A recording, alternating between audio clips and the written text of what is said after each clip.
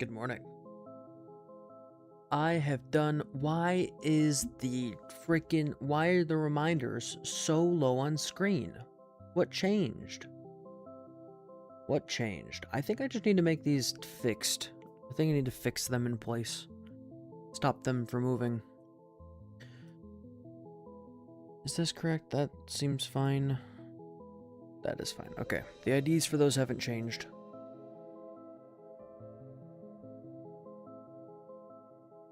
How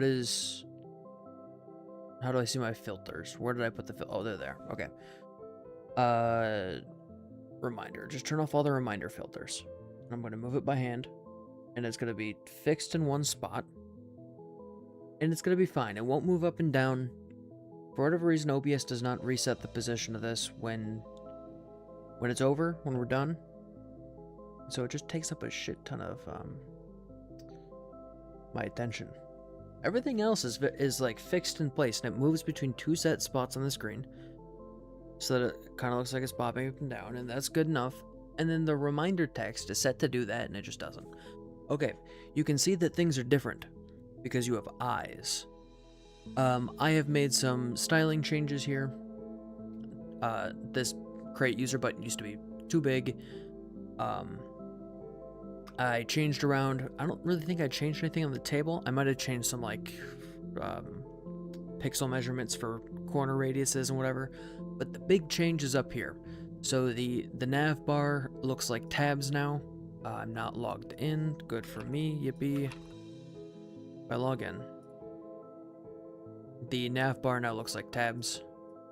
If you're wondering why I didn't do this on stream, it's because I started it at like midnight last night when I was done streaming, and then I just spent too long getting this working. It turns out this tab shape is actually quite complicated, and it's not really complicated. It's CSS doesn't have a built-in way to do something like this, so I had to custom build it myself. Which brings me to my next point, which is that I have more new stuff. Let me make sure. Yes, we have code. Code is visible. All right, get ready.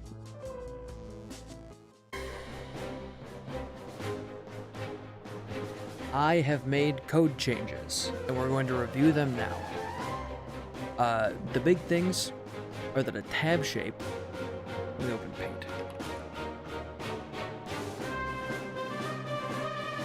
A tab shape looks like this. See that? This is kind of your paper down here, right? And this is the little tab that actually sticks up. Is that super loud? I didn't get the chance to balance the audio on this before I started. It's pretty loud. It looks pretty loud. I'm gonna tone it down just a little bit. Okay. Now, we can split this shape up into 3 separate shapes by drawing these lines here.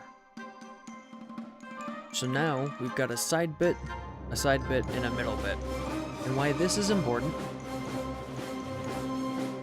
is because this middle bit is where the text goes, and the side bits are just extra styling. So, if we look here, our SVG, which is something vector graphics, I don't remember what the S stands for, is defined by a path. I actually don't know if I can pull that up. What is the website that you draw SVGs in? I don't remember. I'll find it at some point. We might need to use it again. And so you've got one SVG that is the curly shape. If I pull this up, here, this curly shape here. And you've got the other one, which is the curly shape on the other side, and the inside bit's a rectangle. Easy enough. Now, if you let SVGs do whatever they want, they get all wonky. So what I had to do was I have to preserve the aspect ratio, which keeps it a square.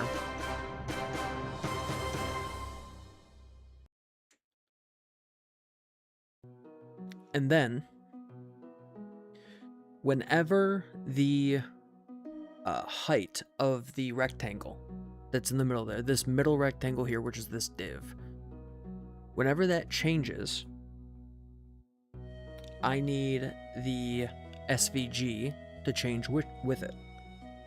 The end bits. And they need to scale with the height, not with the width at all. And I have done that here. So I just set height to 100%, and then you've got your box, your outside div wrapper, which is dependent on what size this is. So what that allows me to do is have a tab shape that can be any width you want, where the outside bits of geometry are consistent between every shape, and that solution also scales vertically and horizontally well enough. This took me like an hour and a half to get working, and well, part of the reason it took so long is because I just asked like Claude or whatever to do it, and I was like, hey Claude, how do you do this? And it gave me a bunch of bullshit solutions until I just battened down the hatches and did it myself. So it turns out everything that's not super basic CSS does not work well with AI. Anyway, and then there's some logic here to fill out, like, is active on all of these. There's some stuff about getting what role is required. So if we go back to our page here and we log out, and I log in as soup, you say I don't have the user tab because anyone who's not an admin can't make broad user changes like that. Okay. Let's log back in as Astiff. We'll take a look at this once more. And now we've got this table. What I'm doing, and I'm going to open up Google Docs for us. Damn you, autofill.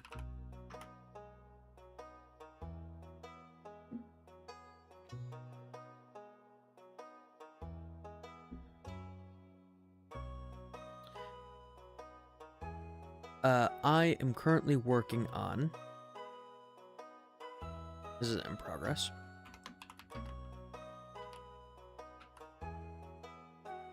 this modify users bit.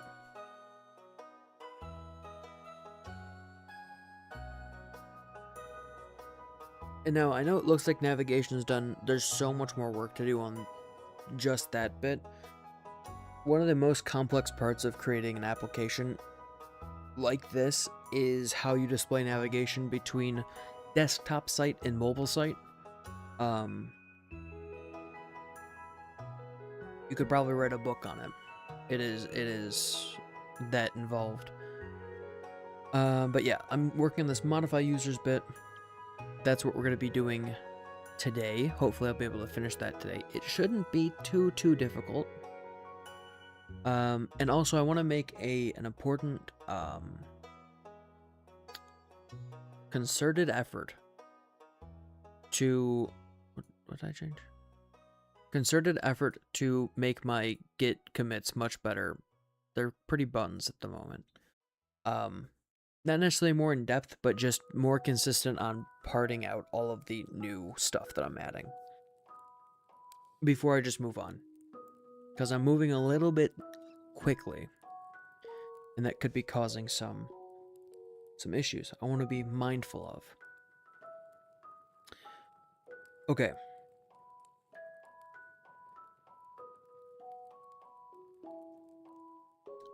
Now, how do I want to do this? I have an interesting problem. So I've got these selectable rows. If we go back to our app, oh, here we go. If we go back to our app, you can select rows now, right? Now the problem is that when you modify a user, you really only want to modify one user at a time. So we're going to have to do that.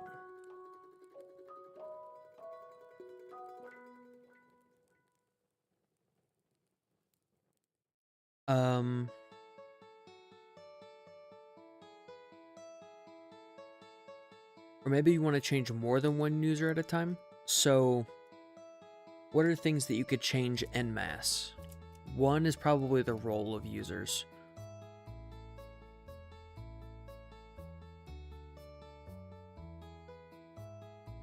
That could be quality of life stuff further down the road, though.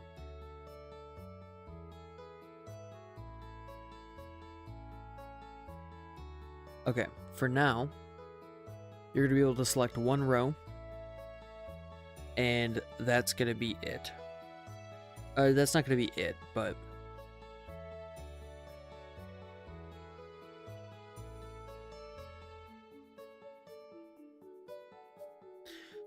So this is selectable rows.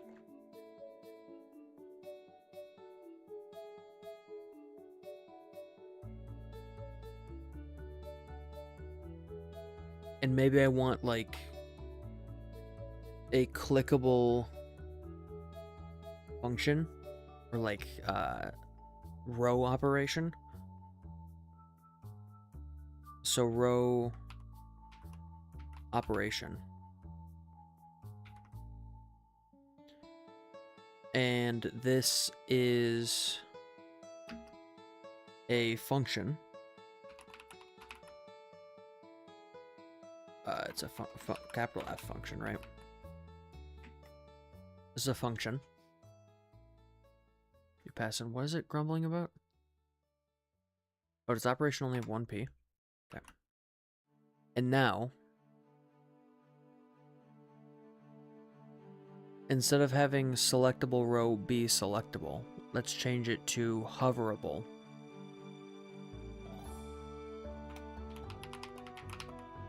Hoverable row.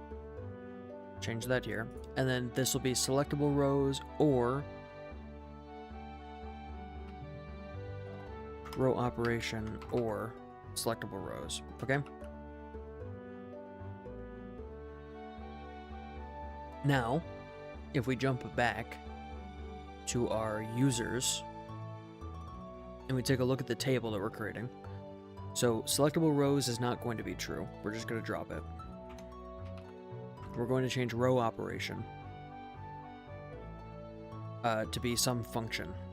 And let's create that now. So const, what should this be? This should be like modify user or something. Mod user. And that'll be a function. So that should probably be an async function. Async user any is okay. Well, it's actually be user, and then it's going to be a row. So that is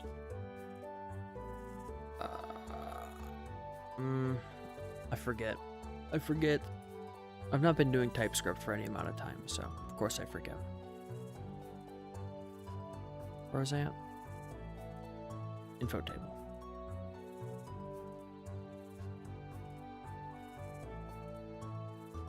Here, I can just close all this stuff.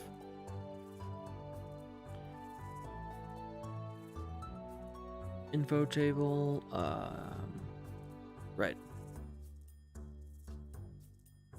Record string any.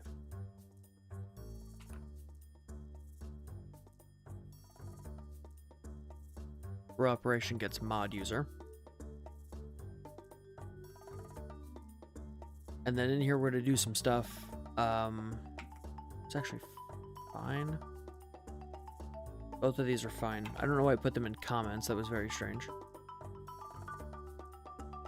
There's not a mod user yet in the auth store. Actually, let's check.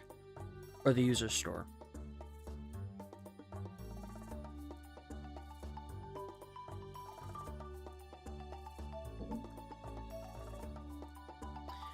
And we also need to decide, does the admin have the ability to change someone's password? And I'm leaning on no.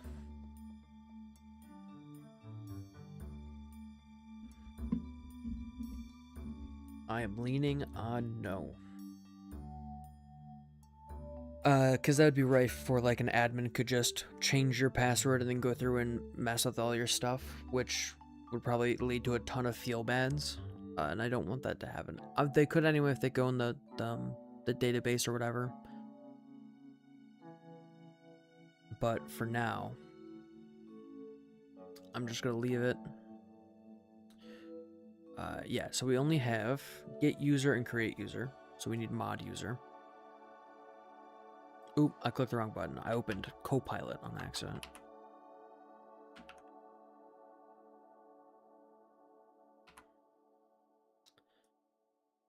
Yep, and this is gonna, of course, pick up on what I'm doing. Mod user will take a username, a password, an email, a role. Not a password, a username, an email, a role.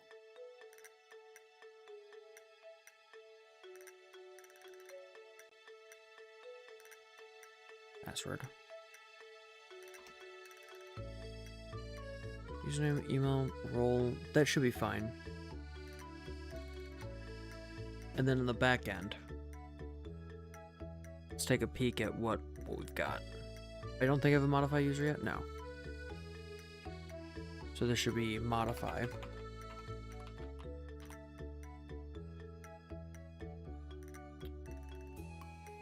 Yep, that's all good. If I pop back here. Oh, I did not export it.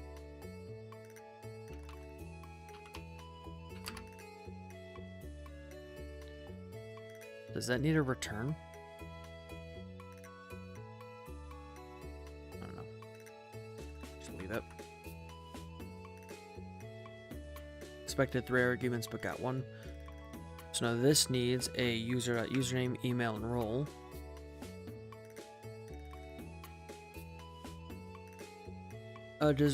Do users get their ID? Hang on. No. Yes. When I get a user from our route,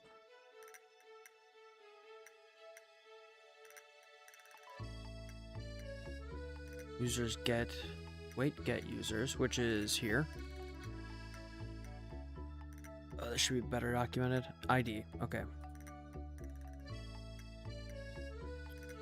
Right, because we get the ID, we just don't display it. It's literally written right here, properly documented. I am such a dummy. Yeah, let's get their ID, which is a string, I believe. Is it a string? No, it's a number.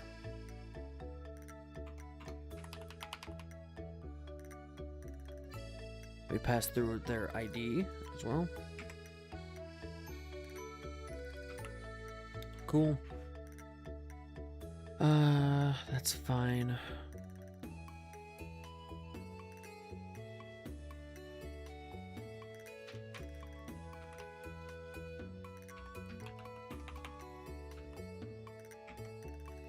User.id. Cool. That is all squared away. I believe that's all correct.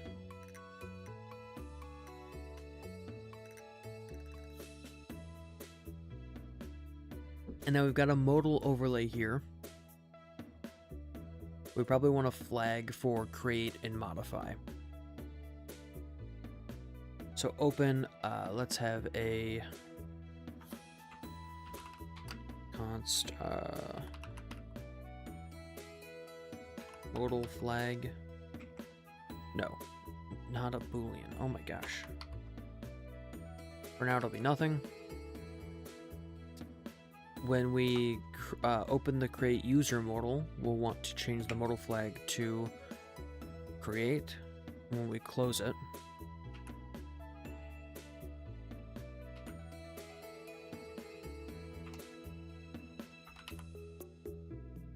we'll want to set it to nothing. And then when we go to mod a user,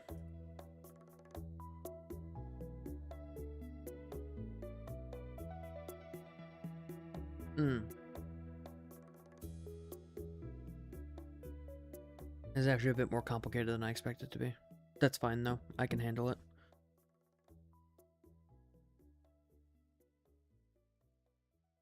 Let's pull up our modified user code, which will just be the create user with changes. So It'll just be this, but completely different.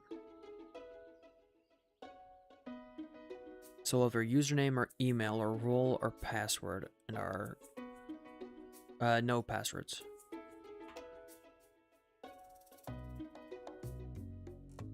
Modify user.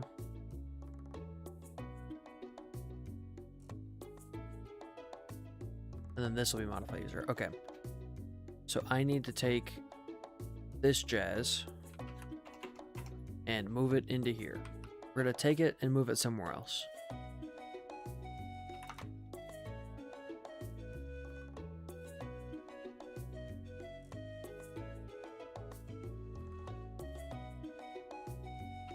Take the await. Here, we don't need this user store anymore. And then we do need all of this. That'll go there. There we go. Save. We probably want this error to toast, right? No, because it'll toast in here if we get an error. We definitely do want this to toast.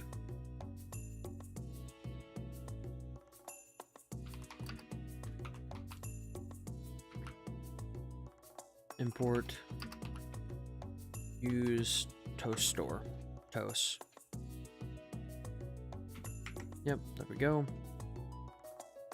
And then toast store.add toast. Yeah, that's correct. Cool. Error.message. Errors of type unknown. Shouldn't it just be of type error?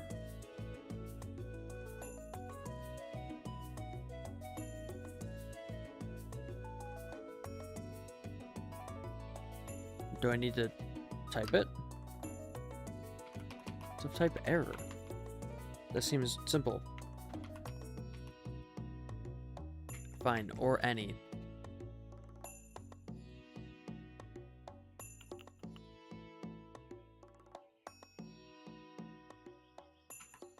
Cool. Well, now I can go back to create user and correct that.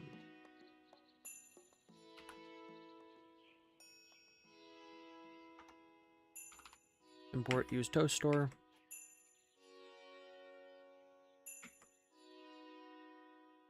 Cool. Now if it ever hits an error, it'll complain about it. Good for us.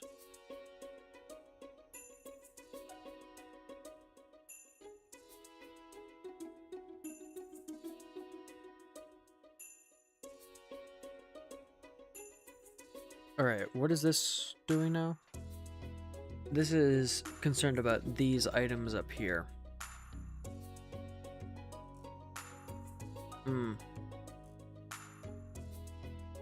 That is fun.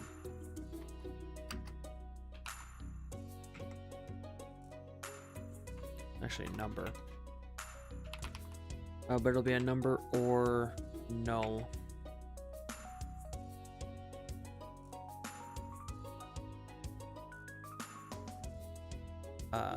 Okay. Validate, this should be fine. Validate password. We don't need this because there's no password. We're nuking the password from orbit.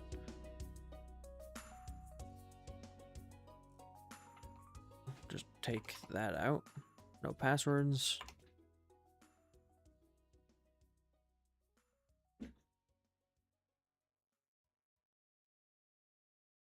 And then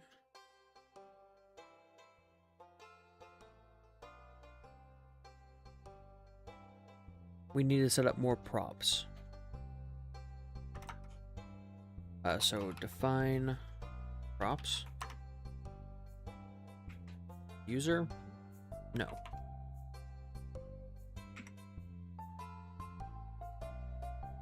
So I thought I said no. So username, or string, email, and then role, and ID, which is a number. Cool. Then the ID, username, and email role. Their default, they should always default to this. Do we even need this? I don't think we even need this. We do need this.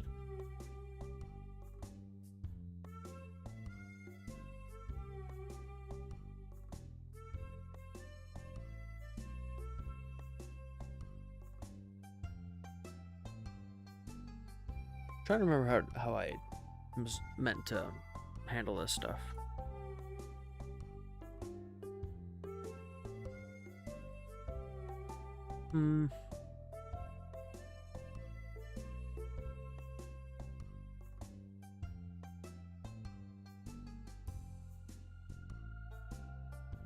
Maybe I have a function that I export. So I actually don't like, why is this the way that it is?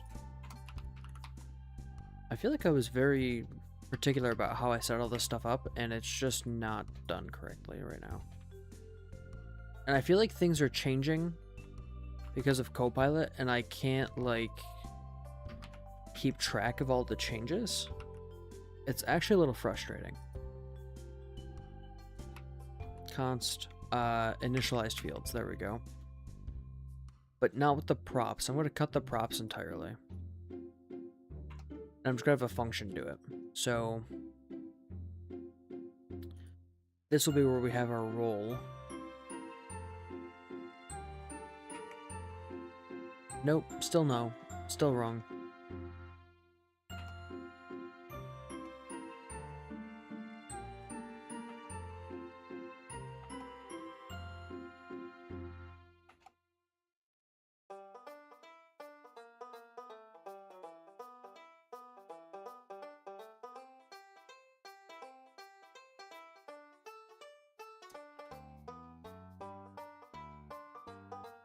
This does not feel right.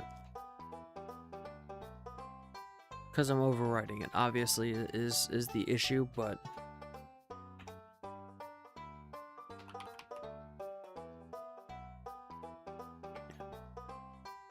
that is what a user looks like. That's what all these need to be. And then this needs nothing.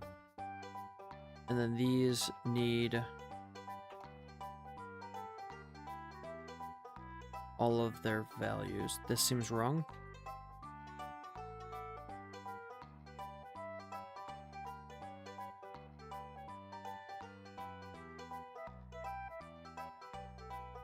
Okay, this just can't be null. Never let it be null. And its default ID will be out of range. -1. There we go.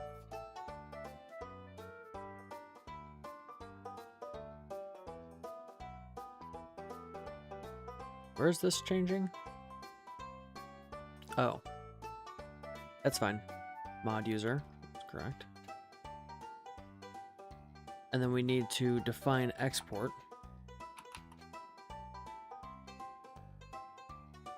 Define expose initialize fields. Okay.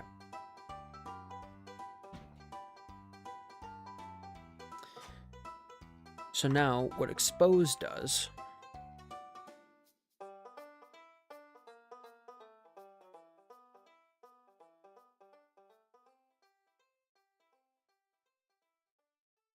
is we can add a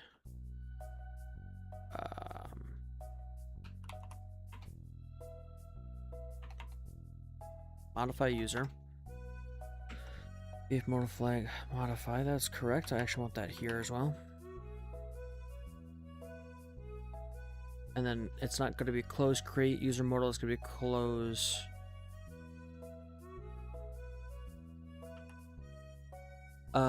okay, I should have open modal, right, and close modal.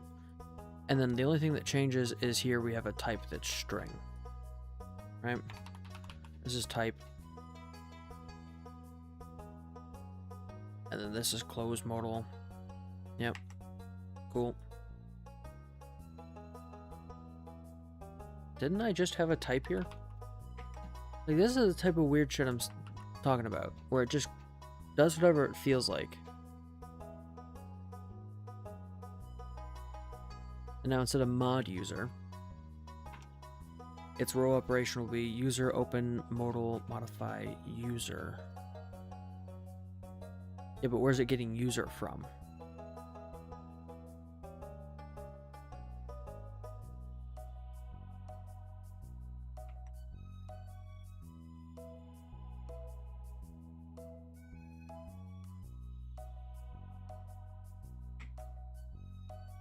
So open this.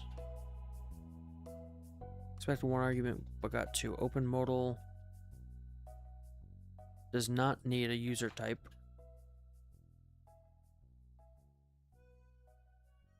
This is actually going to run two functions. So open modal is one of them. But before it does that, it's going to run... Needs a ref. Ref equals modify user.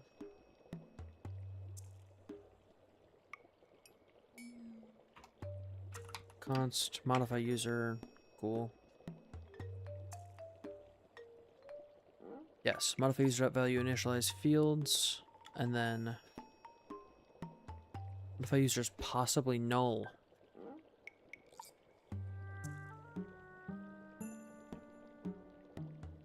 Yeah, but it won't be at runtime.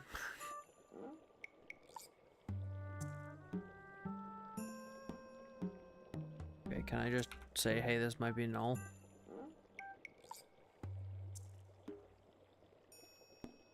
And this is running in the template. This does not need a dot value, right? Just that. But you cause an error. Why is it suggesting an error?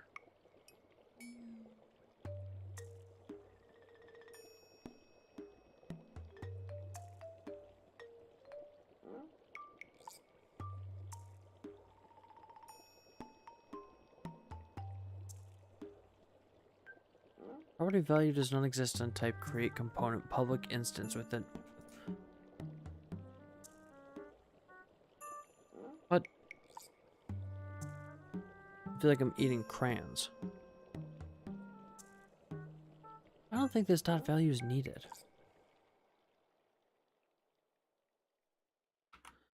Just send it without it.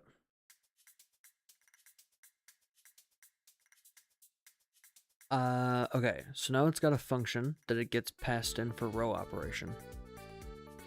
Which means that if I jump back to our info table, we can have this do when it's clicked. This needs formatting. This is awful. Hang on. Let me just format it at least a little bit.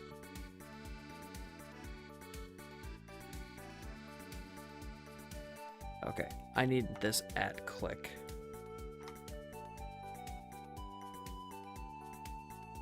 So now when we clicked it, we check if we have selectable rows.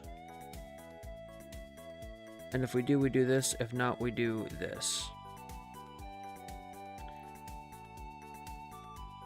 I need like a handle click function or something for this.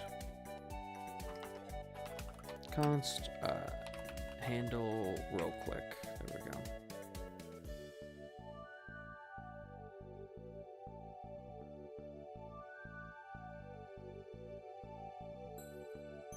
And if row operation, we do this, and if selectable rows, we do this. And then in here, we just handle the click and we call it a day. Cool. Save. Why is it fucking upset with me?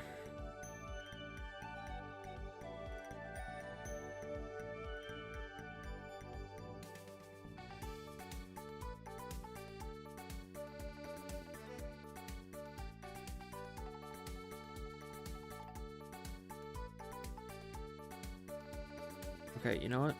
I'm gonna change up the script. Const props. You be props. There we go. We'll change all this stuff around to be correct. So you don't need to set this to be a props if everything's handled in the template. But as soon as you get your props up here, it freaks out. So this should work though. I am like 50% confident that this is going to function, which is pretty high. So now if I click beans, get the modify user, this is almost correct.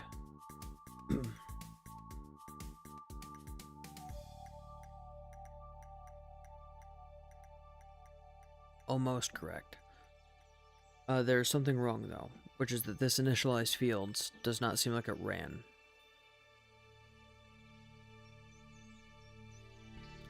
It should have just filled these out because they have a V model for email, username, and role. Right. Email, username, role, these get assigned. Okay, so what I want to do is I want to do some console logging just to see what I can gather. So we get the mod interface. Look at our console. Property mod users was accessed during render, but is not defined an instance. And then a request failed.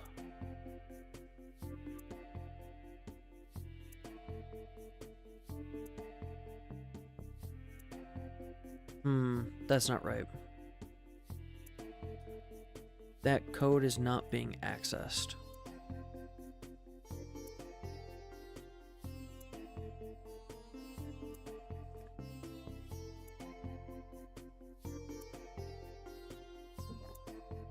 So now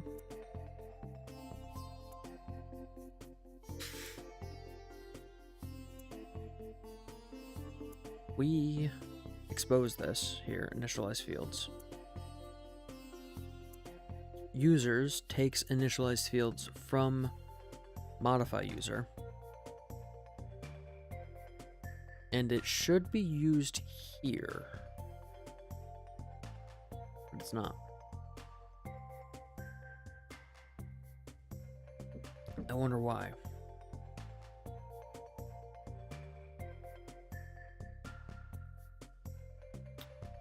Maybe I can keep a reference to the function just in case it ever changes.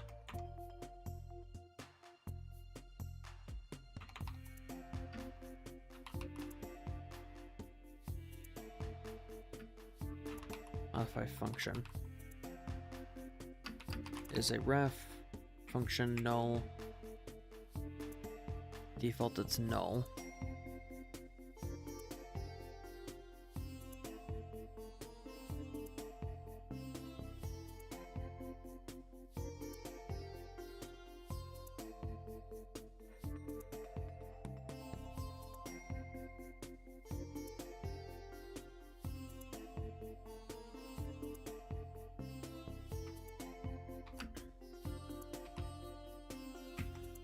Okay, we're gonna move this because we want to check if modify user.value is what we see here. Yeah, change this. That's fine.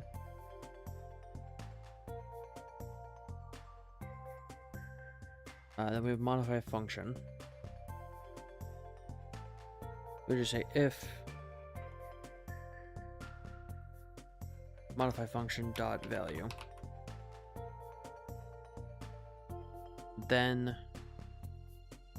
we modify function.value with our user. Should be fine. And we don't even need modify user, right? No, we do.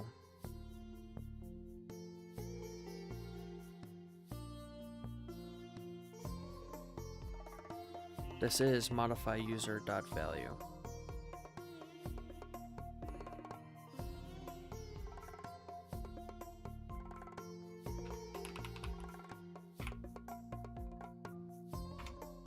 What's it gonna complain about?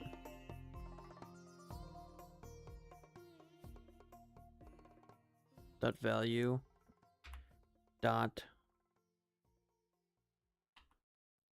initialize fields, right?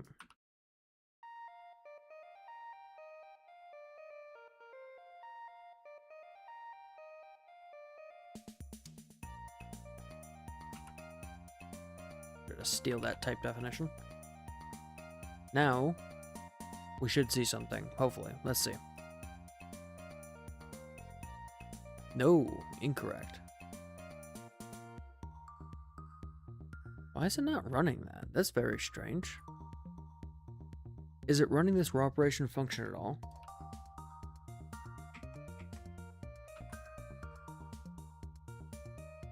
Oh. Yep, so it is running this. We're doing a little bit of crude debugging here. I need to find out if we have a modify function value. When this is called.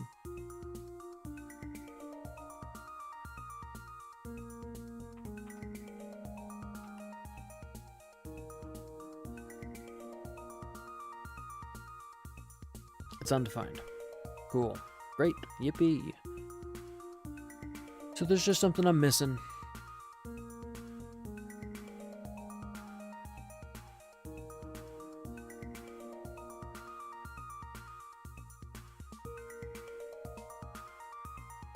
Let me take a look.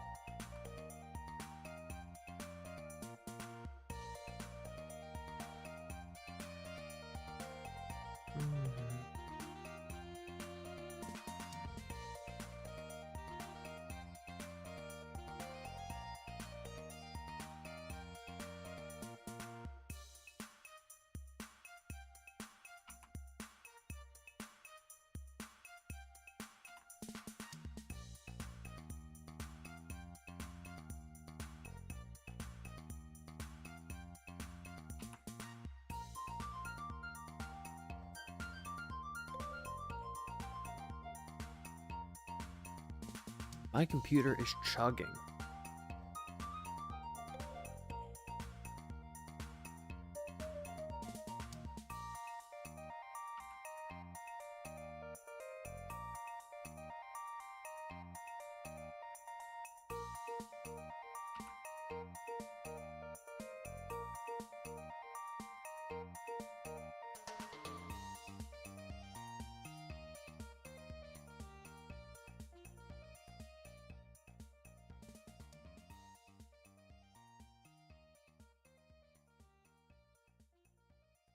What the fuck is going on? Hang on. My computer's having like weird issues the last few days. Of like just shit that I've typed not appearing anymore. Really weird stuff is going on. And I hate to say it, I'm not stoked about that fact.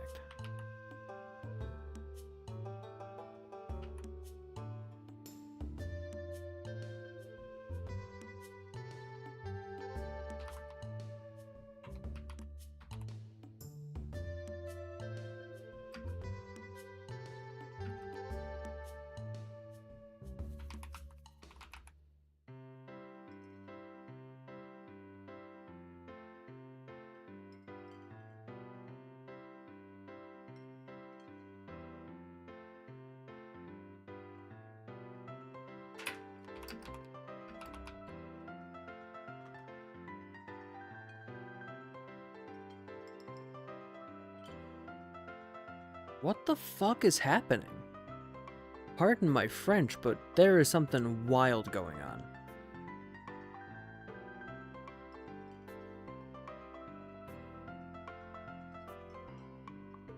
I know you can't see it on my side, but things that I'm typing are not being registered at all.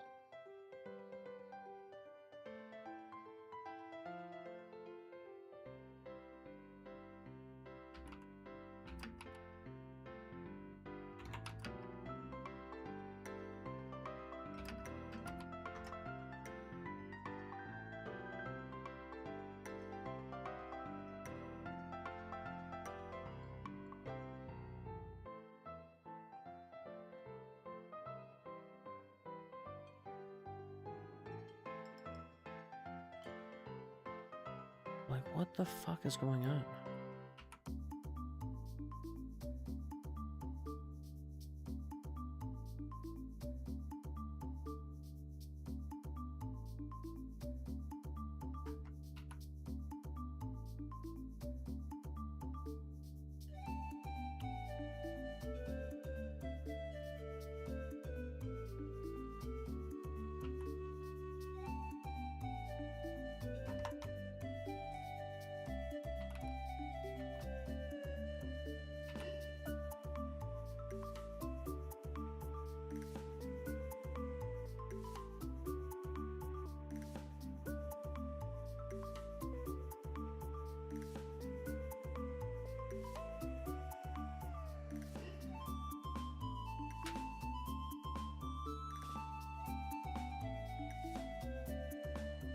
What the?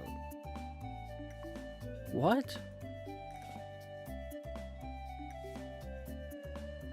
What is going on? Oh my gosh. Alright, well.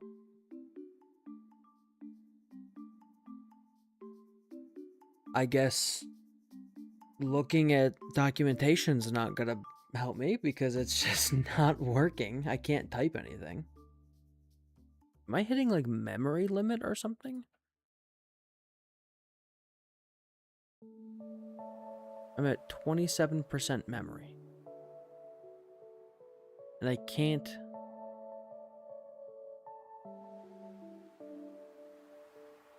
Things I'm typing are just going away.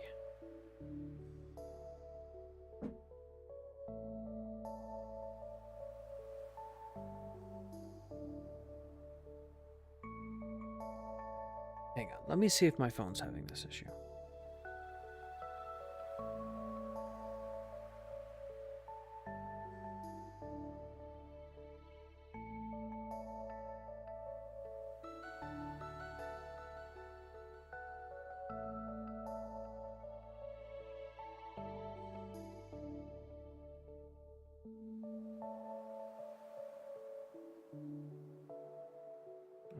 Okay, I'm not sure.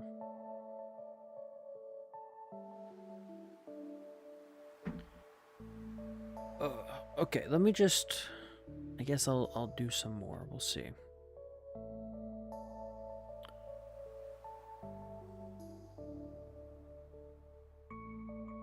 Let me try to unshitify this because it's pretty bad.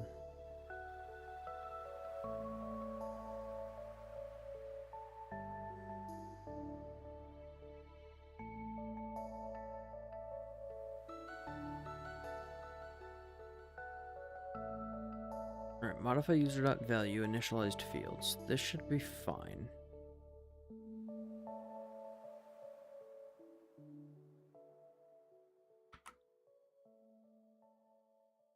The problem is that it's just undefined. Which I don't get. How is it undefined if I clearly define? I feel like I've clearly defined it.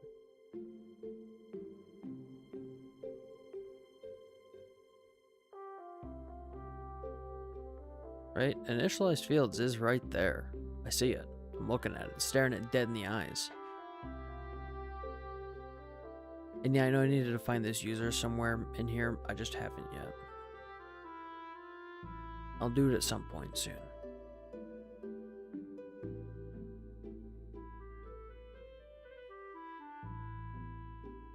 You know what? I can even add it to the list.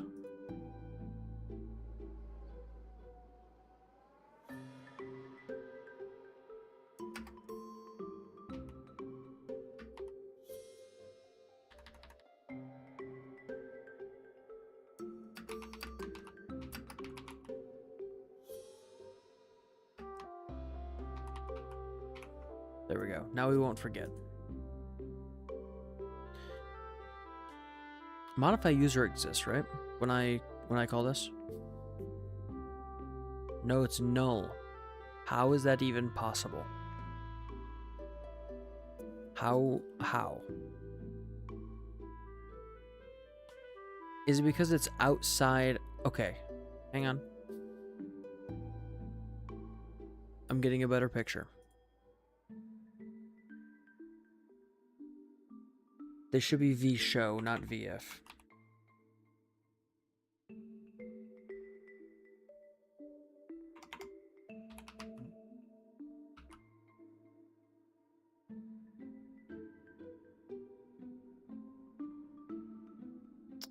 No?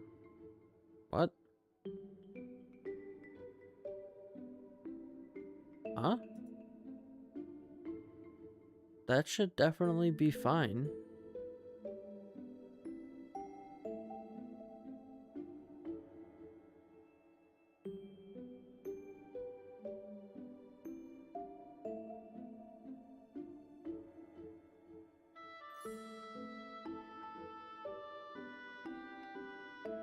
Modify.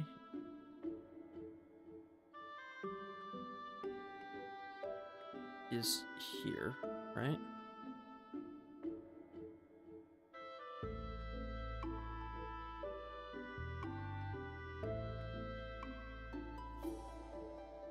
And then whenever we click on a row, we run this row operation, which is this function here.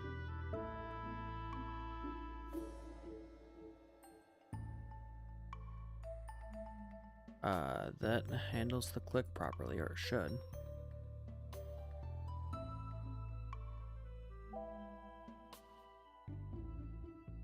Why are you the way that you are? Why is this going on?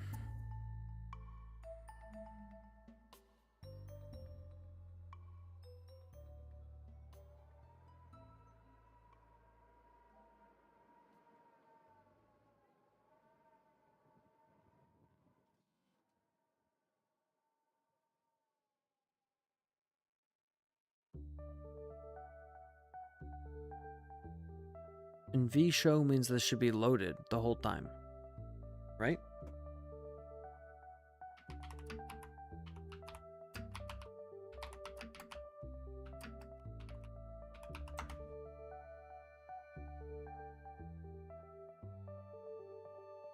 Yeah.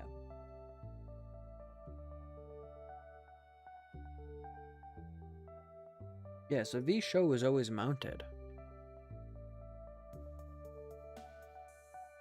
So if my modify user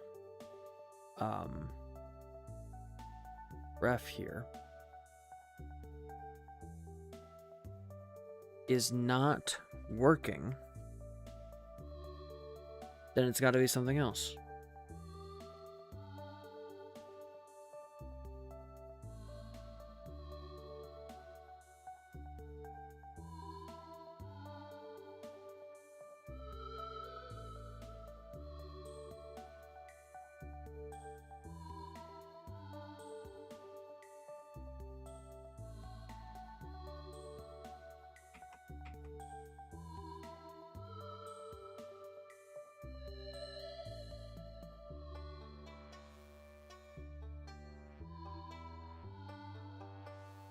Why?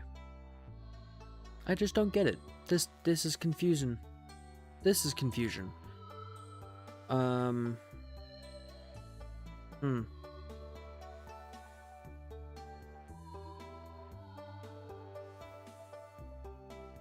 This is null when it tries to access it.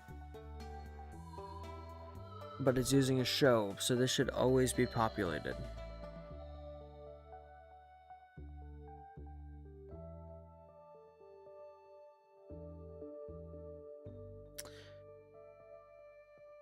How do I do this for the toast?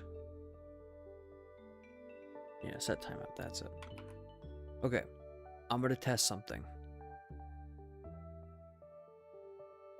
When we mount this, I am going to log, not the user store, console.log,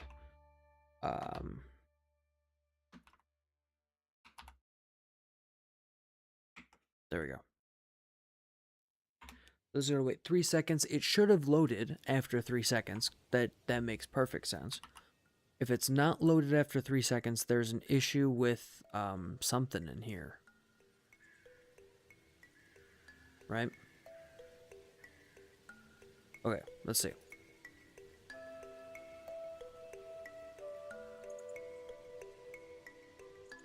It's still null. That doesn't. Nope. That doesn't make any sense. I feel like I've done this exact thing before. Alright, let's see if Google is gonna help me out. This was just not working, so we'll see. Google, I mean. I was having weird issues. But let's hope.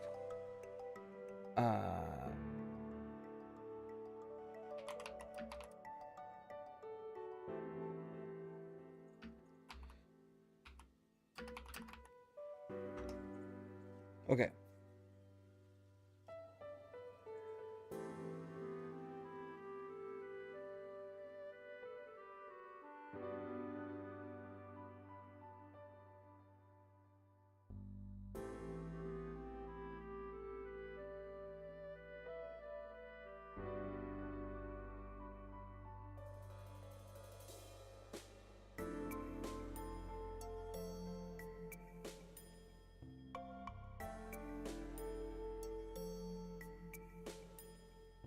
Yep, this documentation is not isn't even docs. This is just a forum, but no help. No help.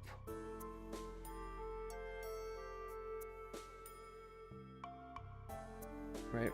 Template refs. This is what I need.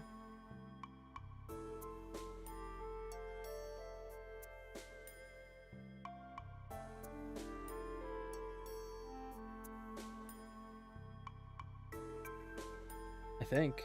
This is different than what I'm doing.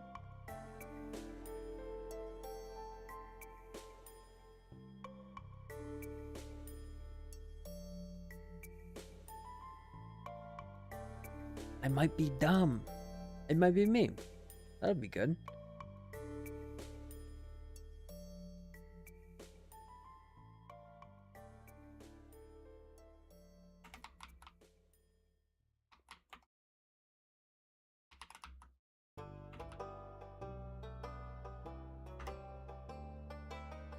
Okay.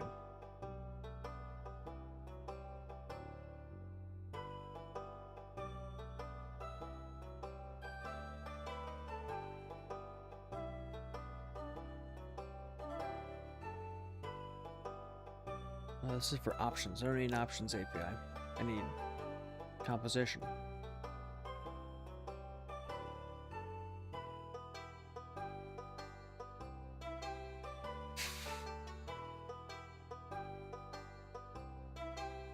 No, I don't think that's what I need.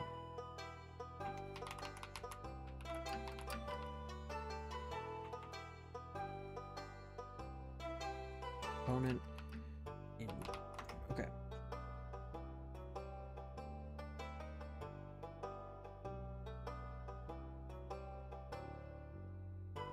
This is killing me. This is awful.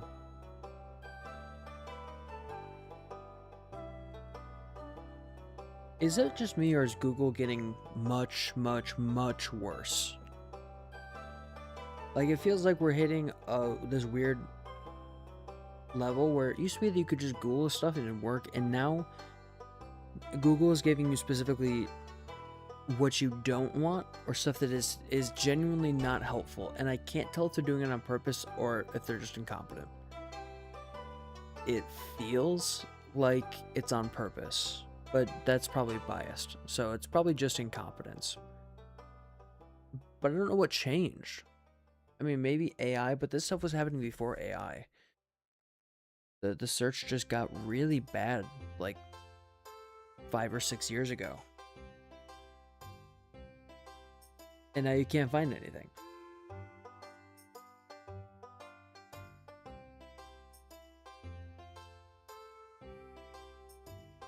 Okay.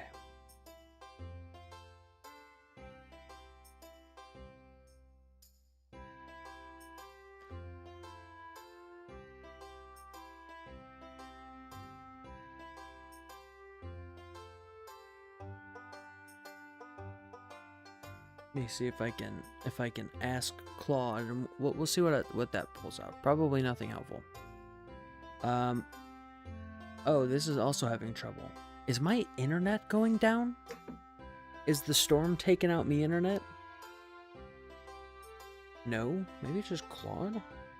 Is this having trouble? Hang on, please hold. Here, we need hold music. Or no, we're gonna go on a little tangent.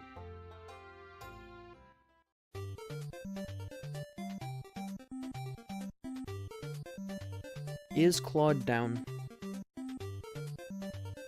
It says it's fine, but I just got a weird error. Okay. You can't see this because this is my personal account. I don't have a so upsetting Claude account.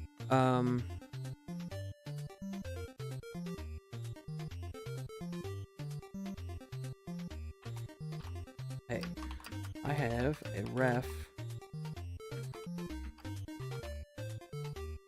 to a component in view that is null. Why?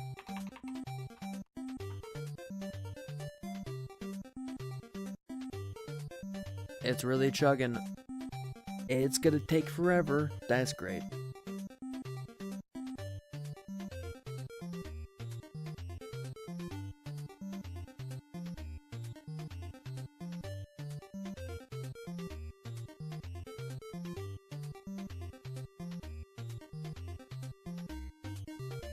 What the fuck is going on with the internet? Alright, this is great.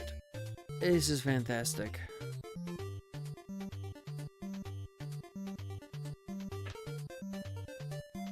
Shit is broken. I'm just gonna copy this in. We're gonna see. There you go, have fun. Figure that one out.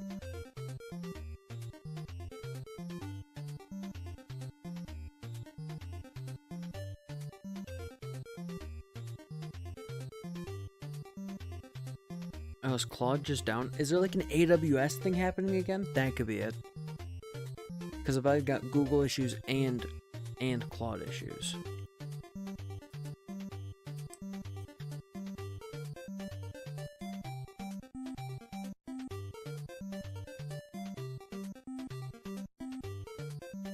Modify user won't exist in the DOM until the modal is open.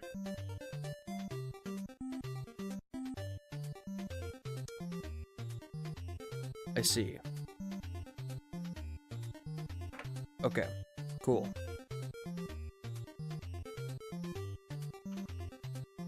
So we need to open the modal and then initialize everything. So let's try this. This is good info. I didn't know that your items are not registered in the DOM until the modal slot is visible. That is news to me. I guess I've never done this specifically before, so.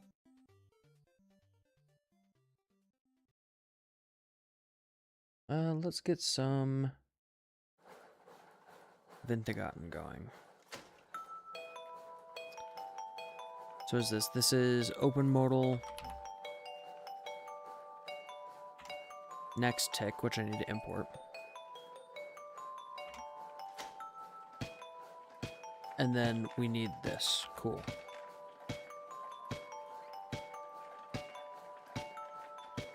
And I don't really care if that doesn't work, because it should. Next tick, it's fine. We can drop this. Save it. We'll pop back to our web app. If I click this, now it works. Alright, thank you, Claude. That was very good. Very good. If I click beans, we get beans. Alright, we've got freaking beans. Perfect tangent, great tangent. Someone even say it's not even a tangent, what I just did. It was just looking for assistance. The damned blasted Google forums, or Reddit forums, or Stack Overflow forums did not help me. They were on about nonsense.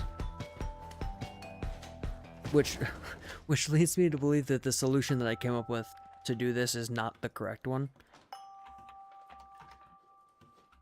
You never know.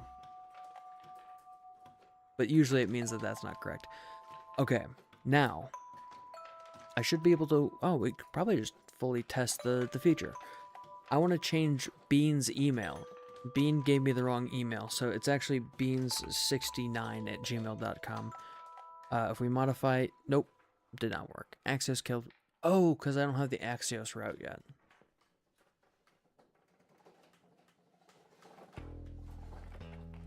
I don't have any, like, celebratory music, but the front-end stuff all worked. Pretty well. Let's jump back to code land. In users, we have mod user here, which I've not changed at all. Oh no, this is my store. This is fine. We need to go to the routes. Users, cool. Create user. Modify user.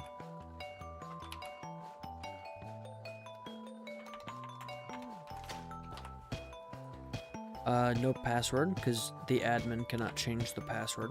We're gonna have the specific mod password function in auth. When I go to implement that, I think I'm gonna leave it for later though, because I'm kind of bored of doing user stuff. I want to move on to D&D stuff. What I signed up for. We don't need to hash a password. We can't create an admin user, that is correct. User email role. This needs to be user, not create, but user, should just be update, right? Yeah, we don't need an upsert. Where username, nope. Where ID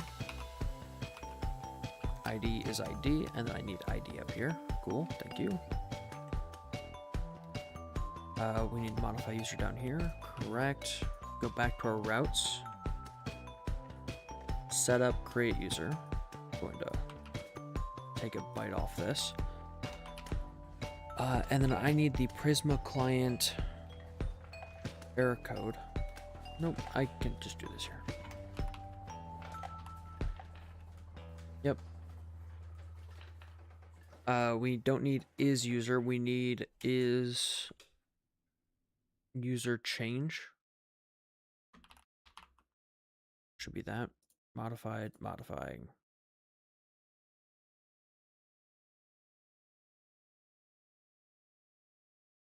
Import from users, we need modify user, we need music, and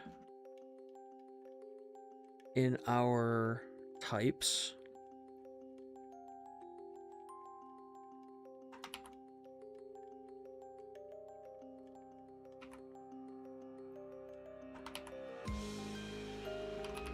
we need a user change, which has an ID and does not have a password. Cool, is user change, that's fine. ID and data, no password. Cool. I still need to implement a type check for the email, because someone's gonna implement the stupidest fucking email they can possibly think of, and it's not gonna work. And then I'm gonna get an email at like 3 a.m. to fix the software, which you're not paying for, so I'm not obligated at all.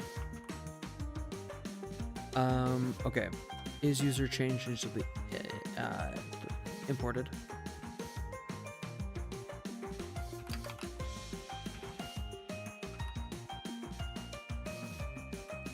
Cool.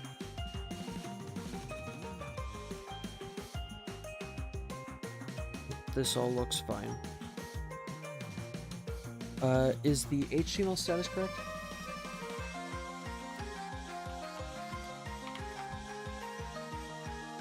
Created is not what I want.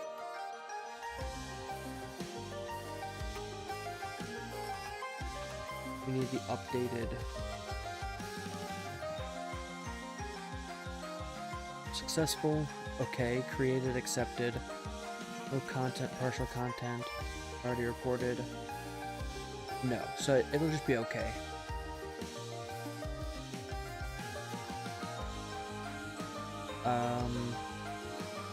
Yes. Okay. Let's do just 200. That should be fine. Because we're not actually creating a resource, we're just updating one. That needs to be updated in auth. No, users. Mod user, we're checking for 201, not 200. Save. Open sheet. Beans. Shit. Oh, I know what I did wrong. You probably guess it. I didn't restart the node server. Now we beans. There we go. Hell yeah. Hell yeah. It's updated. Let's go. Genius. Master of the universe. Okay. Now if we pop back up here, we can cross this off our list, can't we? Oh god, this feels good. Anytime you get to cross an item off a list, this is what I live for. The only reason I'm alive, probably not the only reason, but like 90% of the reasons I'm alive are crossing items off lists, which may be a sad existence, now that I'm thinking about it. Okay. Should I do a reintroduction of what the project is and why I'm doing it? Now that we're going to get into some more D&D specific stuff? You can see the items I'm not doing on my list. Because get more with premium. I pay for premium on a different account. Okay, let's do this. We're gonna take a little tangent time. Okay, this is not dark mode. I don't have that set up. I'm facing a problem. I think I did this last time. I'll do it again. Specifically, DnD Beyond is giving me grief. I've been using it for a while, and I am like 80% happy with it. But that last 20% is doing a lot of work to dissuade me from continuing to use it. There's a panoply of reasons, but let's focus on the good stuff. My solution. You see here that your name brand hosted D&D websites all have, you know, their single server that you access, and that server hooks up to their own database which they control, and you get to pay for it and use it like a good consumer. But I am going to change this to some extent, maybe. This is the open sheet system where we give you a server to host, and you host your own D&D server where you can build characters and host character sheets and host all your homebrew and your spells and things for your users, so that when you sit down for game night, you don't open D&D Beyond or whatever the other brands are. You open up to your local server and you say, hey, let's play some D&D. Now this could look like maybe you're hosting it on an external, like software as a service, right? Or you're hosting this in your own house. If everyone comes to play D&D at the same spot, you can just put this on localhost and it will run perfectly fine. The one caveat is obviously you won't have that on the go. So this is where we're at so far. We've got the login, logout, create admin, create users done. We've got modification for users done. A toast system that tells users when things have gone good and when things have gone bad. And then we've gone through and implemented those toasts in a variety of spots. We also have a users page which displays all the users. And I think that's kind of where we're at. You can see all that stuff here. We have different roles set up for your game master and your player. Now, I think we're on to some new stuff that I want to try. We're wading into unknown territory.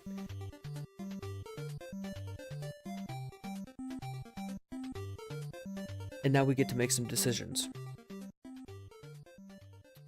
And I should probably relearn UML to explain my thought process for these, but I won't, because I'm lazy.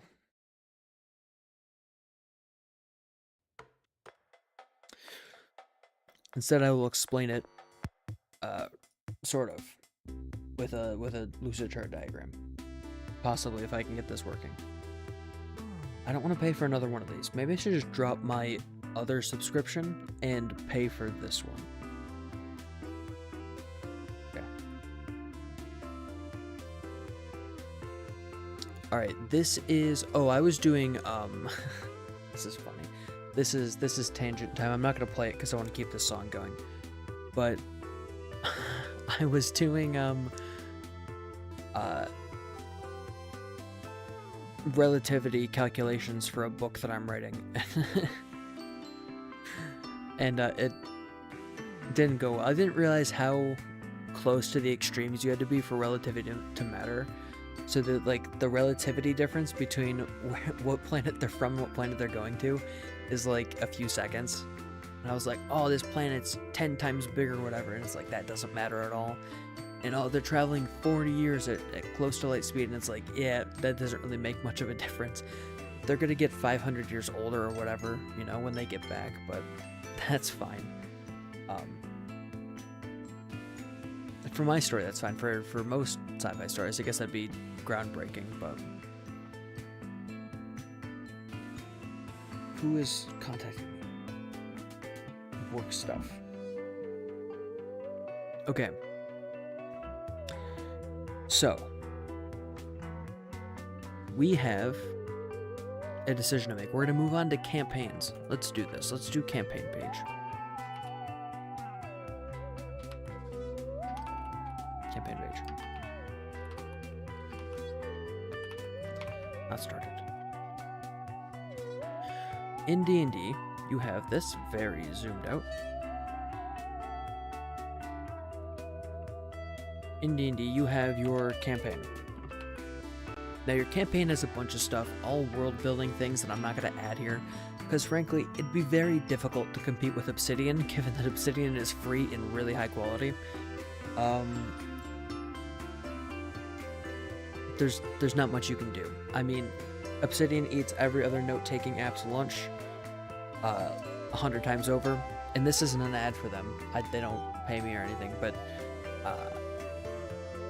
it's just really good software. It's just really, really good software for free, or for very cheap. I might have.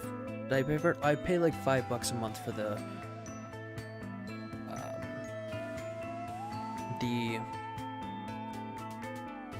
what is the license that you get to have on multiple devices. Okay, so in a D&D campaign, you've got a whole bunch of world building, but the important part for your players is their characters. Now, we need to figure out how we're going to assign the data on the back end. The front end visuals are one thing, but the core of Webapp like this is its back end design. If your back end design is faltering, you're not going to have a good experience for the user, no matter how good your front end design is. So we've got characters, right? Now, well, your campaign does have characters. Your character could also exist in 2 campaigns, right? So you could have this one. So let's just call this like character A, right? And character A could be in 2 campaigns at once. I don't know why. I've never run a campaign like this, but it could happen. So that leads us to something where we need a database for what campaigns are happening and what characters are in them, and a database for characters, right? So they'll exist out here. What that's going to look like is in the campaign, this will be linked with a foreign key. Foreign key? Did I spell this right? Probably not. Let me check. I was very close. I was doing a little I before E, and it's actually E before I in this case. Okay, so we got a little foreign key action.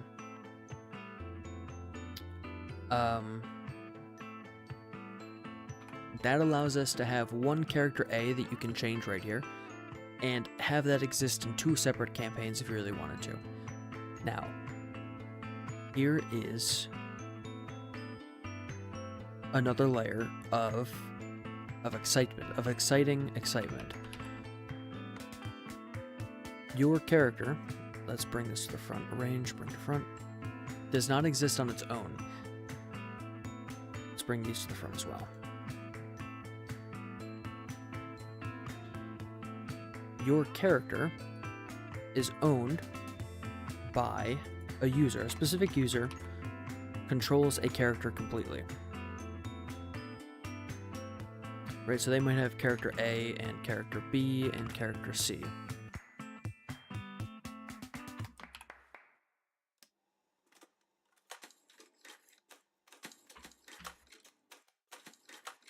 Which means that now characters, when we have our character data table, they need to link back to a specific user through their own foreign keys, right?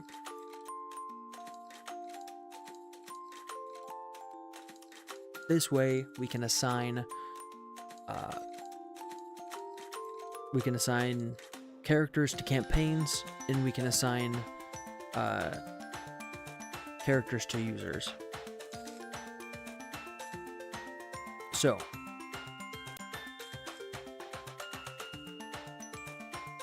Well, I guess I was gonna say, should we just link users to campaigns, but I guess I've reasoned myself into thinking that's a bad idea. It should be based on character, right?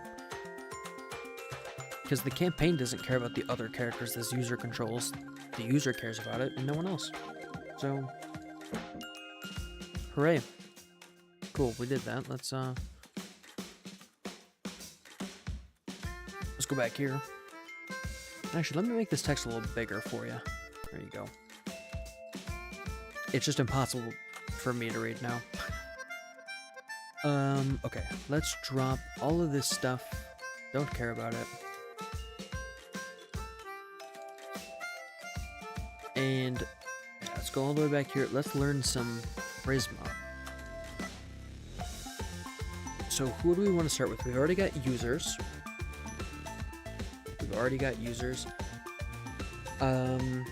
Now we need characters. So routes, new folder, characters. I'm just gonna copy all this stuff into here. And then I'll change stuff up, obviously. So rename character.ts, the imports. Oh, no, this is gonna cause me grief, isn't it? If I say yes and then I go back into here, are they all gonna be changed? Is it gonna be changed? No, this is fine. It's just in this folder. Okay, good. Oh, we don't need user roles at all. That's fine. We need character types. This.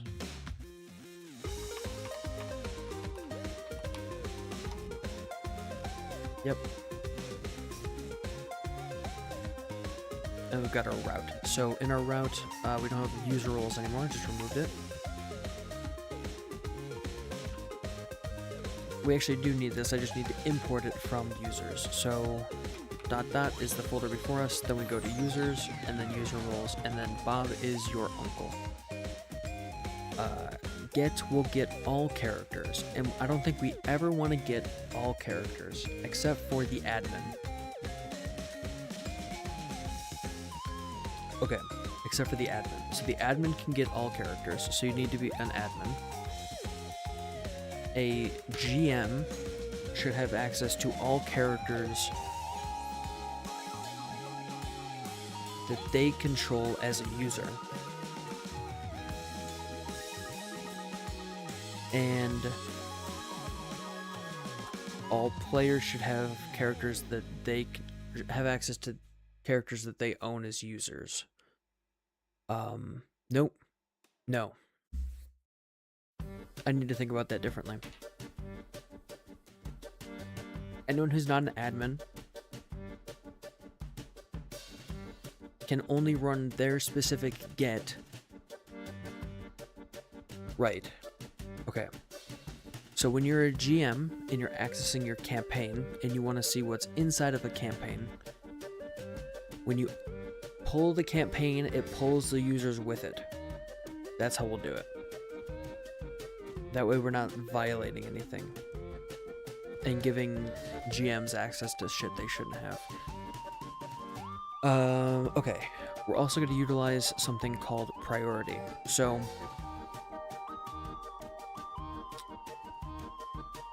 when you define a router, the item that satisfies... Oh, never mind. That doesn't actually mean anything. Anyway, we're gonna have a get with nothing. And we're gonna have a get with no, not setup status. No. I need modifying all this shit. How do I do parameters and routes? I forget.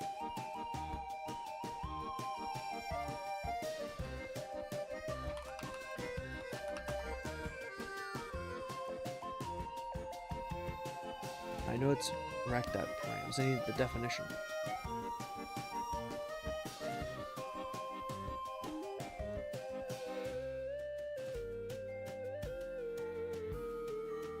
Now I know about Okay, there we go. We're going to parameterize our route, which just means that it will accept all routes that are get dash a character or a specific field here, right?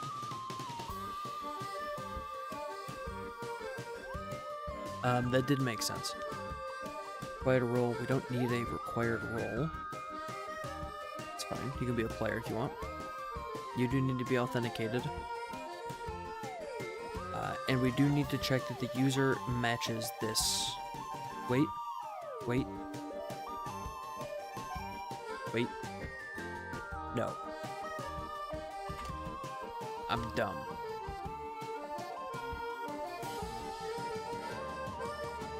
We have get characters.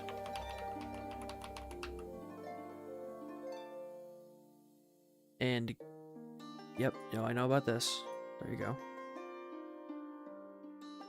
Get characters is going to take a parameter, which is the rec.user.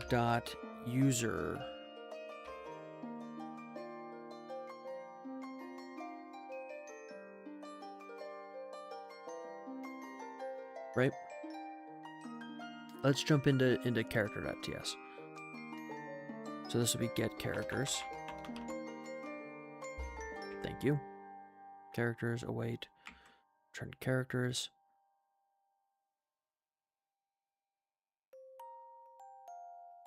And this will return username, a role. No. I need to define what a character actually is. Which, now that I'm thinking about it, maybe I shouldn't have started here. This is an incredibly complex thing that I'm doing. Alright.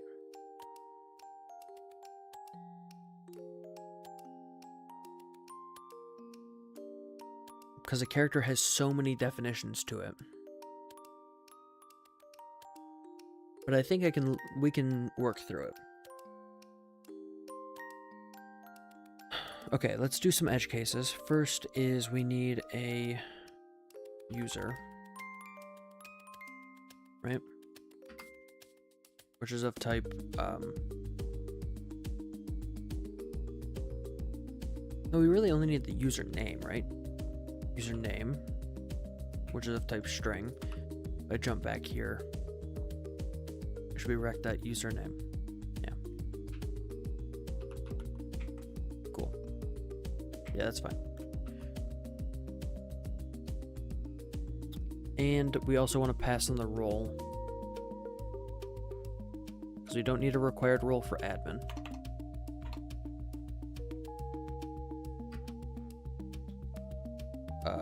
Rec.user role, or nothing.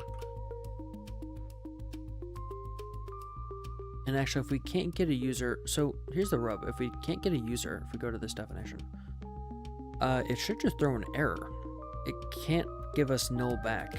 It just doesn't do that.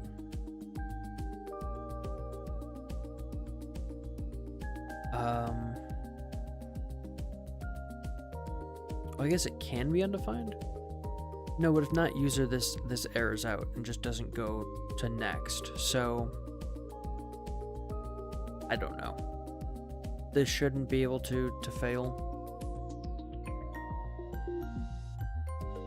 Theoretically, we could just trust it, but if defining this makes TypeScript happy, then I'm happy.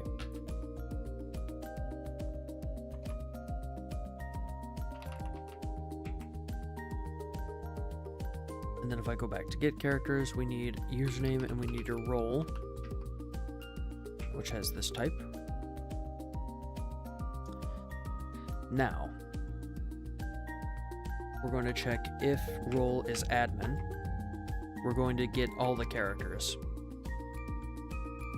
Because admin's character page is going to look a little bit different, where it's just going to display all the characters, just in case the admin needs to go through and nuke anything.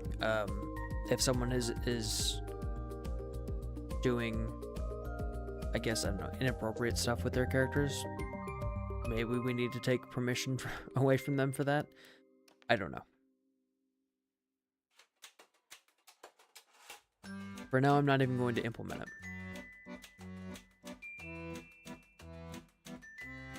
I'm going to implement the back end, but I'm not going to implement the front end.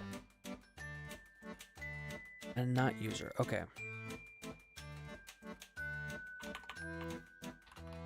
Character.findMany.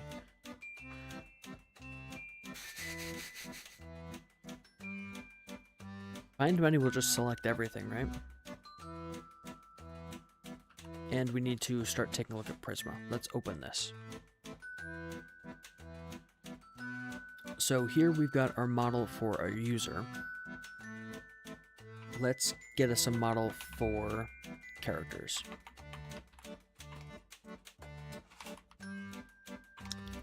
This is how the schema works for Prism. It's a little bit different than you're probably used to with regular SQL.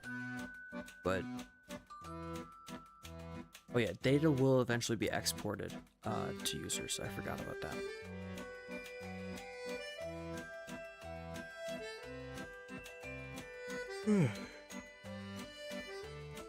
Okay.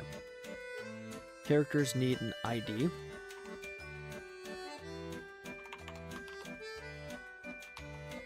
Right? Anything else over here? No. So character needs an ID, which will be an int, which auto increments. That should be a-okay for our purposes. We also need a user ID.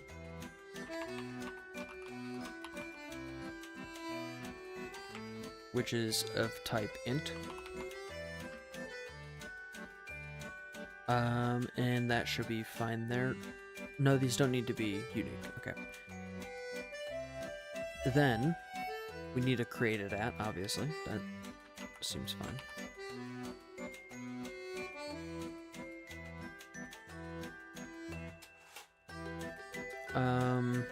What else do we need?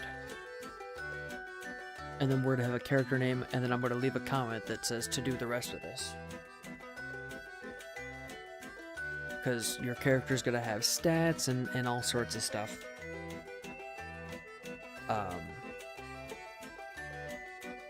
Okay. Right.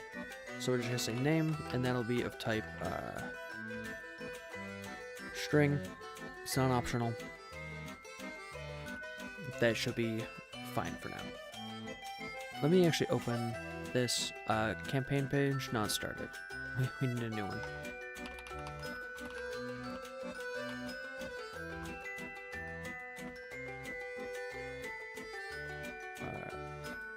Character page is not started. And then we need character routes.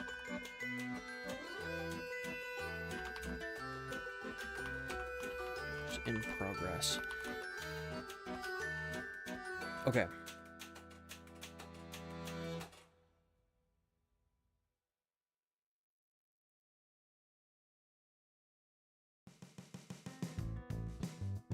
Character name. Okay, that should be fine.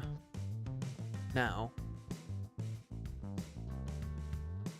we need to rebuild Prisma, which is JSON migrate, right? Yeah.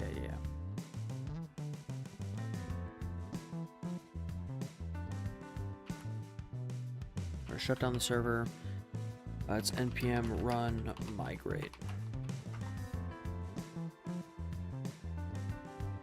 That should rebuild the everything for Prisma.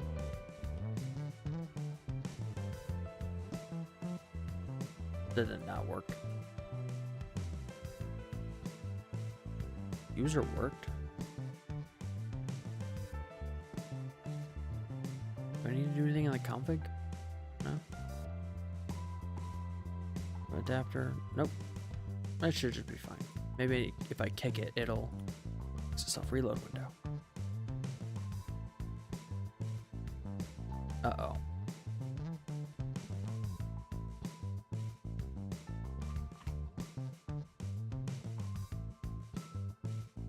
Why not? Why not?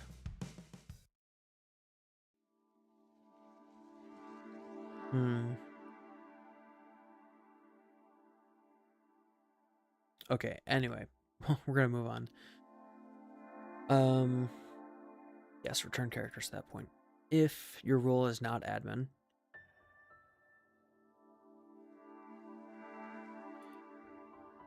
then we need to check. No, not username.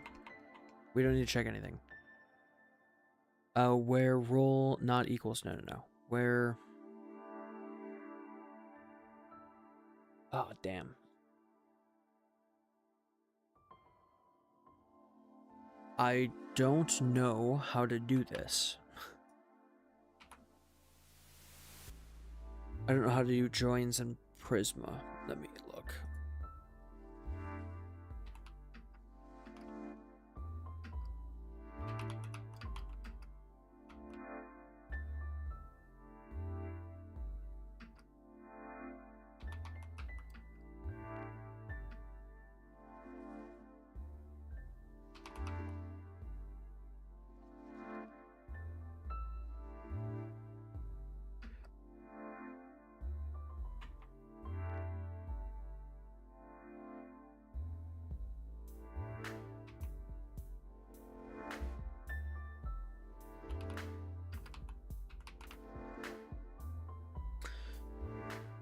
Okay.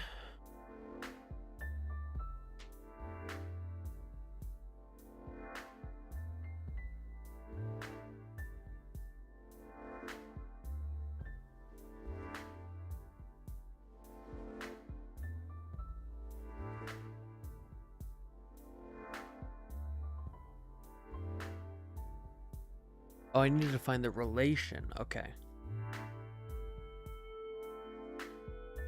Okay, let's see.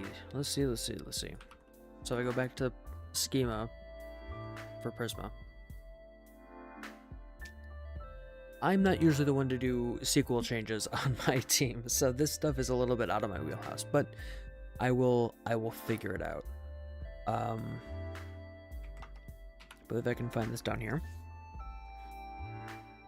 So this has a relation to user. Its fields are user ID, references ID in here. That is correct. Now, when I search for a character based on username, it's where username is username. And that should be it. Is that it? No, it is not. Very close though.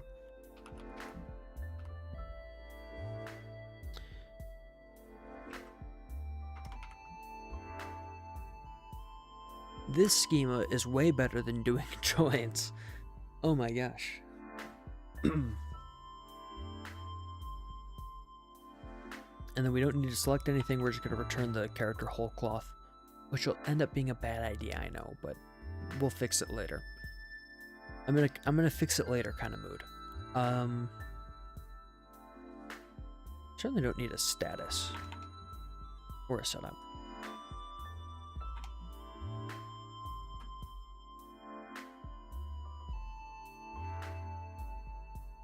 Do we export? No.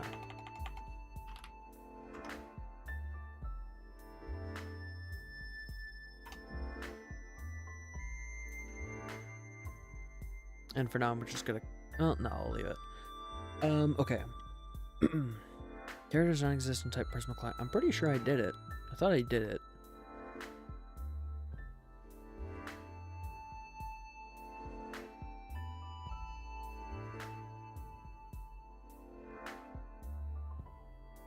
Why? Why are you not working? This seems like it should work. Okay, let me Google how freaking Prisma works.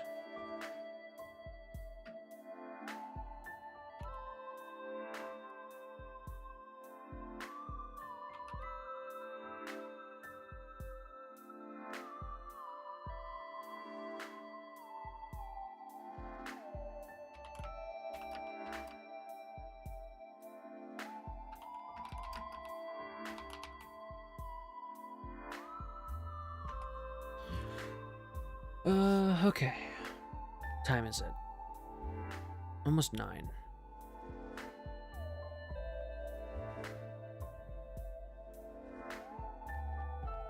I need to generate. Do I have that in my...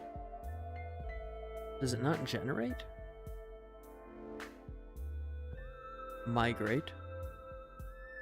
Build. Build. I see. Okay. NPM. Actually, wait, hang on. Build is gonna build the entire fucking Vue app. Build concurrently build. Prefix server. Okay. Whatever. Prefix run build. There we go. What is it crying about?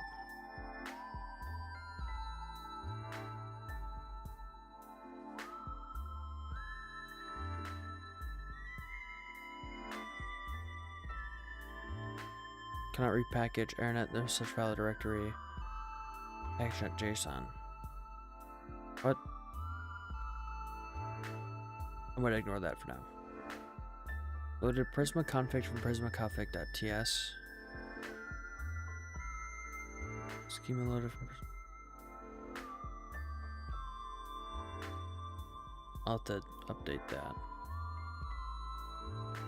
You're updating field user and model character. The relation field user on model character is missing an opposite relation field on the model user. Either run Prisma format or add it manually. Can I do that? CD server. Prisma format. Term Prisma is not recognized. What did... What did you fucking ask me to do then? Why did you... Okay, hang on.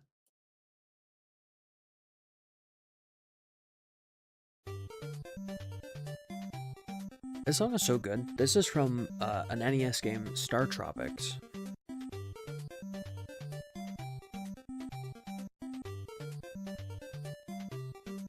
Oh, it's NPX Prisma. Okay.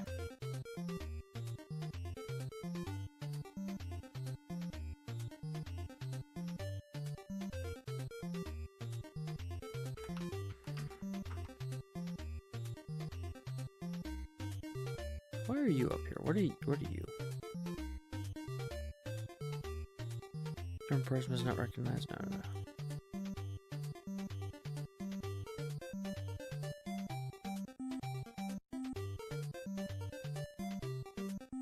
Did it work?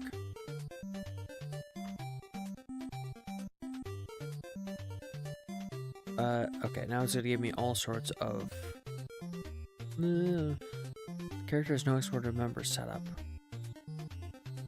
Oh, it's just gonna complain. Alright, well if you're gonna complain, I'm not gonna listen. It's an error in here.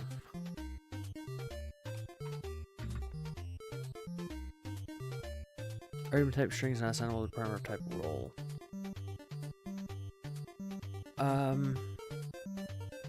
Oh right, because this can't be... Here, this should default to player then.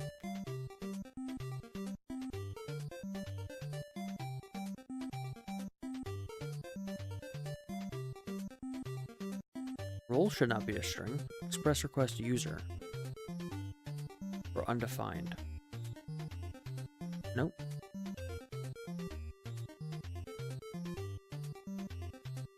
I mean, in auth token.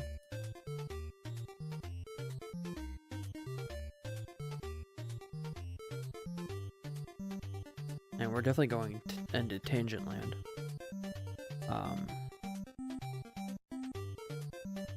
Role, user role. Oh, I need to define this better. Can I define this better?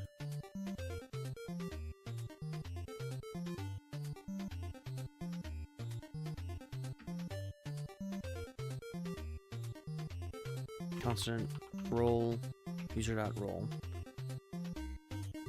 and then role has type role, which is not imported. It should be. Now it's imported. It's type role.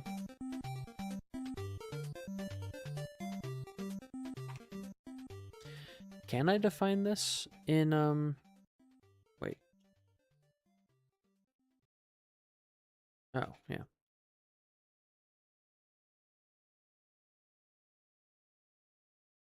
No, we don't need the role in the JWT token. Why is this here? Stop it. You just need the username. You just need the username. Stop it. Why is it not saving?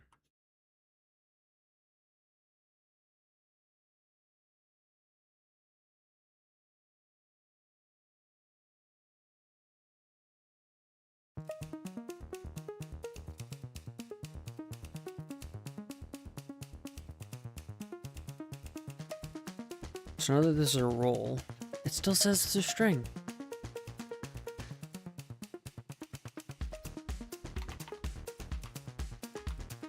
You're of type role. How do I define a type in here? This is killing me. I don't. Hang on. Pause. I need to stop being dumb for like 4 seconds. And remember that I can do this shit. Username. String. No, not stringify. String. How many? This feels like... Brother, cut it out. I typed what I typed. No, there should not be a value.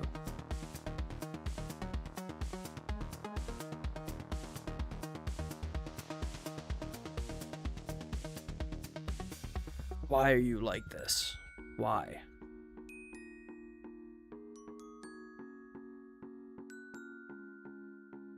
Why can't I define the types for this now?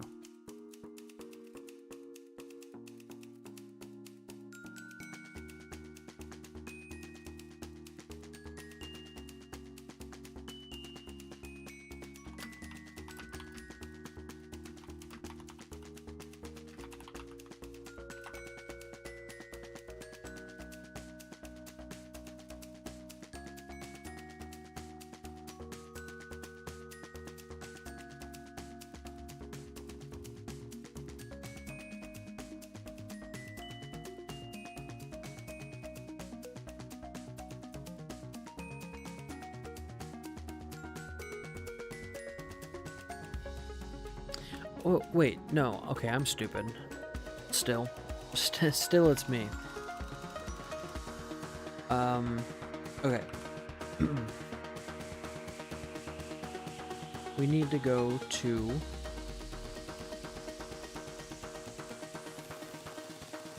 Don't I already have this file? Should be in types, right? Types? Yeah. Yeah, there we go. Roll.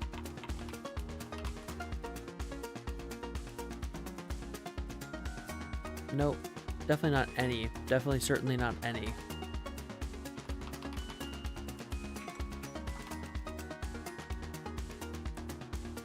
Now, now if we run the same function we ran before,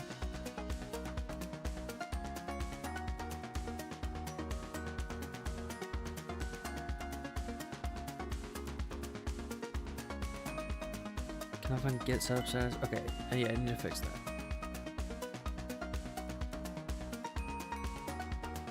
Okay. We're narrowing it down. Setup status is going away. Don't need it. Setup is going away. Don't need it. Or it's not going away, it's just not going to be in this character's route, right? This doesn't fix it, but am I getting any closer?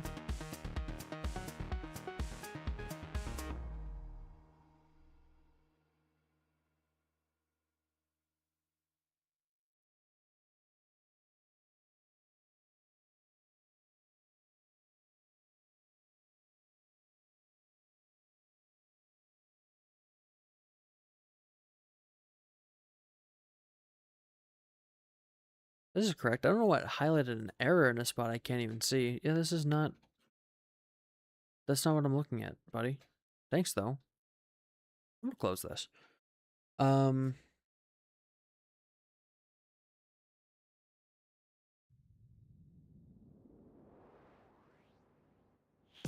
Cool.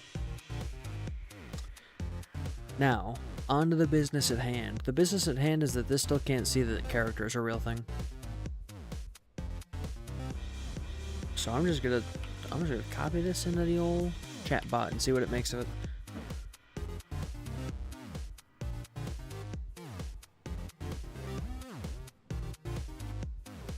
I've definitely run this before.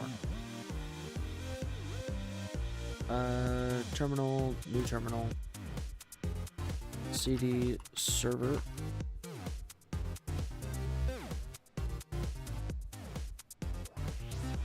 I'm gonna kill that old terminal.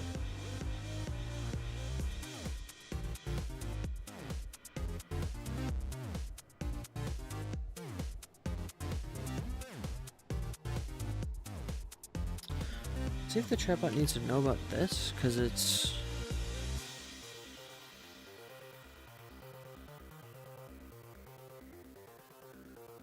Is it migrate then generate? Or generate then migrate? Who knows? Who knows with this stuff?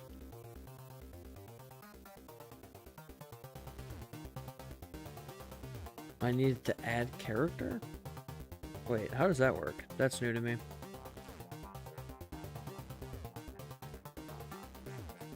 Just be generate, right?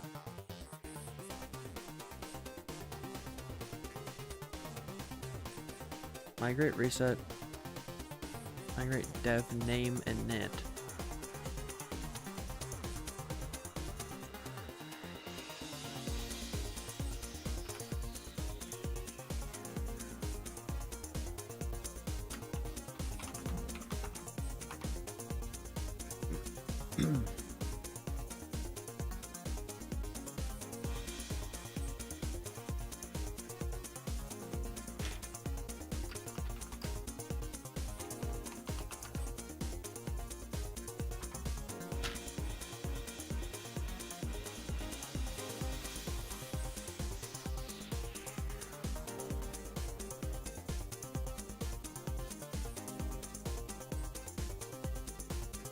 This still isn't being picked up at all. That's upsetting.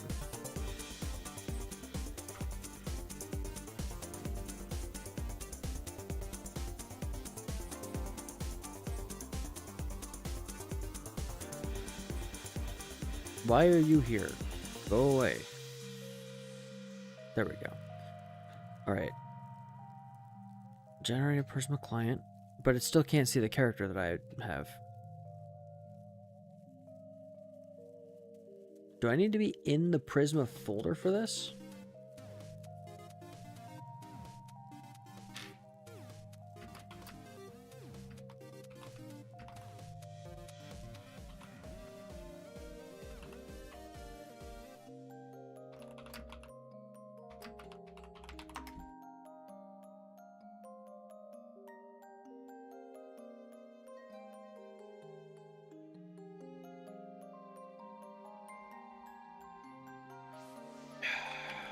This is killing me.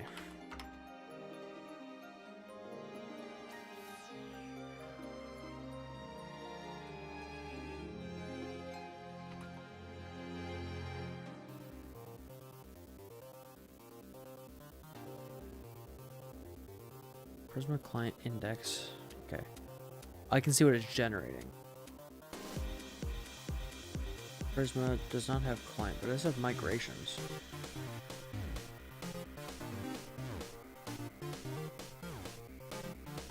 So this is characters, this is users.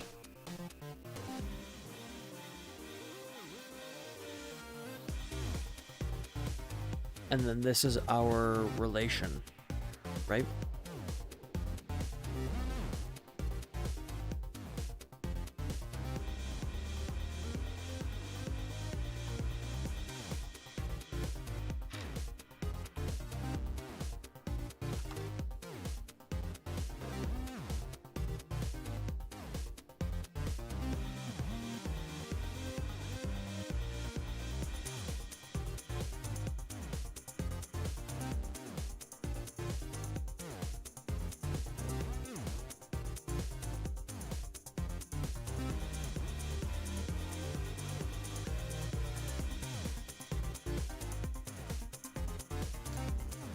My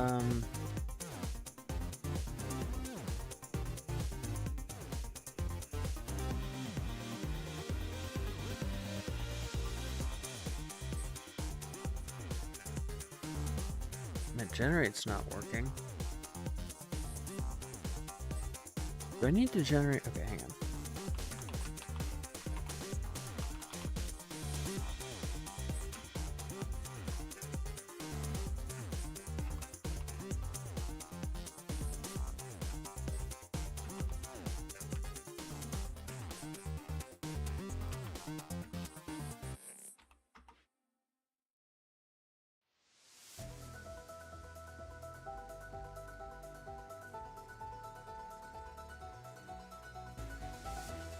Like, this is very not normal.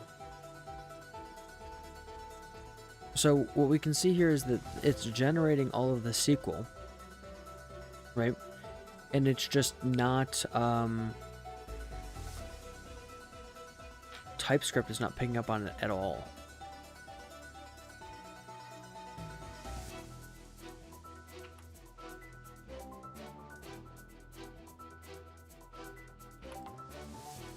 I get to do debugging, yay.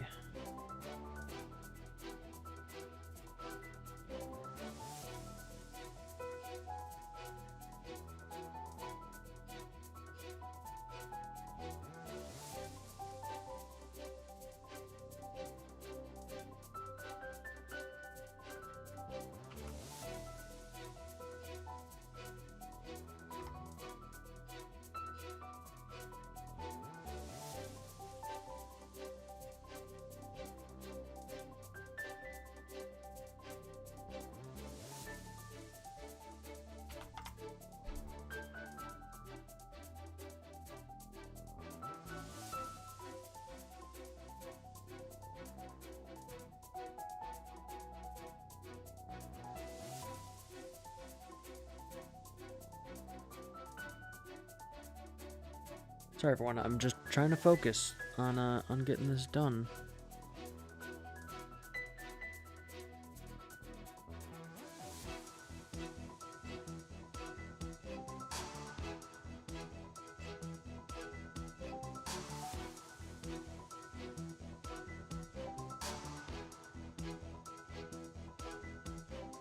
So what is it crying about when I try to generate? PX, Prisma, generate.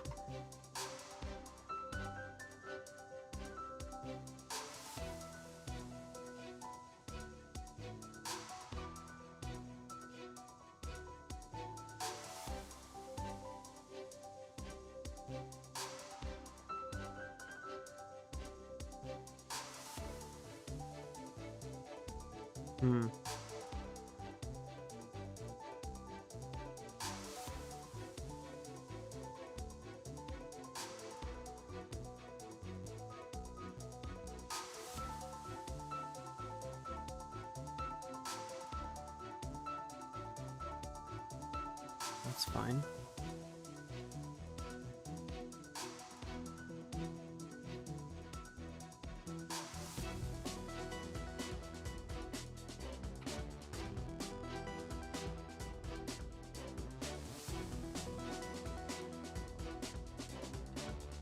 Oh, preview features is in the I thought it was in the configs. So I don't need preview features, right? I'm gonna get rid of it.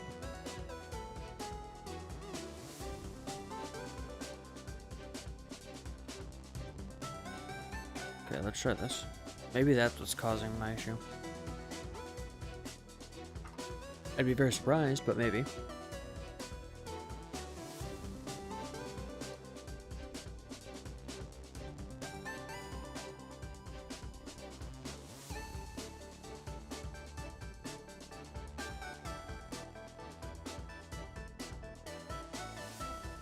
Let me look at my other routes. Let's see how I do this.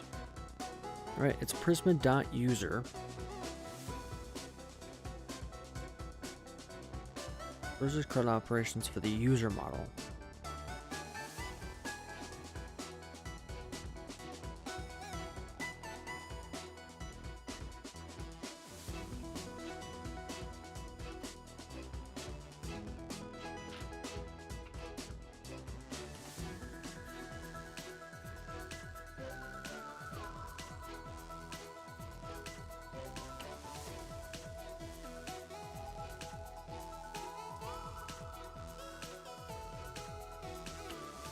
Oh my gosh. Come on.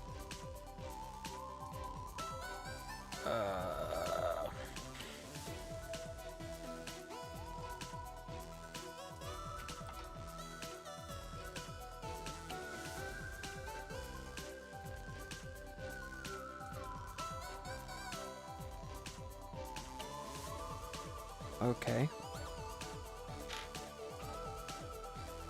Let's see this. We might have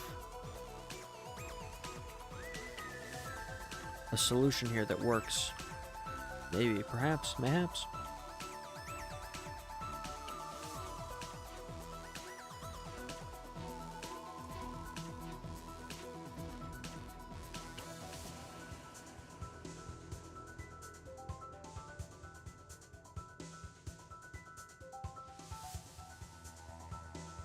I kick it, does it get fixed now?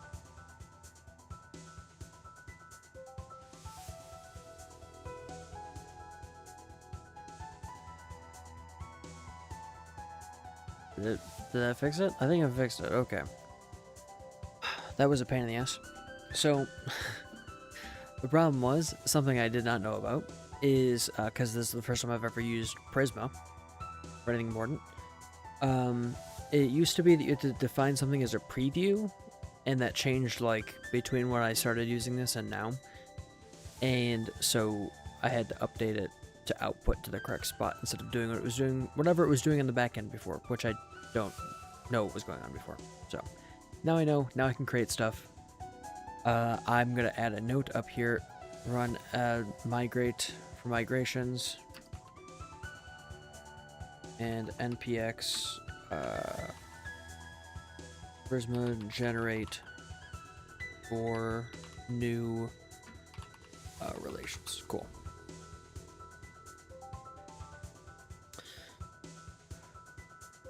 That was a lot of work for something so simple. That was like, what, 20, 30 minutes? Something like that? Just to get that functioning. But now we can get characters, we can return characters. Let's actually save us the return for style reasons.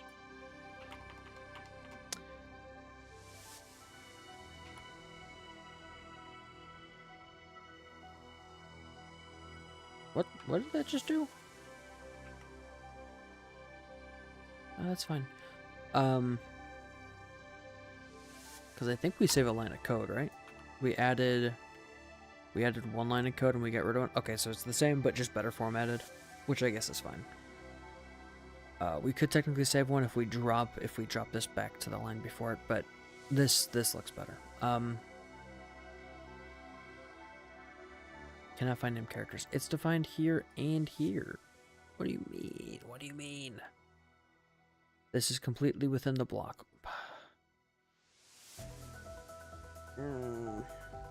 Fine. Fine. We'll go back to the way it was before.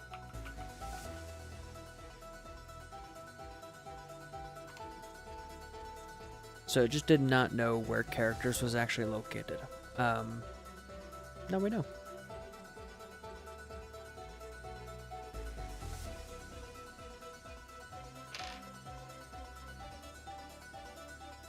So this should get us our characters. Let's go to the front end now and hook some of this stuff just to see what we're dealing with. I also don't have any characters loaded, so instead of doing what I just said, let's go back and give us a create character option. Create character. A character needs a username. The character also needs a name. That should be character name.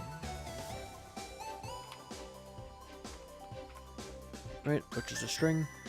They're gonna need a whole bunch of other stuff that I'm gonna have to define in a type later, but for now this should be fine.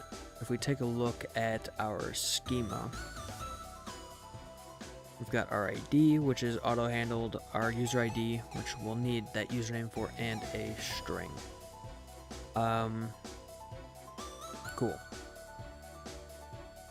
And we don't need passwords because this is all copied over from random stuff. Create characters. Anyone can create characters. Players, GMs, admins are fine. Character.create. Name. User connect.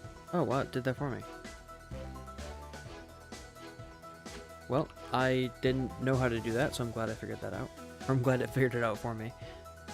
But this makes sense. I will try to commit this to memory. So it's always, whenever you're updating data, it's always the user, or whatever the other foreign key relation is. So if your character has a foreign key relation to a user, you can just specify, I now want to look at the user object, and I want to edit, or I want to select this part of it, right?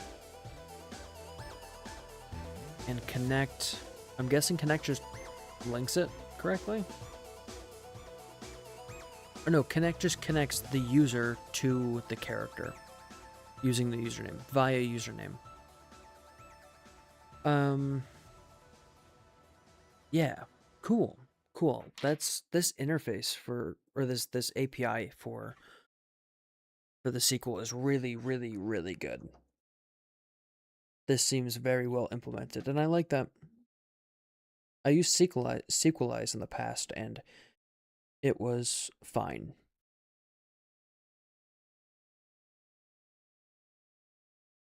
It was just fine. Okay, now down here, we need to create character. And yes, I'm aware that characters in D&D have way more parameters than this, but for now, I'll have to actually pull out like a mock character sheet to figure out what everything is.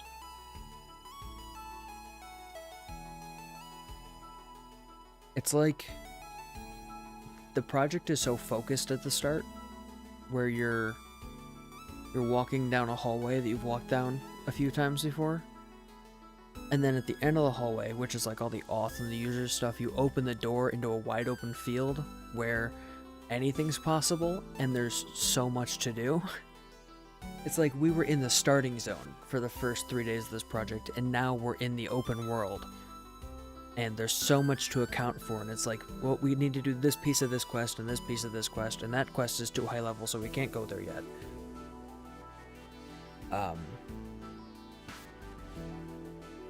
Which is going to... There's probably a reason no one's tried this before on their own. There's probably a reason why the DnD Beyond team is big and refuses to rewrite their backend software until it becomes a massive, massive issue.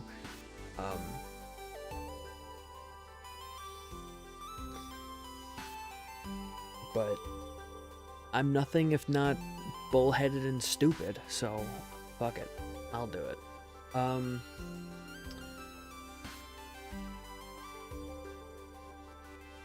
When I went to the store, I completely forgot to get what I was going to go there to get. I went to the store to go get ground beef, and I just completely didn't get it. Hang on.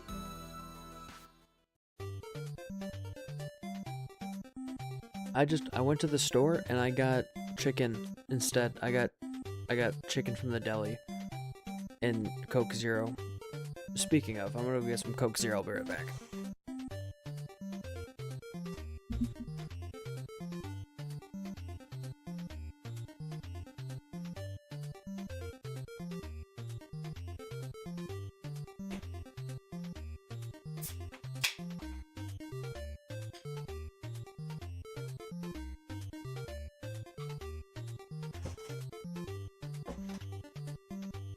Coke Zero is so good, dude. I feel like once you drink this stuff for long enough, it just tastes like regular Coke, and then you just get regular Coke for 0 calories, which is pretty banging. Like this is dope. Okay.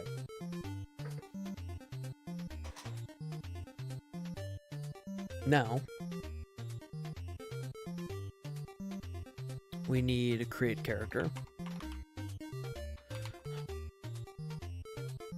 In our create user route, we're going to create a character route instead.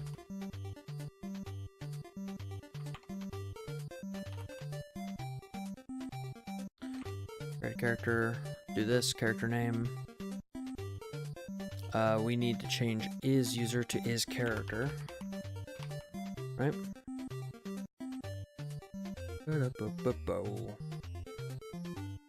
I should get the rest of the soundtrack in my stream deck. Then we go to character types, and we need an is character. We can drop an is user.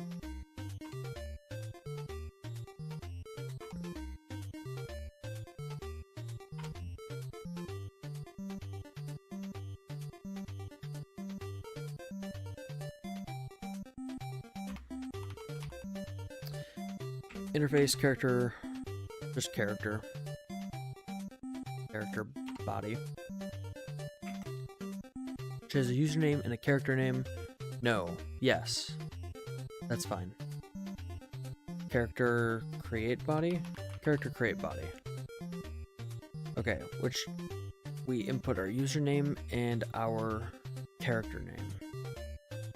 No, because we don't get the username. We get the username from the request.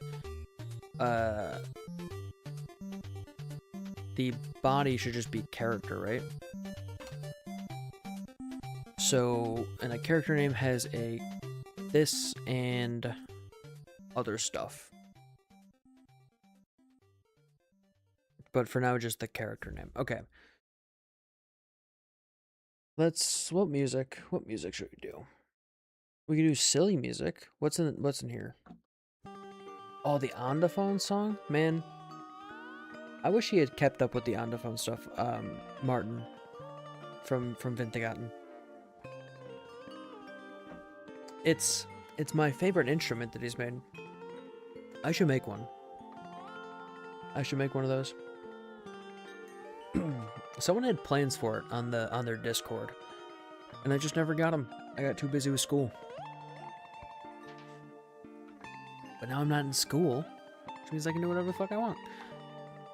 Interface, do I need character? Do I need to export that? How did I do this before? We don't need roles. Do I need Prisma? No. Export function is character. There we go. Is that all that's needed? What does the other one look like? That seems right to me. This seems right. User role. Oh, user types.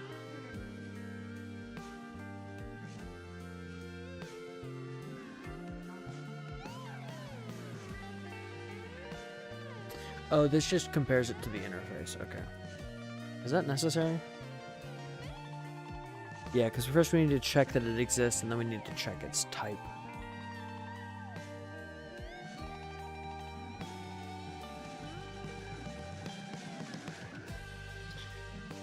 Okay.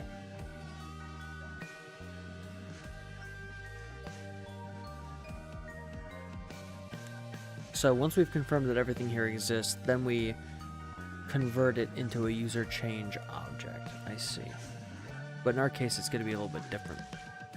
So I want this to be consistent. It's going to be data.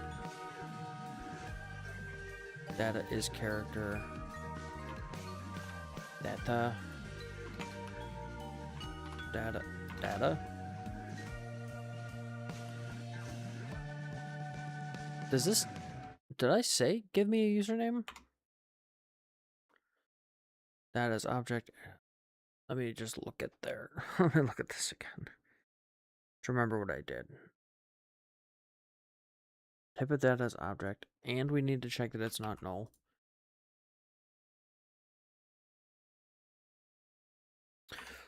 What else is in this silly music? This says spring. I think this is from the raccoon video. You should go look at that video. That video is cool. Spy music? Okay, we can do spy music.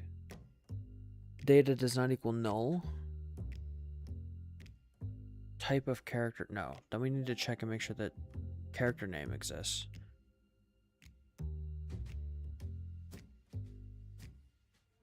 Right. And character name in data. And then type of data as character dot character name is string. Cool. Still getting used to TypeScript stuff and making sure that everything is handled correctly here.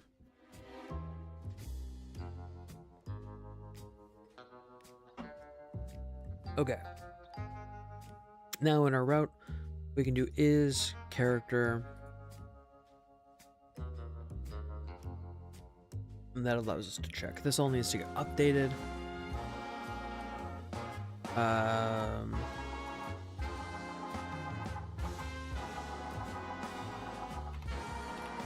This character.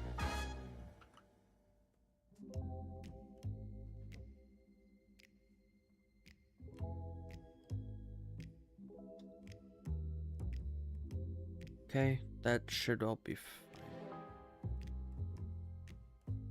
Oh wait, you know it might not be fine? We need to export it. This character.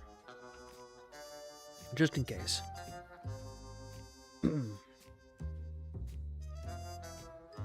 Now, we don't get the character name from the rec body. Oh, wait. Nope, we can't pull the username from here. So that's just gotta be character name. It's gotta be rec.user.username. Which should be set because it's authenticated. Ow! Man, that hurt. I clicked my teeth together in the weirdest possible way, and it was very painful. Okay, this just says silly. So let's see what this music is.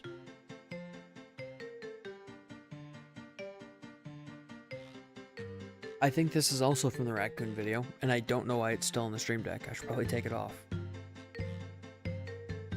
I don't get into silly enough business for this to ever be applicable.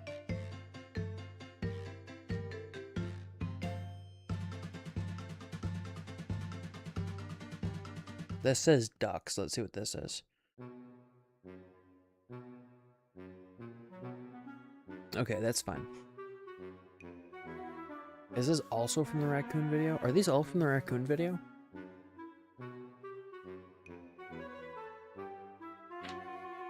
You know, the raccoon video might be my favorite video that I've made. Certainly my favorite long form video. There's probably better shorts. I should try to top that. Because if that's my favorite long form video from like 2 years ago, it's not great. I remember that thing took so long to edit. It was all like shittily drawn and in Pixlr and then just thrown together. Oh, but it was so good. All the misinformation was great.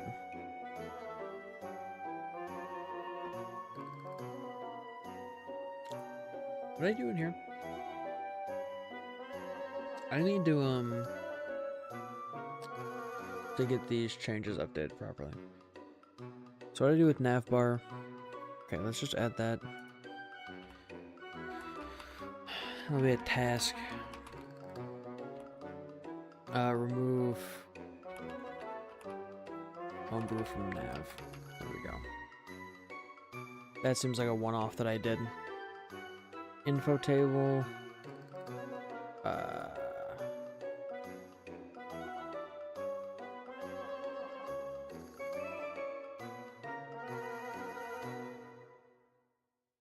Well, this is a feature. Allows single row function calls with prop. Cool.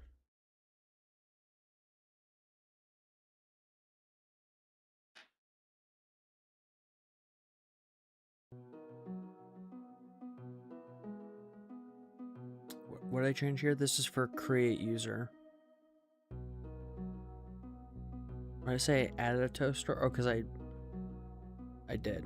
I did add a toast store.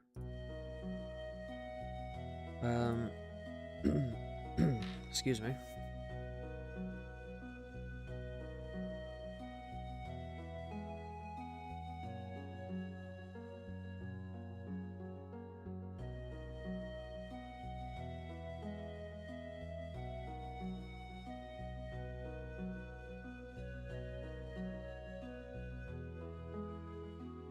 Oh, is this my current route?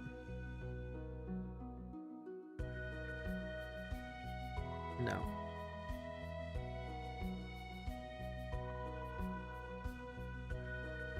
This is users.ts,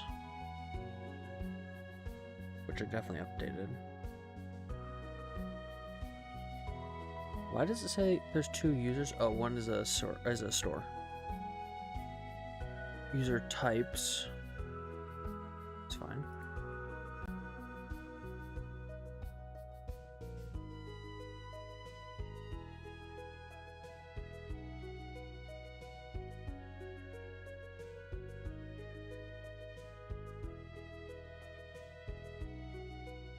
And this is for character stuff.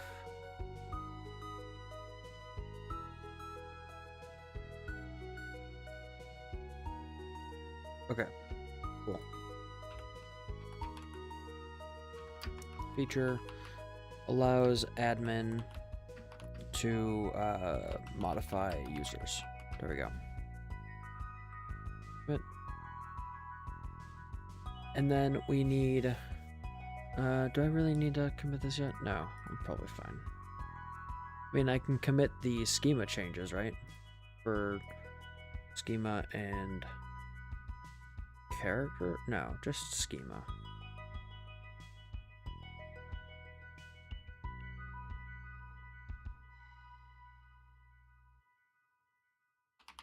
Well, this is even fully formed yet. Let's hold off on committing that stuff. Okay.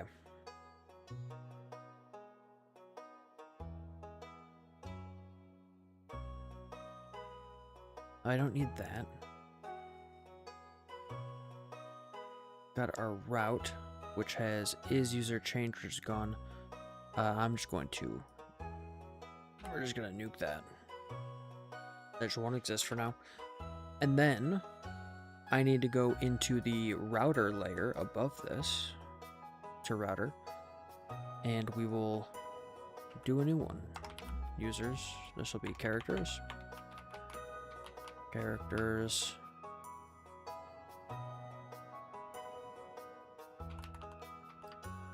Characters route. Oh, there we go. Cool. That should be fine.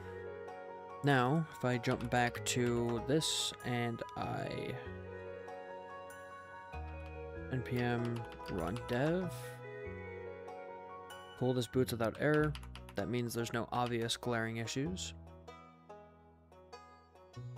Now we can jump back to the front end stuff, so let's do that. What do I want to do for this? What do I want to do for this?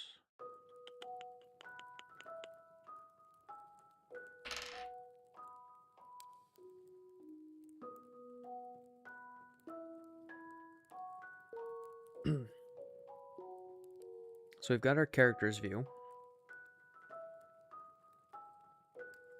And I probably want to split this up into the admin character view and the player character view, right? So if as admin, we're going to use a view part. I guess I could use like alt views or something in here. Okay, let's add a new folder.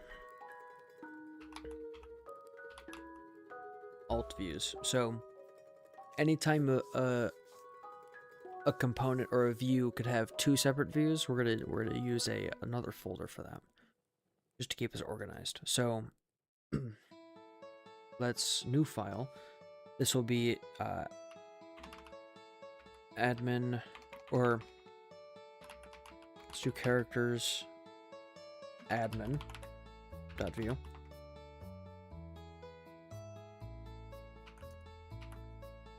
And if this is too complicated or whatever, I will make some changes.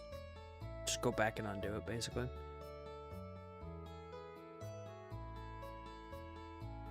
Because these are going to need a lot of the same functions, but the templates are going to be different. So maybe I can just upload a new template. Hmm.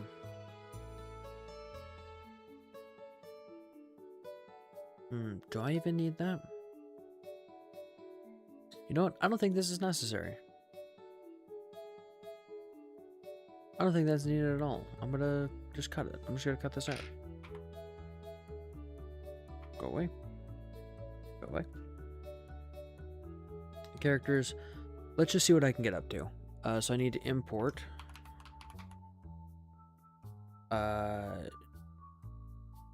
Use characters from composables. Use characters. No? What is this? What even are you?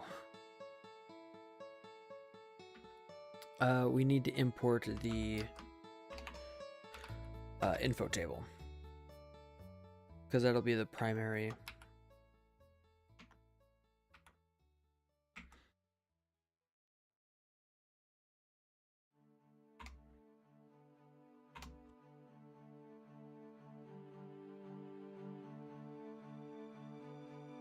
Primary thing here, we need headers.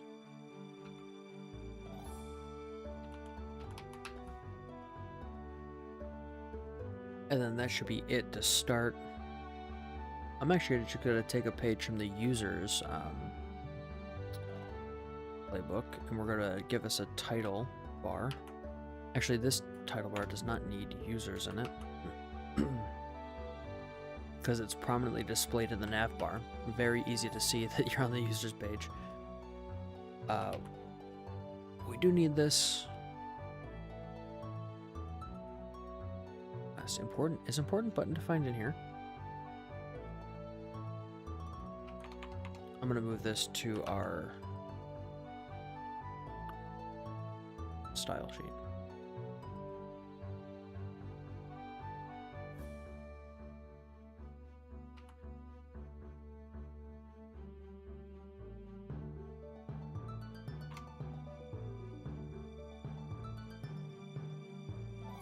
There we go.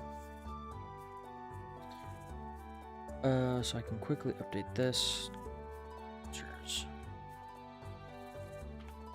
This is really just a task. Move.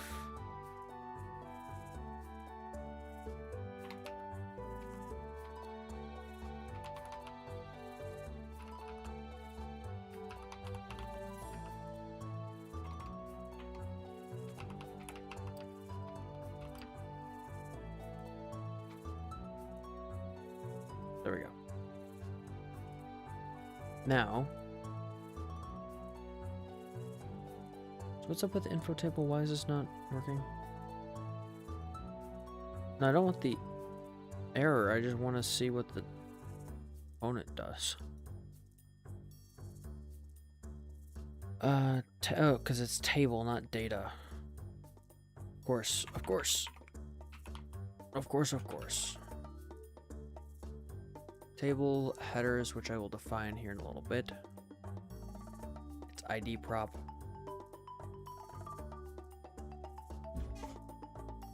Create character, open modal, create does not exist.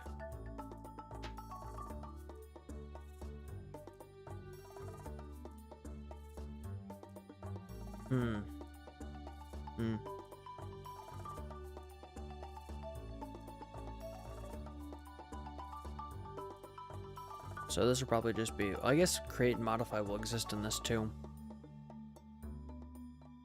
I will optimize that stuff later. But for now, let's take a quick break.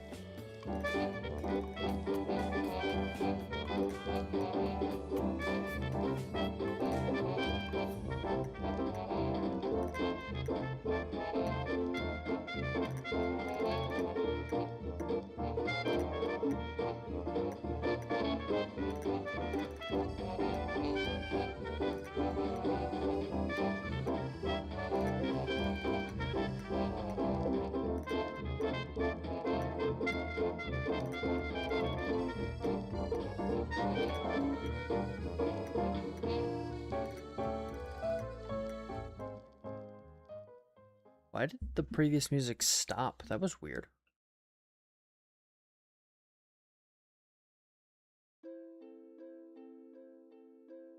That was very strange. Okay. Now. Last title. Is title defined in users? Do I need to change that? Should I not have committed that? Yes.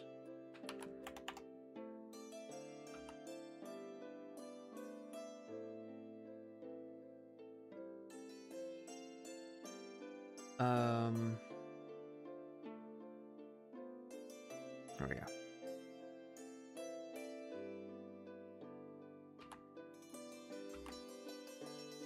Just double check. We do need this. Okay. That was just me being stupid then.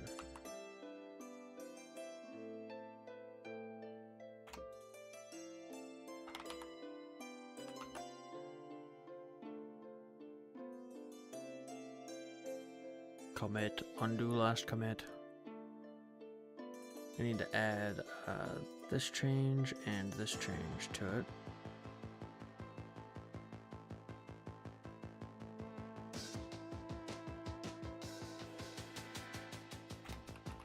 Move classes from users to global style sheet. There we go. Cool. Gotcha. Alright. Back in business. Now, open modal is not defined, so let's just copy that over. I guess we're going to want open and closed modal, similar to this. When you start copying things over like this, it's a good sign that you probably just want to optimize everything.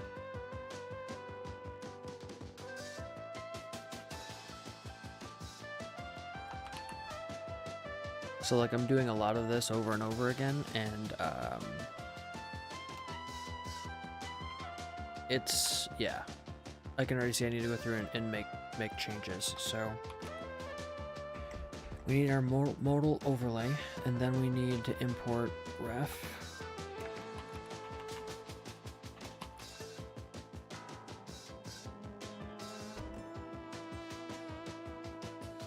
And we don't need the user store, that's not it. We're gonna need a character store though, so let's set that up. Stores, new file, character store, duck.js.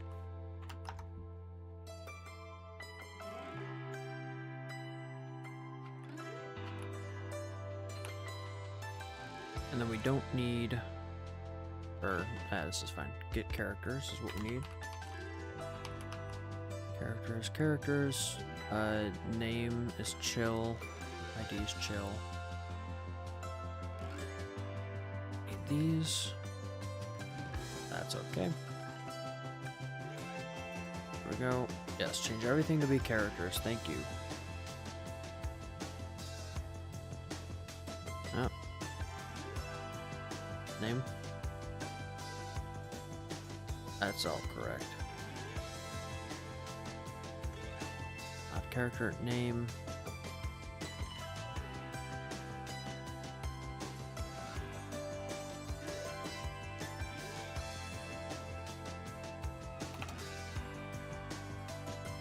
Yep. There we go. Cool.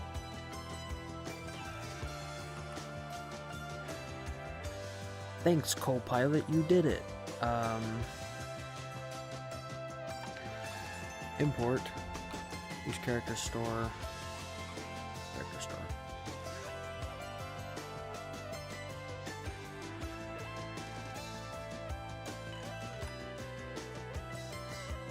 This isn't exported.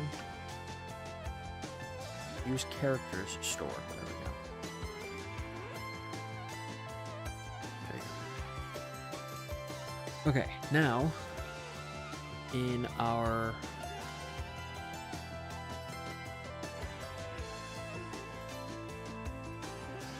this is actually moving correctly. It should just be characters. It is. No, this is named incorrectly. Yes.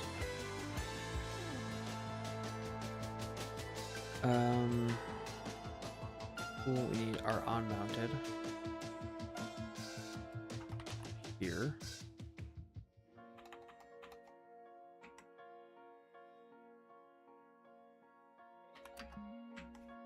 Unmounted here. We need our modal overlay.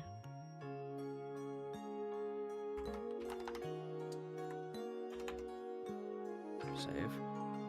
This will be a character store.characters, correct? This will be just name, or what is it? What is this? Oh my gosh. Displaying table prop. That's right.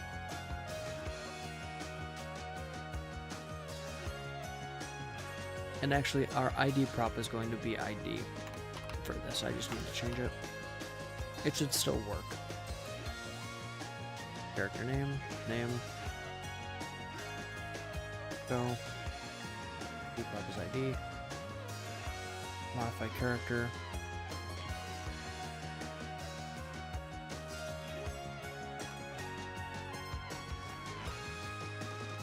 Okay, now what I'm gonna do is I'm going to make a form component, because importing these separately is not what I want. So do a little bit of optimization before we get too far into the weeds. So this really just needs to be a form input.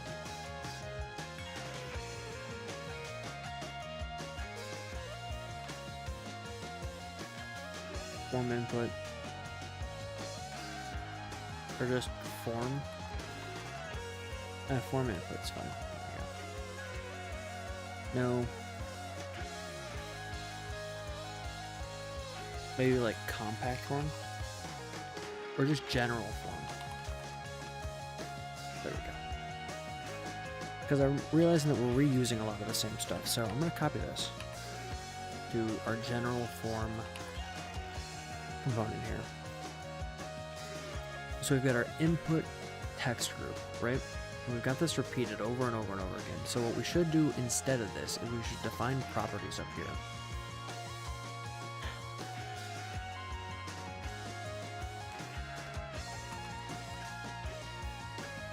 Define props. What we really need is inputs. Inputs is an array of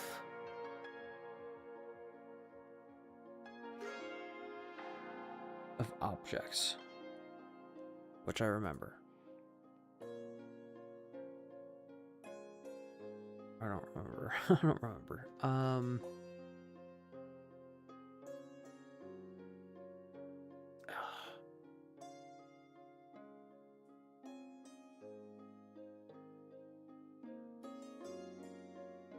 How do you do this again?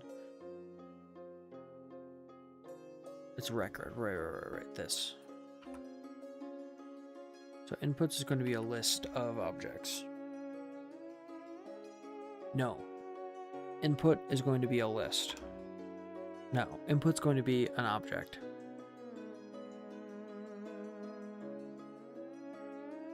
And it's going to be a string. It's just going to be a dictionary. So string to string.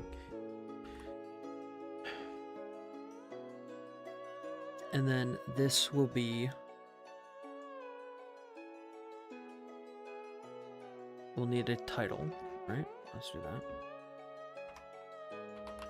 Title, string. Okay.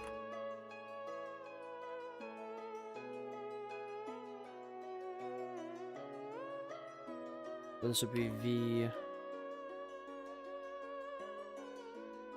V4.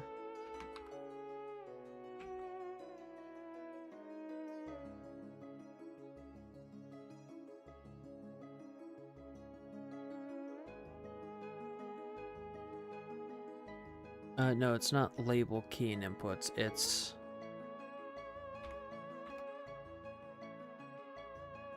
input. Come on.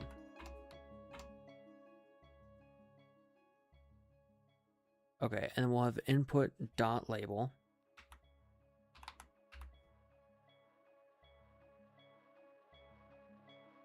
No, it's a string of strings. Do you mean on type string? Input is not a string. You can fucking clearly see that here.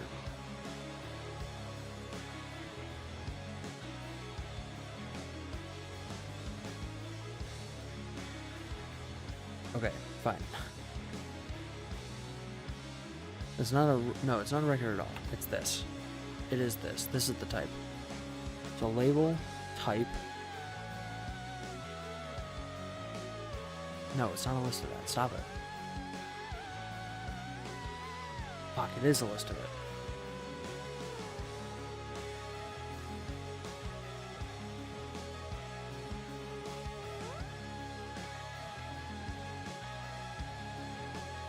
Input key. That's fine. Yep, input.type.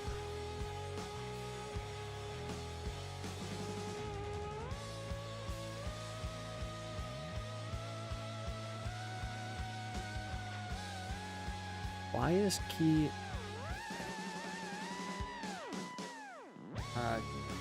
can I do two string or like just string?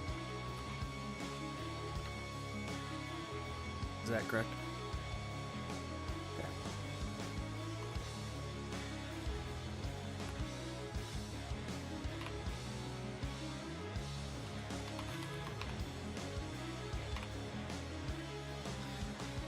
No, we don't want this to be, we want this to be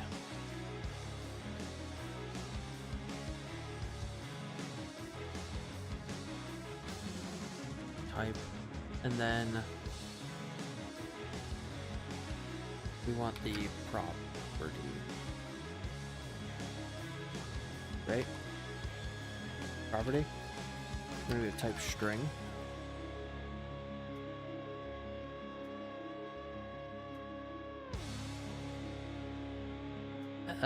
Yeah, property type string and then a value.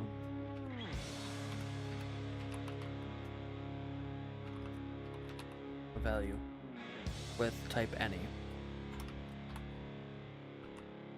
Okay. And then the name is going to be input.property.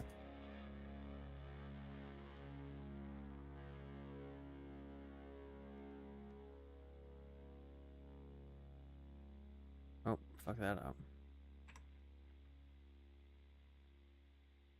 Okay. Now I can probably get rid of all of this stuff.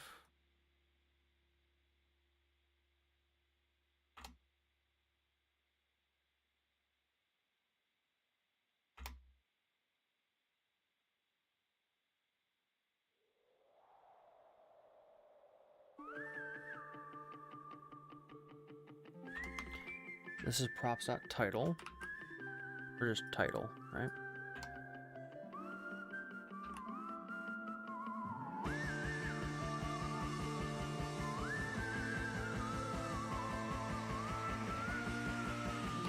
We'll have submit function, submit button text, right? So down here.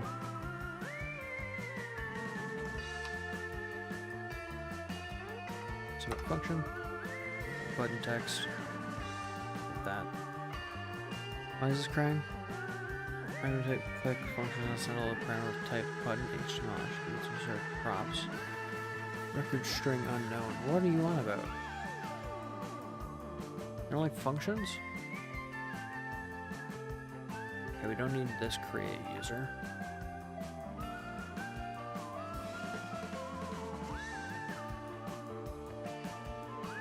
I feel like validation's gonna happen in the layer above this, and I also don't need any of this stuff. This is just a display, right?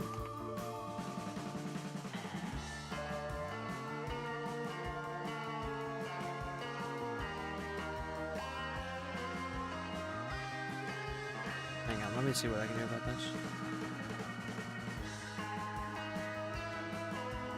Oh wait. I forgot a comma.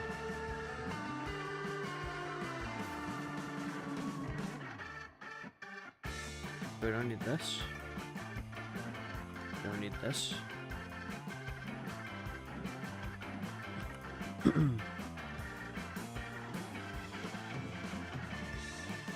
Yeah, okay. I'm confused now.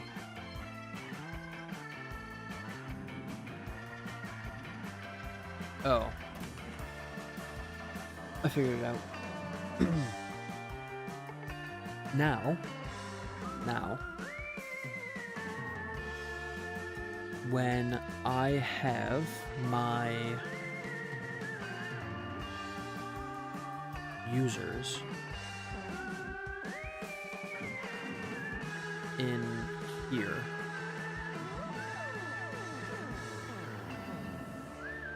instead of displaying a different create user and modify user,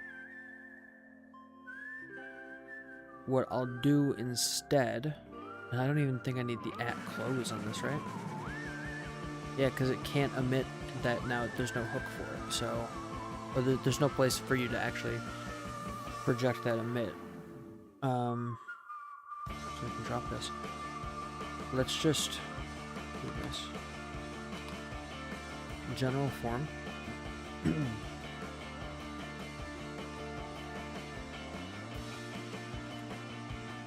Right? There's not even anything to do there.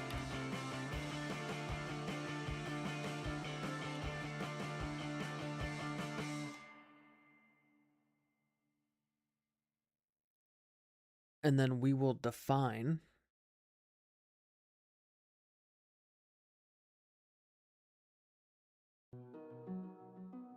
everything that goes in our general form in here. So we need our title.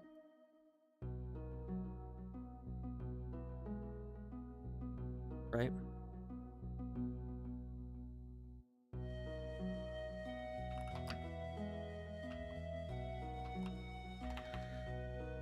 Mortal title.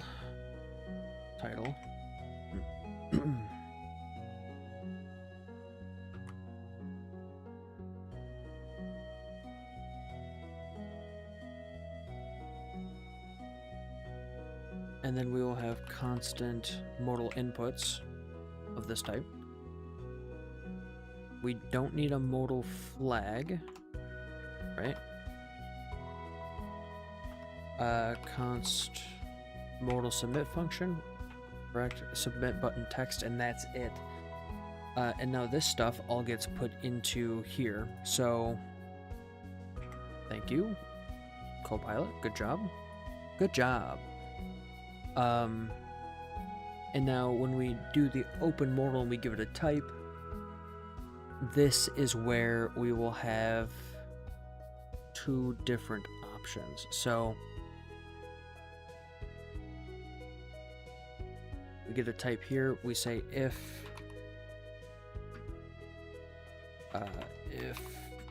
type is create. We do this create user, modal submit function value.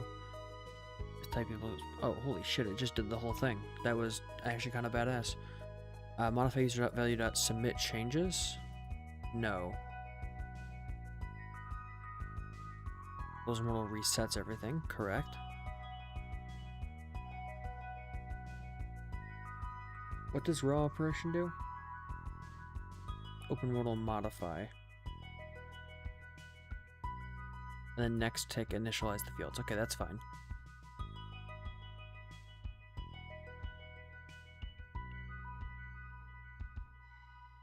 Modal title not value modify user.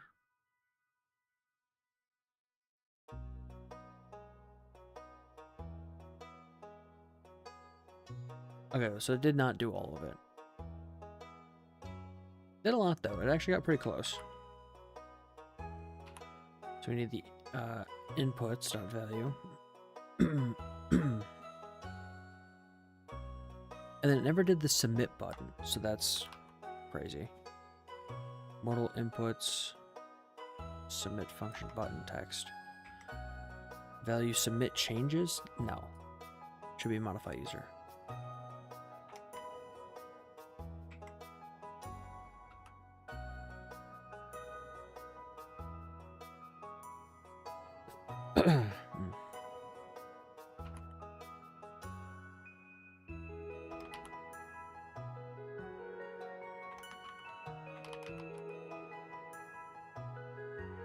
Okay. Now, when we submit the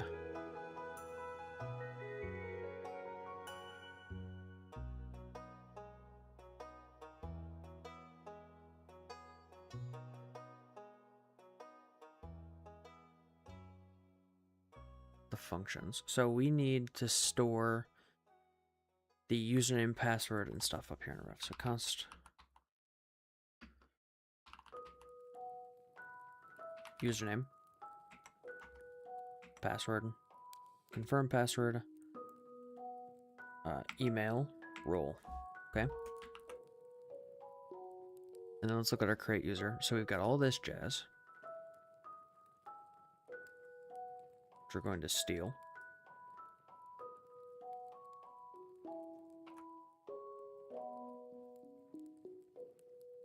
I'm going to do a whole lot of work off camera to make this better.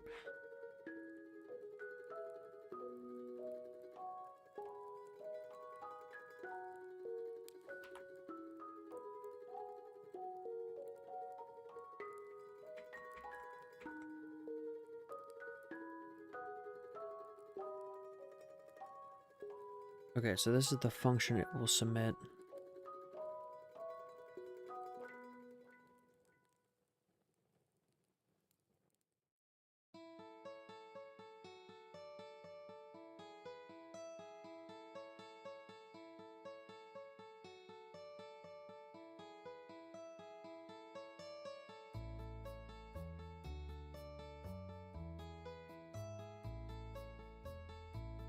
Wait, why does create user need to be a player or GM? Players and GMs can't even create a user.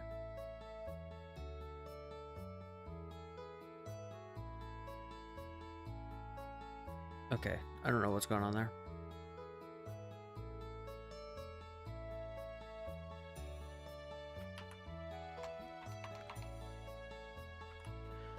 But I also need to make these a bit more general, and I probably just need to put them somewhere else. You know what? I'm not even going to copy that stuff over. What we're going to do instead is... I'm going to check. This needs to be async. Async. We need our toast store.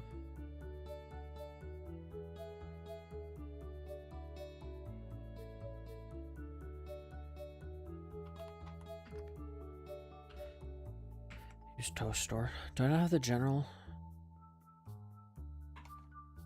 I do. It's freaking right here, dude. Okay. These are not imported in the right spot at all. These go here. These can go away. And then we need our use toast store. That is correct. Down here, we will cut. Oh, that's already cut.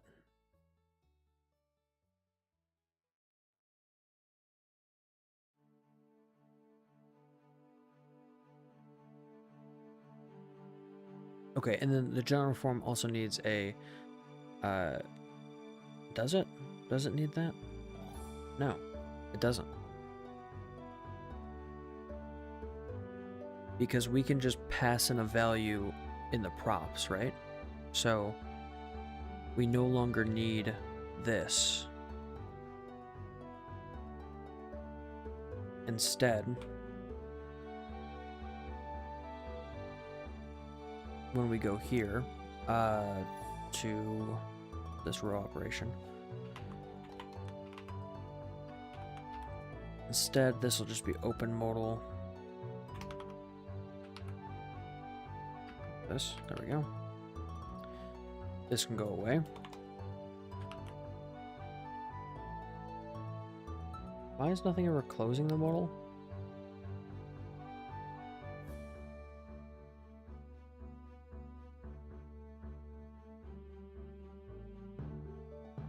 Did I accidentally take out modal overlay?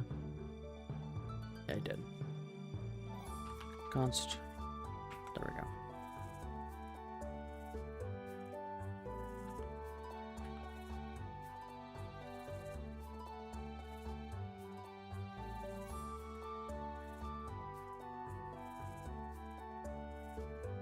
What's he doing?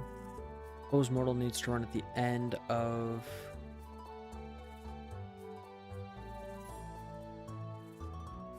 any of these functions. Okay.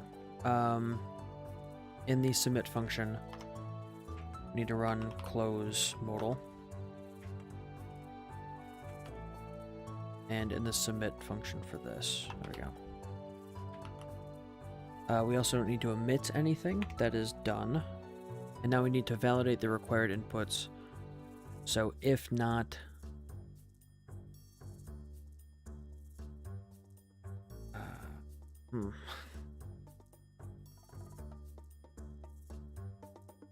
Eventually I'll make this a function.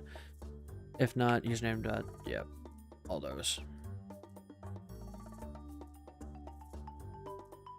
And then if your role is not a player and role is not a GM, no, that's not correct. So creating new users is admin only. So if your user is not admin, throw a tantrum. Right? Alright, stop it. Fucking stop. No, the role is right. It's admin only.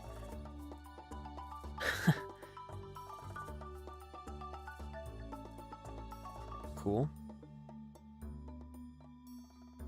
And now we can move on to modify, which is in, is this it? Yeah, this is it. We don't need the finally.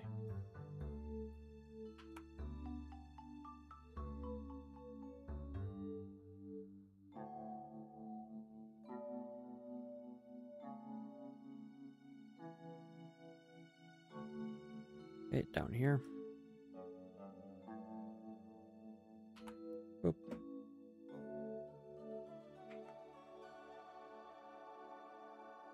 If those modify can't change the password, so don't need it, not needed. We just need email, role, and modify user has ID as well, right? Yeah. Speaking of, did it get ID up here? No, not needed. But we do need to probably keep track of its ID.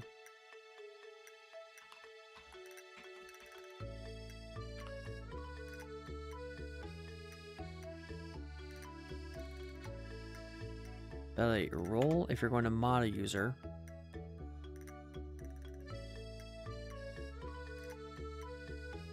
Wait.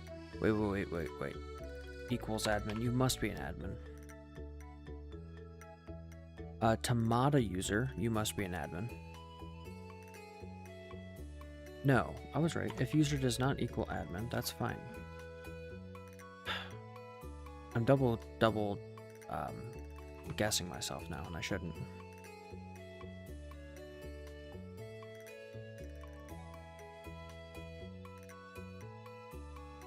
ID.value. Okay, now this is the one that actually gets values to start.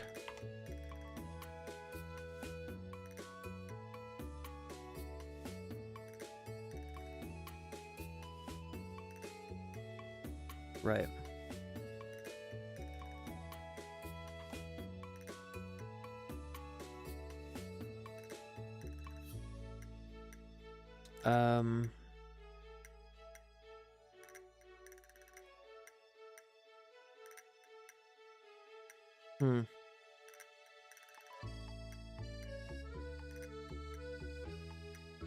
How do I want to do this?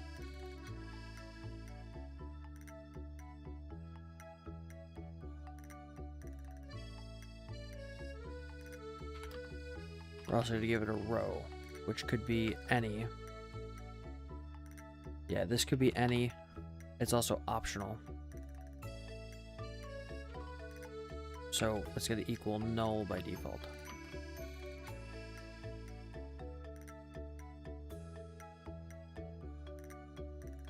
Nope. Fucking nope. Stop it.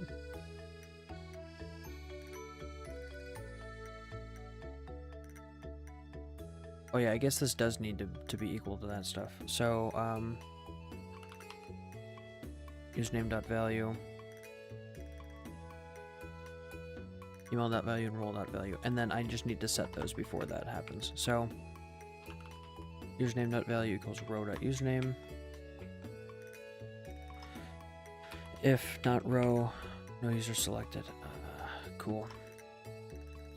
ID, correct mundo. Save. Cool. I think we're in a good spot. Yes, correct. This needs a row.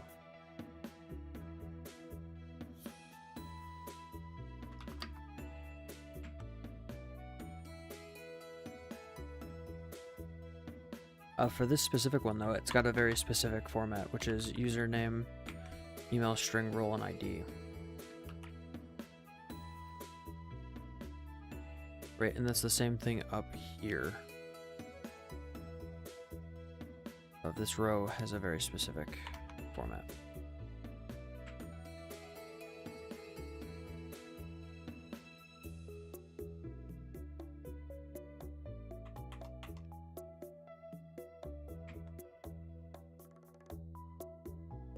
Sure, that's fine.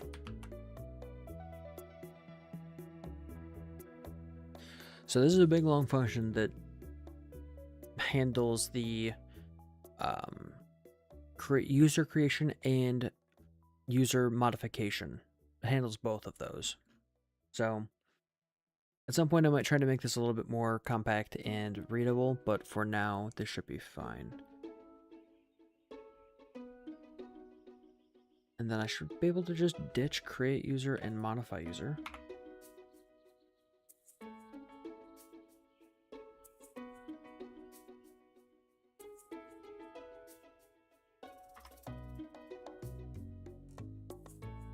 Okay, if I jump back to our server, we're fetching everything. That did not work. Uh-oh. And this did not float right.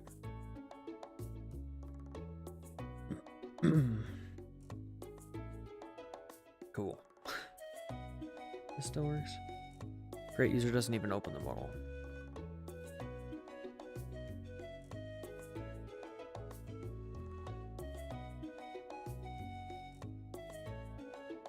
Why not?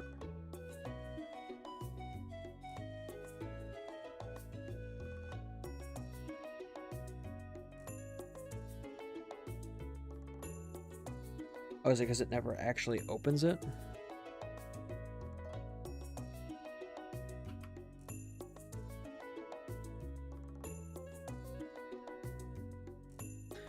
Huh, no wonder that was fucking me up.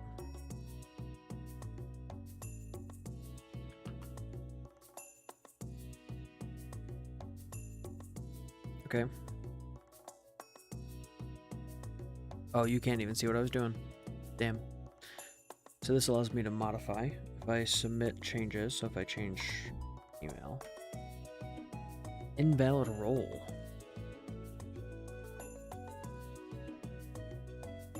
What about create user?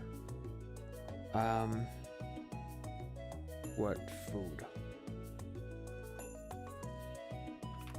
Carrot. Password. Email. carrot@gmail.com. Wait, this isn't right. Why is that on a select? I guess I never handled that, did I? Okay. Label, input.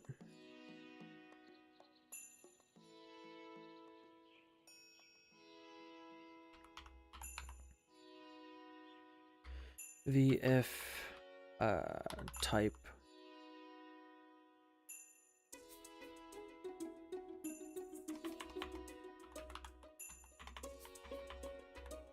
input type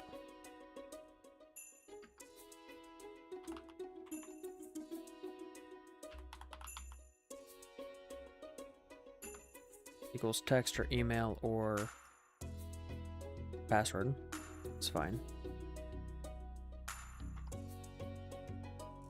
No, not text area. I don't care about that.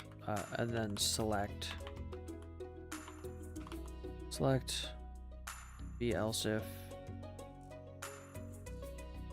option before input.options, which I don't have.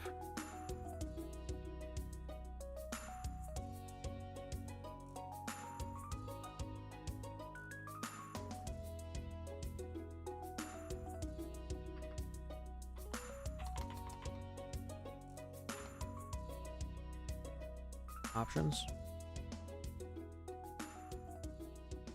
What are you doing on here? Oh, select. Yeah, there we go. Option.display. So what did I come up with? Options are value and then display. Okay. So now if I bop back to users,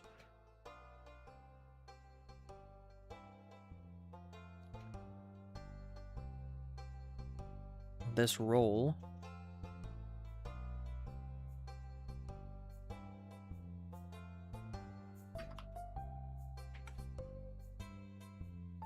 select.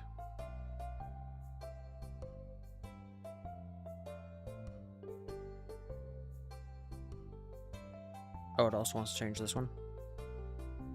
So player, GM, and admin. But not admin. Admin is not allowed to be selected.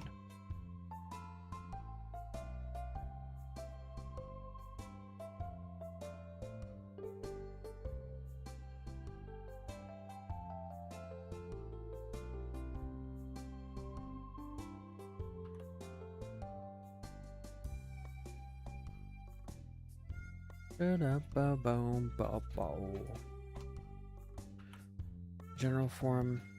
Also in here, this should not be. That should not be. Okay. So why is it crying about this?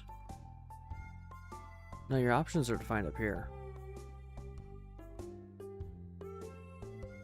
But options. Do I just need to kick this? Get kicked. Read everything, please. Object literal may only specify known properties, and options does not exist in type, label, string. String property. Label string, type string, property string, value any. But that's not the type anymore, bud. The type changed.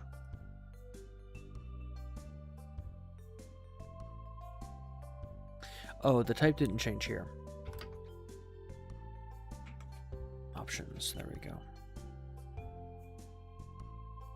Okay.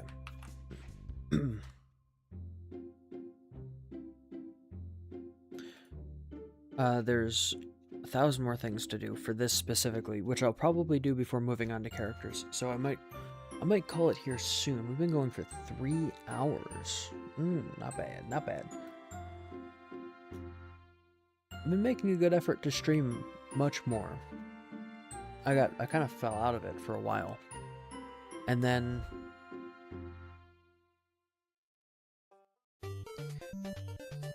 I don't know, I just had like this kind of sudden inspiration to get back into it. I'm not sure what that's about. I've got some ideas, but not anything I want to share, I don't think. I'm expanding my horizons now. Before I was just kind of hanging out, having fun. And now I'm like, what can I do that's that might produce something of value?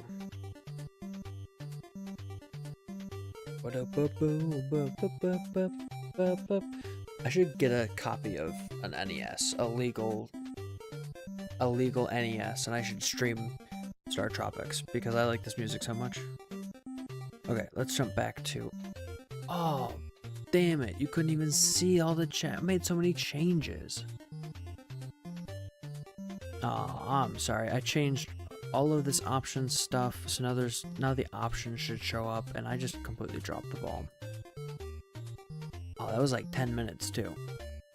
Okay, now this is a select instead of what it was before. So now you can pick your player and your GM. And if I use submit, invalid role. From users, view 83. 83 here.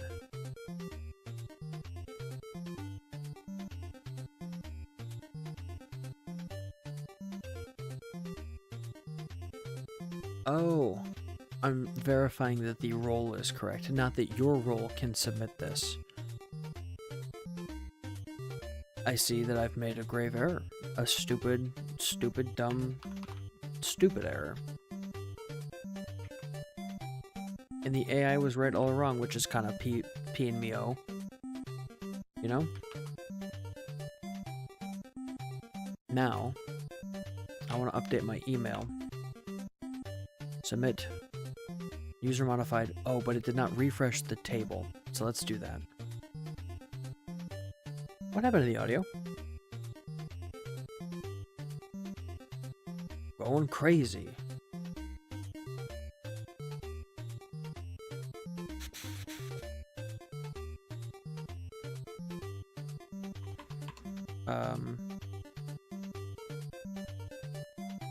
Shouldn't this have done its thing? Why does it seem like that didn't work? Because my email's not updated. What did that look like in the back end? Oh.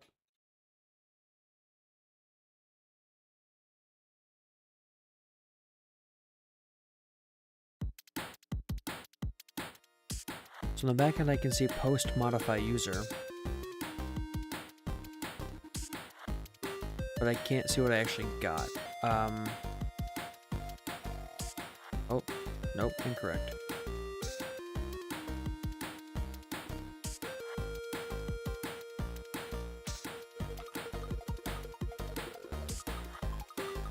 What I want to do is...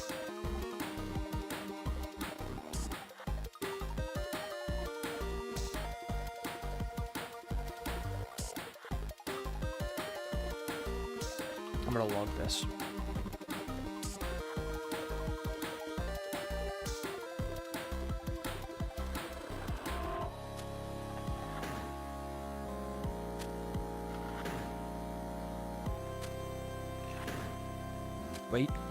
Wait.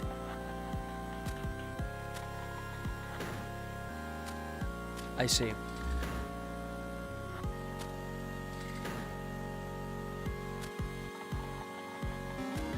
Is the prop never updating this?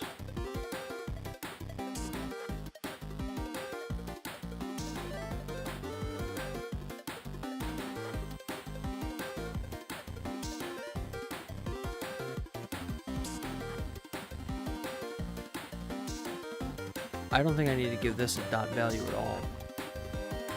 In fact, in the general form, the value should not be a value at all. This should be a ref. This is a ref. Type any. Yeah.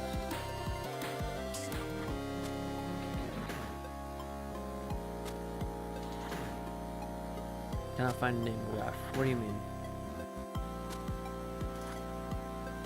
Do I need to import you? Okay. Because then it gets put into the V model down here, which means I should be able to access it from the layer above. But we'll see.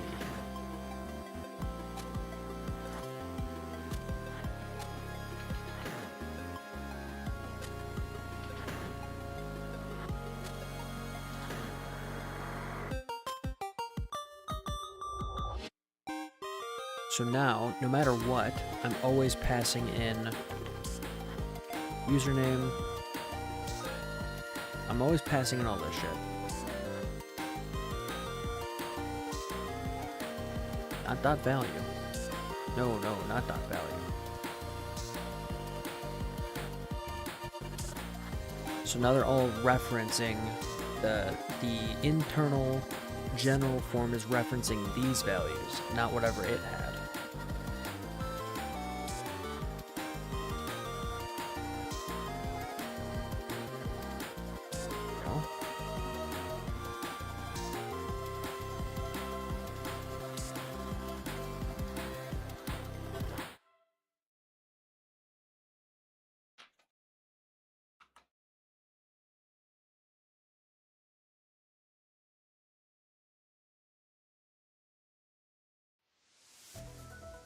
And now, this should function.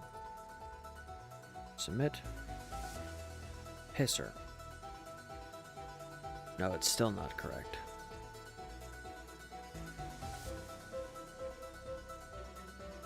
And I don't know why. Now I'm out of ideas.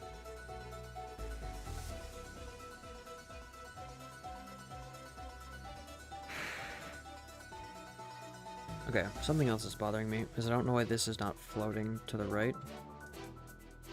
Or not that. This.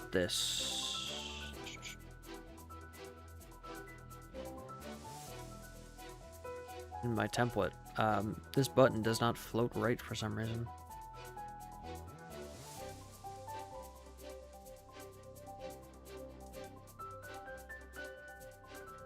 Can I see what its CSS looks like? It's just not styled at all, is kind of the biggest issue.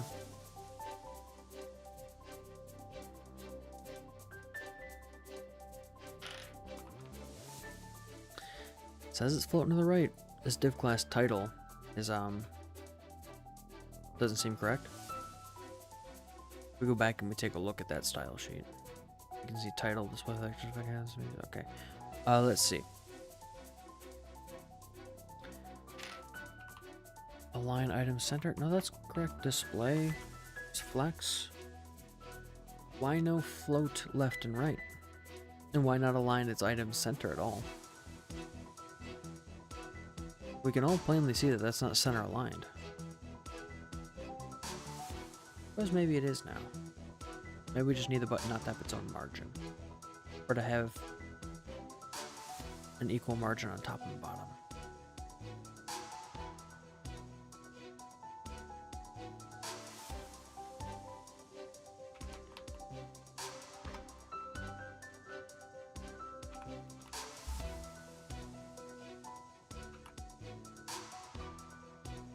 Okay, that kind of fixed it. I still want this on the right. I feel like buttons go on the right and text goes on the left. Maybe it's just me that buttons are always right aligned and text is always left aligned.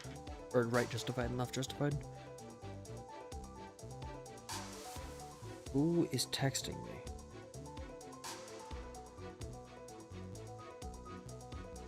Ah, the fan.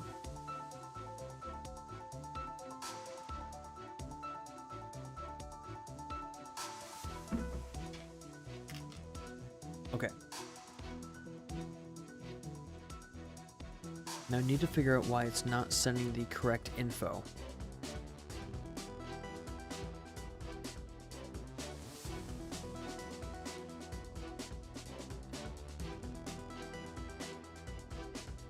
And to do that... Hang on. I feel like I remember something about this.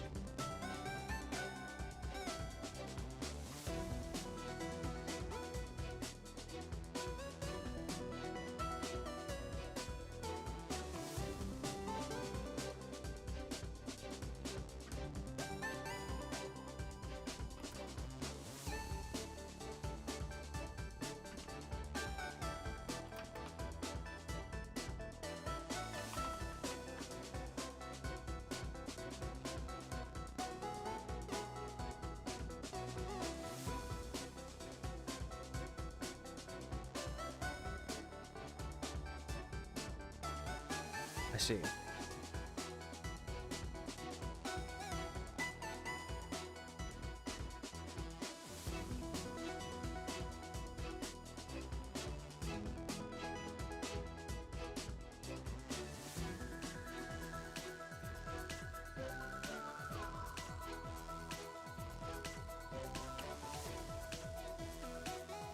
Hmm.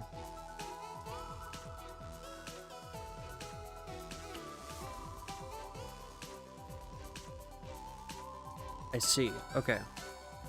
I have to do this differently.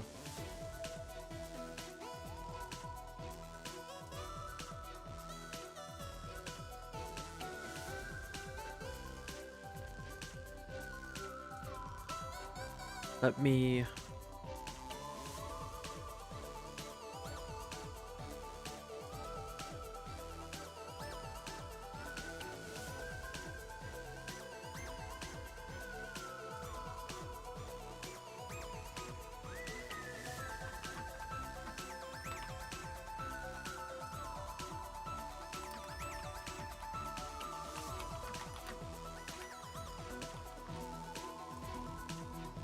Hmm.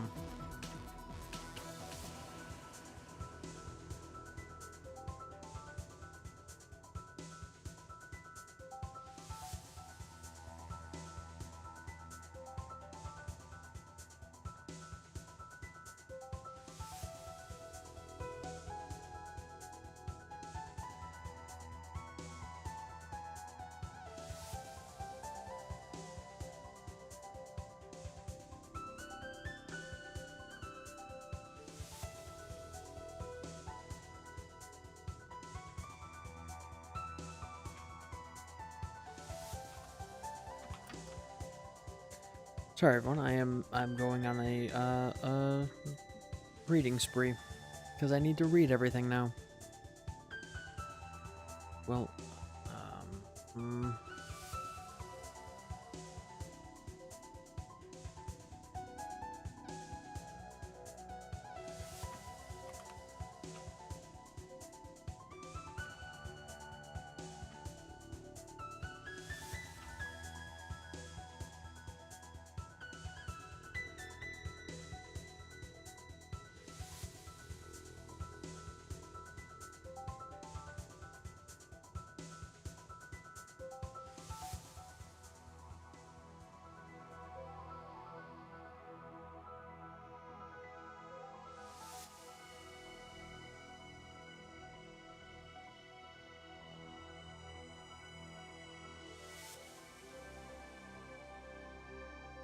that's...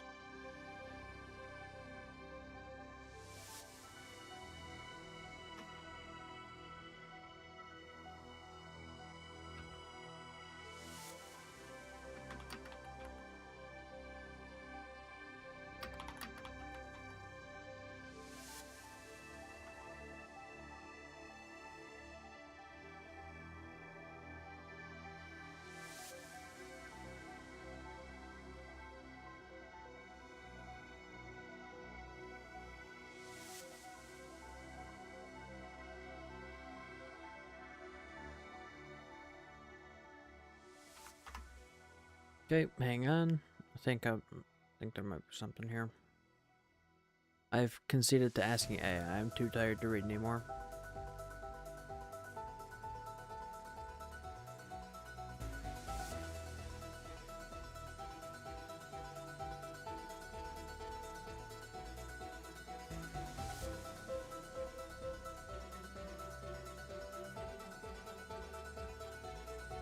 Fuck.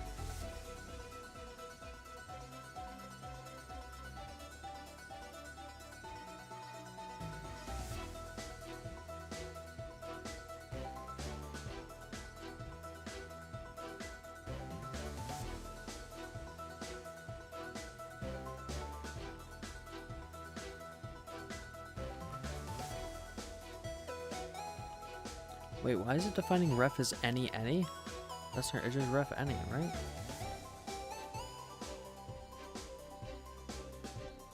So, I'm seeing do this, and maybe that will be something.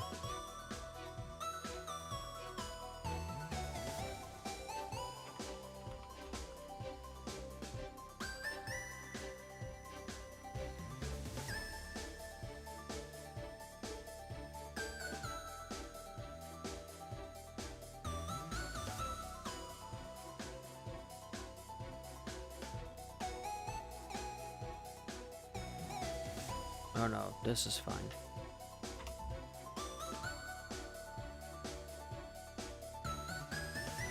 just be these. Okay, let's see if that actually does anything. My guess is no. My guess is that's probably stupid, but we'll see. Oh, fuck it, I guess it worked. Hang on, I'm gonna see one more thing.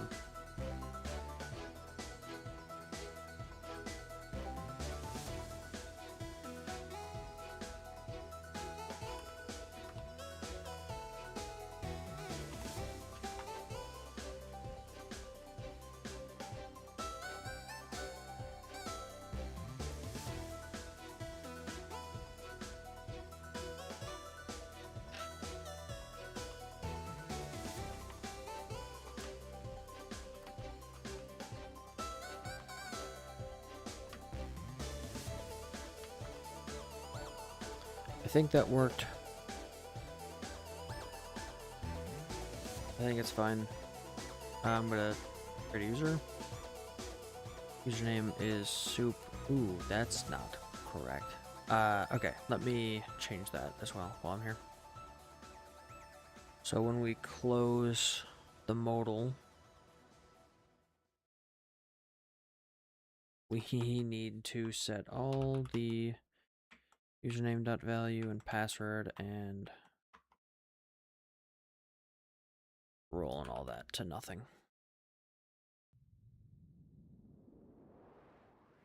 Now, if I make some changes here and I modify this and then I quit out and I go to here, now it's fine. Cool. Now I can add carrot, who will have this password, and carrot@gmail.com, and their role can be a GM. And what?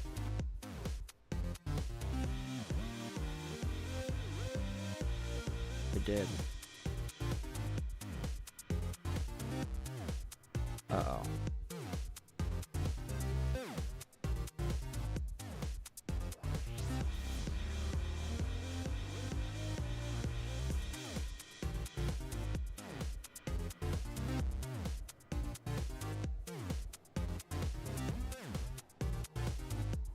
Please fill out all fields. Username, password, confirm password, email, and role.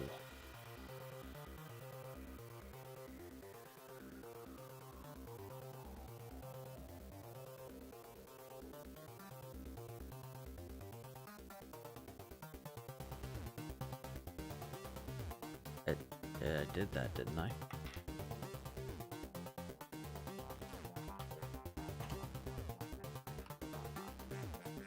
Email.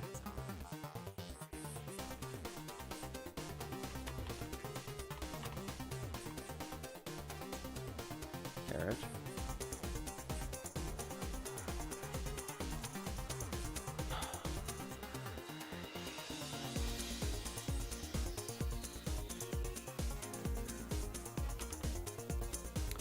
Cannot create property value on string. Okay, that's probably where my issue is.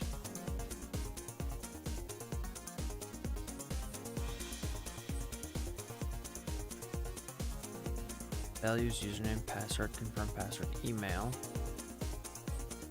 and role. Same thing down here, right? Yeah.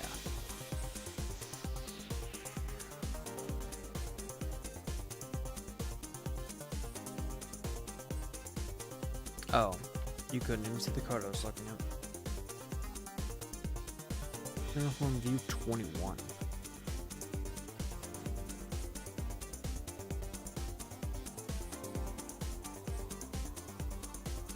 What is it trying to do? Cannot create property value on string nothing.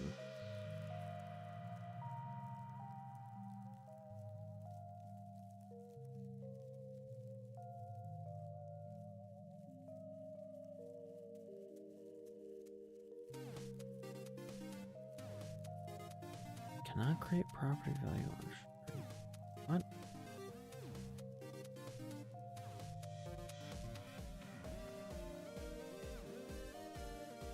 What the hell?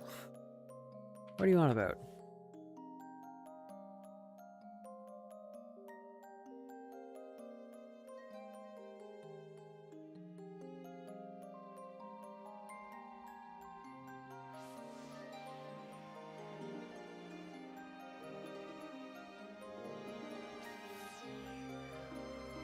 I feel like I'm losing my mind. There's too much going on.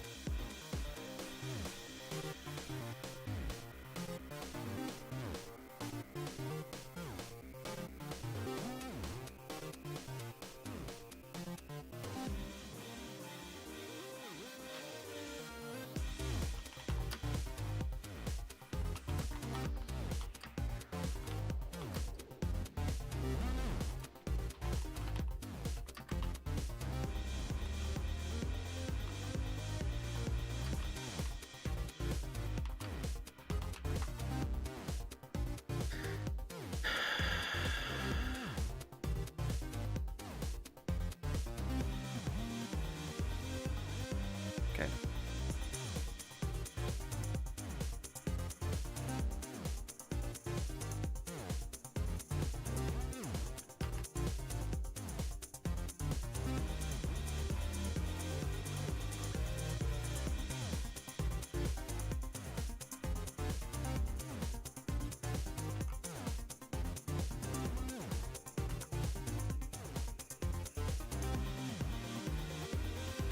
This is great. This is fantastic. Oh, you can't even see what's going on. Good job, me. I'm just looking at all the code, trying to figure out what's going on. What's going wrong. Type party has value.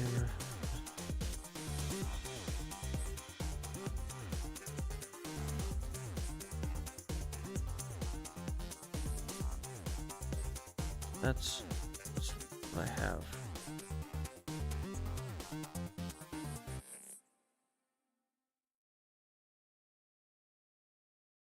Okay.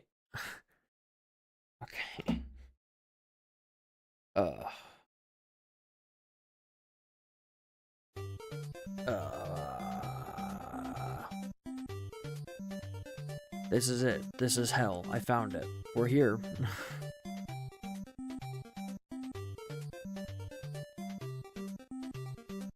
Can I create property value on string? Empty string. 21. Okay, you know what? Fuck it. I'm going to change the name value here. We're to change it to something else. We're to make it like reference. Fuck off. That's the thing, it's reference. Right? And now up here.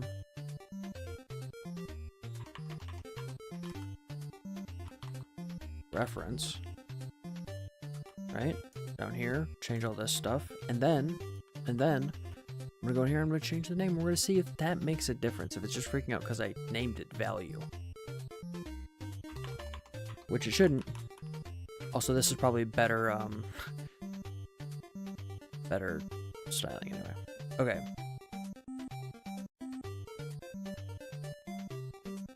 Okay. Back to here. Let's see if I can... This going? Soup. Did I type anything in here? No, it's still fucking up. Cannot create property value on string soup. The string isn't soup anymore. It changed. That didn't even work. That didn't work at all. It's even worse now.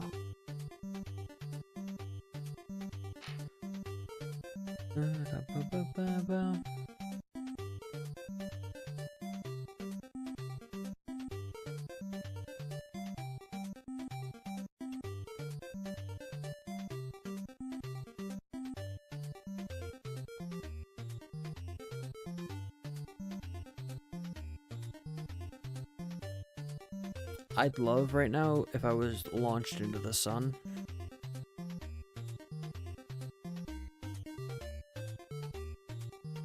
But I can't do that. I don't know how.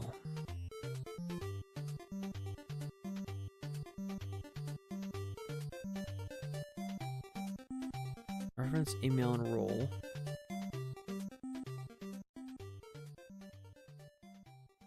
Which are defined up here.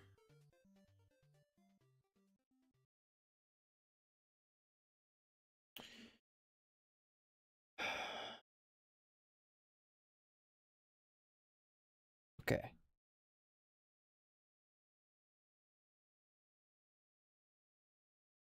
There we go.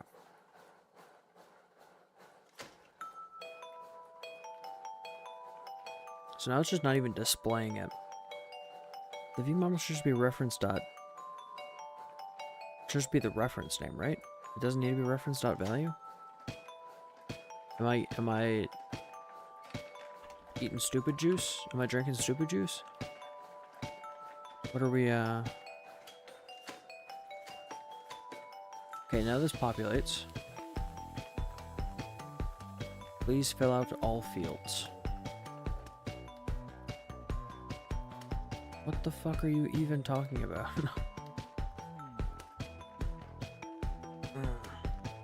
Man. This is some shit. Wait. Wait. Wait.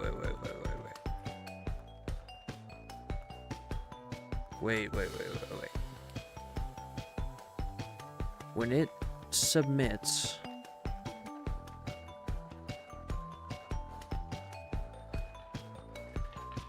does it wait till this is done?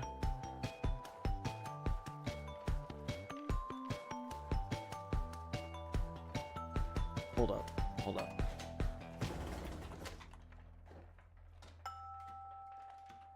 I don't know why it's waiting for a tick. I don't think it needs that.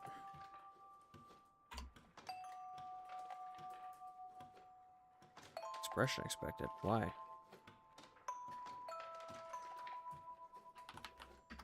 Does this also need to be?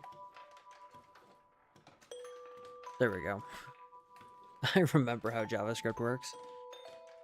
Okay, I'm going to take this away. Just await this. Async. Now it should do everything in here before it does anything in the closed modal. So, because closed modal is setting these values to nothing, which is what I changed before it broke.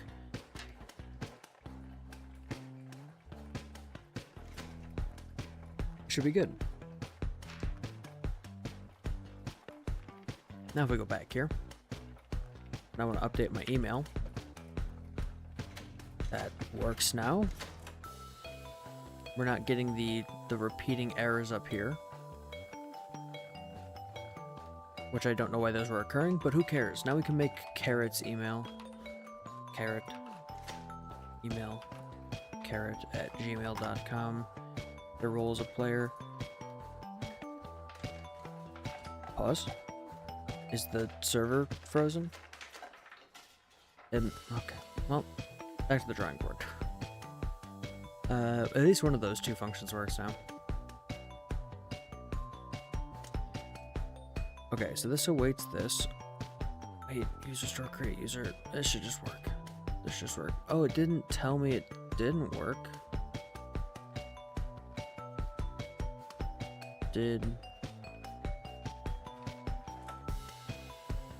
No, but it definitely didn't work though, right? It definitely didn't work. That should have toasted something saying like, hey, this worked.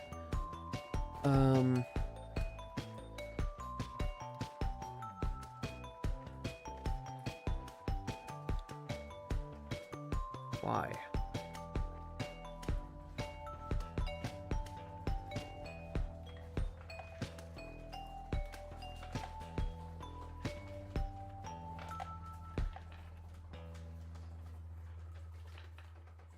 Did it log anything in the back end? Hang on. Did you see anything to when I inputted my user? API users. What? That's just the get for the users. That's not what I want. Post mod. But did it? Am I stupid? Yes. How am I stupid? No, create user should definitely work. That's like 100% the way that functions. Conjunction, junction, how does this fucking work?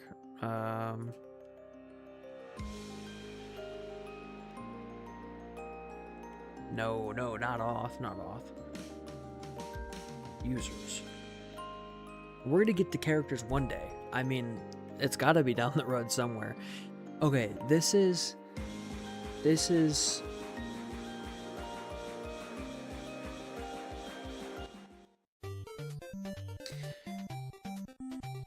the part in the video game where you exit the tutorial area. The tutorial area is user creation and authentication.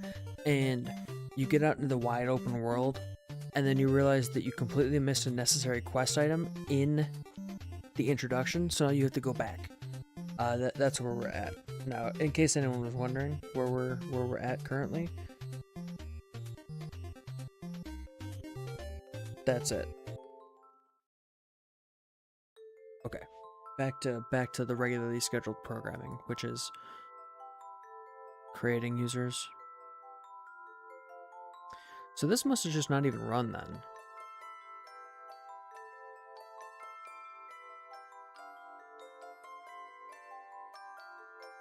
It didn't even error. It just fucking didn't.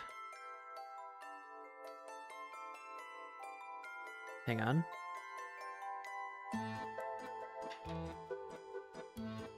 There's got to be something.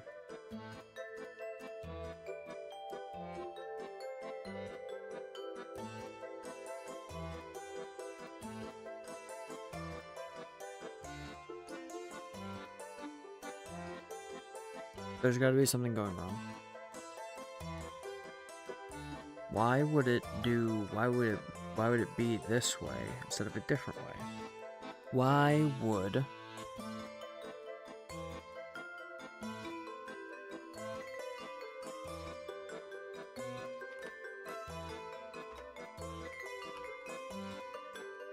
Why is the password field displaying possible passwords when I type into Google? This is a text field password. Google, what the fuck are you doing? That's super bad. You can't do that. Now they know my password is Astiff for this account. For Carrot. It shouldn't even get created. Huh, okay. Let's try and log this function.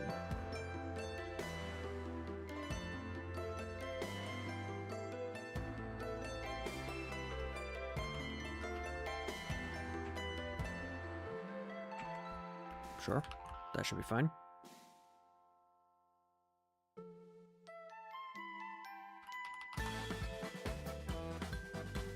Yeah, it should not be presenting your passwords for everyone to read. Good to know. Never, ever, ever type a password in on stream through Google. Okay, so it did run the function.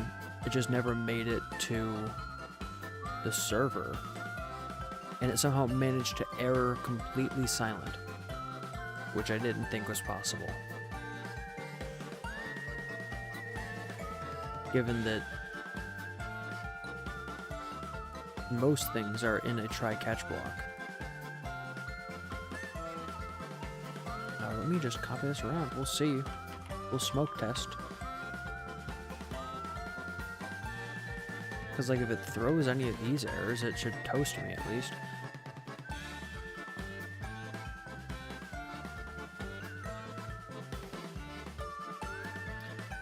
Do you see this? Do you see this right here? This right here, well, these two little parentheses say, hey, JavaScript, can you run this function for me pretty please? And if you don't put those there, it doesn't do that. And do you see how it's highlighted green? That means Copilot is saying, hey, dummy, you should probably put these here. Which is why it's not working. Okay. Just thought that was important.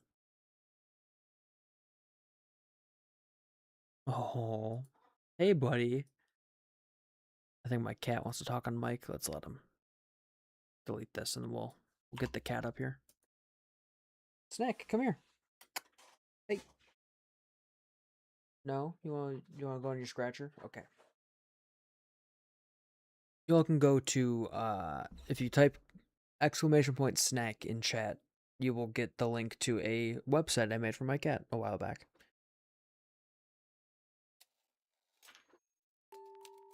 This should work now.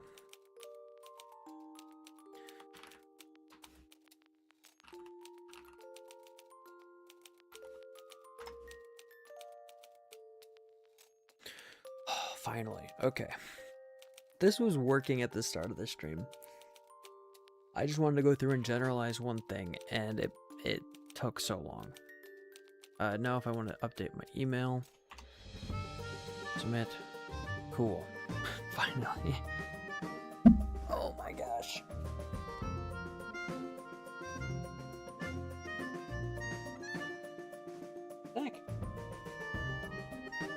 Thanks, in. Yeah, what's up, buddy? Do you want to come here? Come here. No? Okay. Oh, man. So this is where we are. This never floated right, ever. Does it just need 2 elements there to be able to float right? Hey, stop it. Stop. Shh.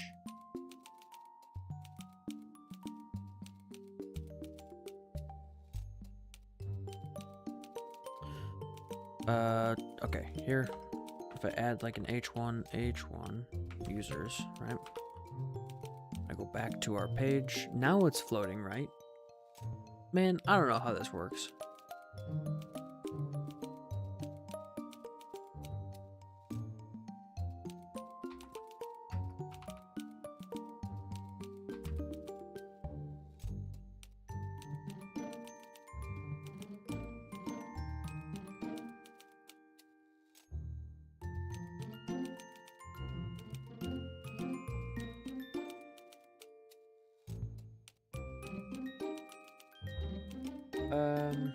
You know what? Let's just try. Let's throw stuff at the wall and see what sticks. We're gonna take the spaghetti approach.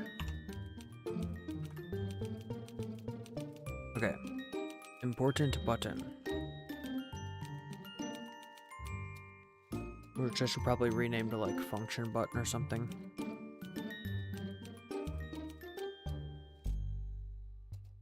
So instead of float right. Or maybe for our title, justify content space between, justify content right should be correct. Flex end. Okay. There we go. Now it's over here. Now this feels more correct. I don't know. I don't know if people have a preference on which side the buttons go, but here we are.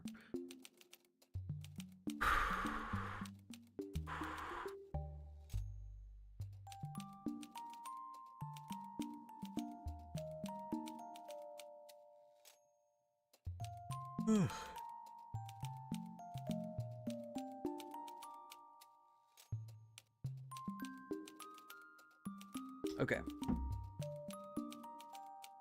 Now, what was I doing with this information? Character character name, create character. Okay, this is where I'm going next. I have a whole flowchart. Oh, sorry, that's a flashbang of bright white light, but here we go. There's all sorts of stuff here. I did, let me do some Git really quick, just to keep myself a little bit organized.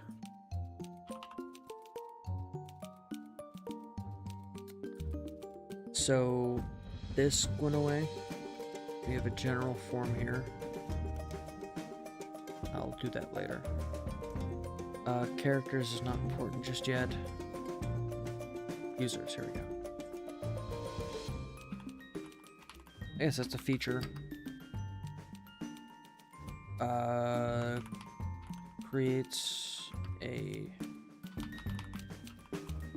generalized form input. No, just generalized form.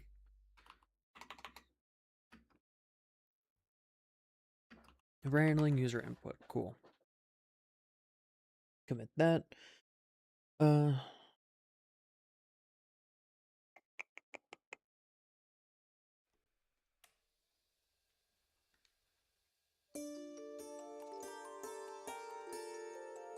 now this style.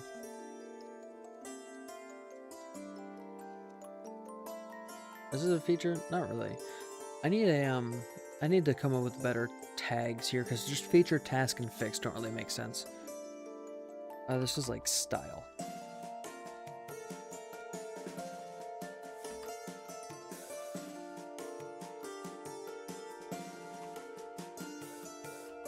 Modifies the, what is this called? Yeah. Title class.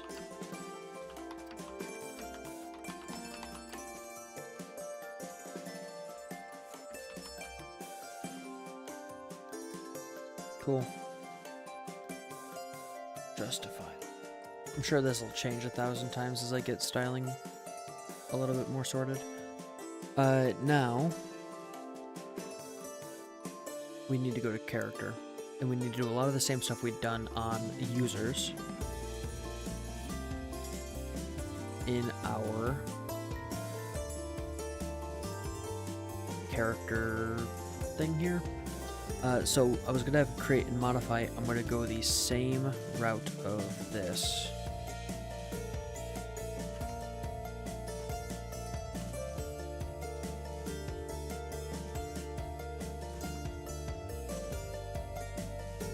And then I need to add basically everything that I have here to the characters.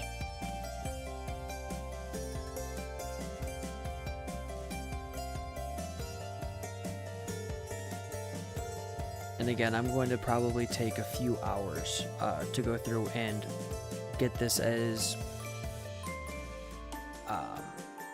what is the word?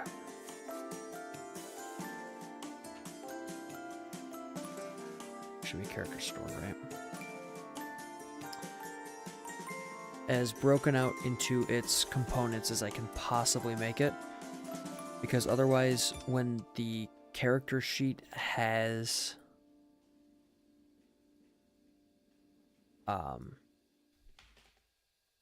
when the character sheet has 80 items in it, this system breaks down completely and I need to redo it anyway. So I need to go through and define all of the types, a bunch of JavaScript files so that you can define all of these data structures in a separate file so that the actual component looks clean and you can view it as a component and just kind of know how it works, and you only need to zoom in when it's really important. That stuff just takes a shit ton of time, and I don't have time right now. What am I doing? Why am I doing it? Like this, that's fine. The only thing that matters here is ID and name. Character name, sure. So this is significantly simpler now because it's only got name to worry about, right?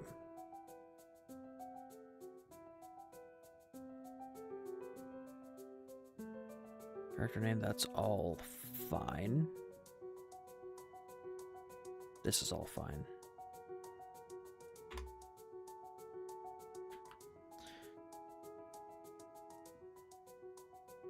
Yes, that's chill. All right. What are you complaining about? Table props, name. There we go. Way, way simpler than the other one because this only has one input. Now I need to import toast store, which I don't know I don't have. Import, use toast store. Const toast store, there we go. Save. I don't find ref. Import unmounted type ref. There we go. Type ref. Okay. That should work correctly. Let's see. Let's see. I also don't want admin being able to do this. Admin should have the ability to delete a character, which I need to add delete to everything. I forgot about that completely. Let me...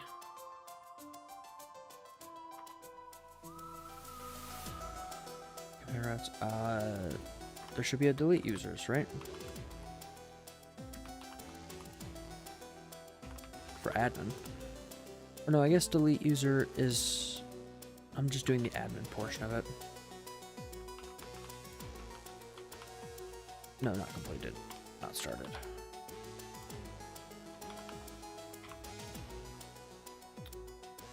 So character page, this just needs a sub item of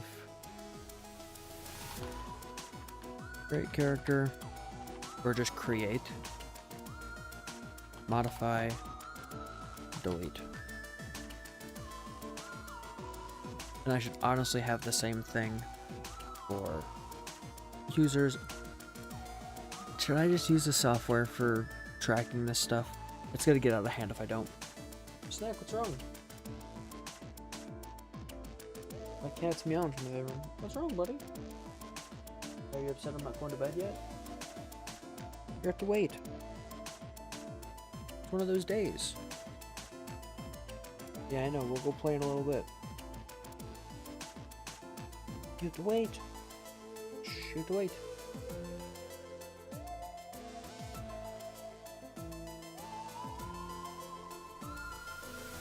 No? Alright, he's gonna keep yelling at me.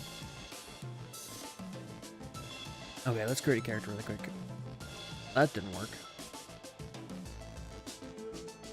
Why didn't that work? It probably errored. It didn't render anything. Whoa! I didn't import the general form. That's what happened. There we go. Cool. Reload, create character. Character name is going to be Hank, which is one of my players' names. Quest failed with error 400. Bad request. What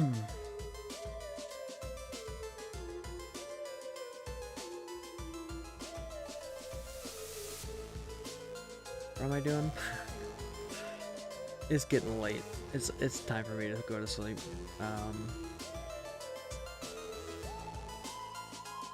Route, create character. Where's the 400 error?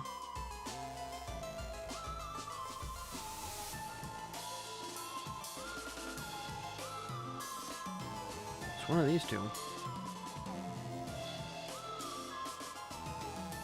Invalid request body is a 400.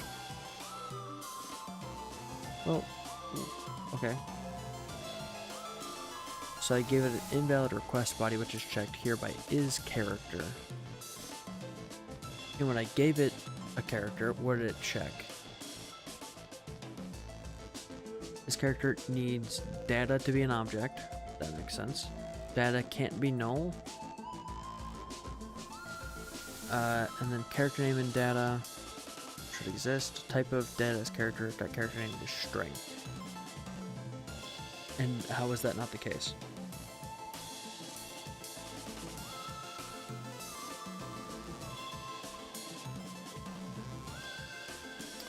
Oh.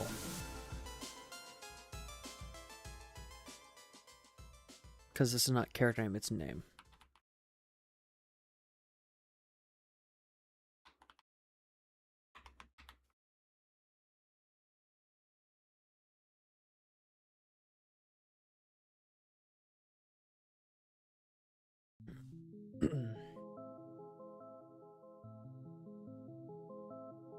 Hey, this should be character name. Okay.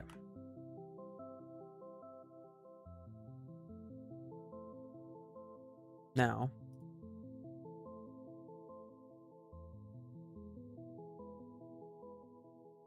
still a bad request.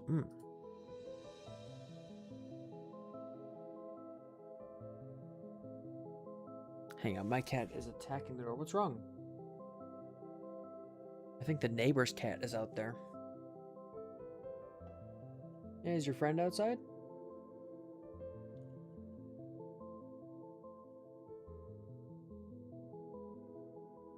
Yeah.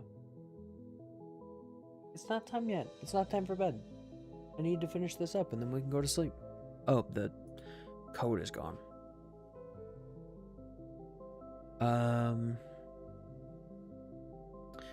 Can I launch Node in debug mode?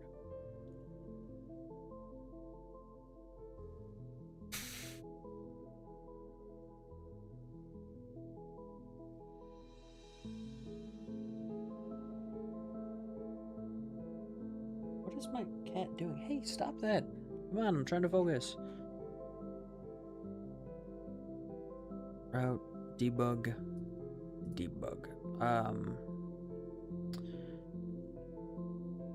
How do I set the logger to debug again? I think it's just it's like node level or something. Oh, wait, no, I set this up. This isn't a Winston thing, this is me. Router, no. Close, index.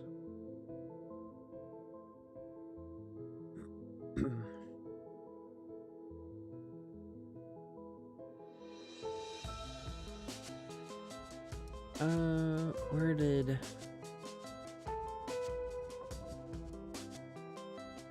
What? Oh no, it's my logger. Logger. Timestamp. Level. Node API log level.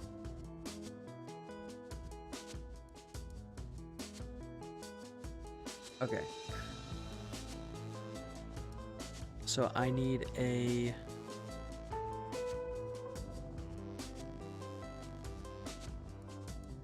Well, run dev should just put it in debug anyway, right? Now when I go to my package, run dev should this equals debug. Okay, and now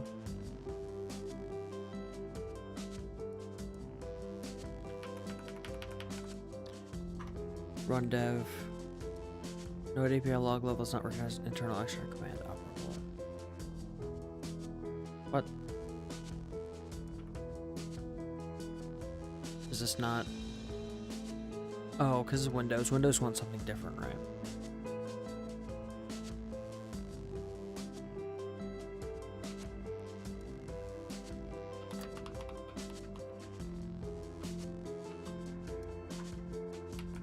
Unless it's just too late and I need to go to sleep and recharge for tomorrow. Okay, there is a way to do it. Called cross env for Windows, because you can't set Windows inline variables because they had to be different than Linux for some reason. Good job, Windows. Yippee, Windows. Oh, nope. I need to install this on the server side. CD server. Go. Up.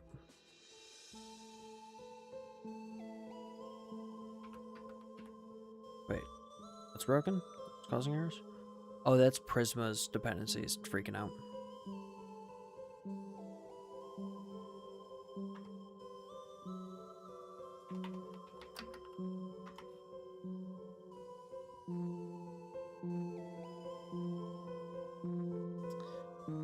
Okay, now, when I hit the character sheet route, we should see some stuff come through. So,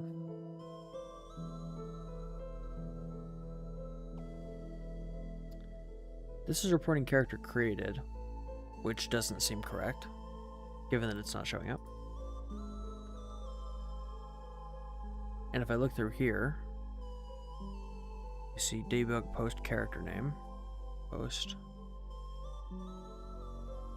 Oh, you know what? The stores don't re-up until you... Right, okay. Oh, ow. Okay, now I know where I am hitting issues because...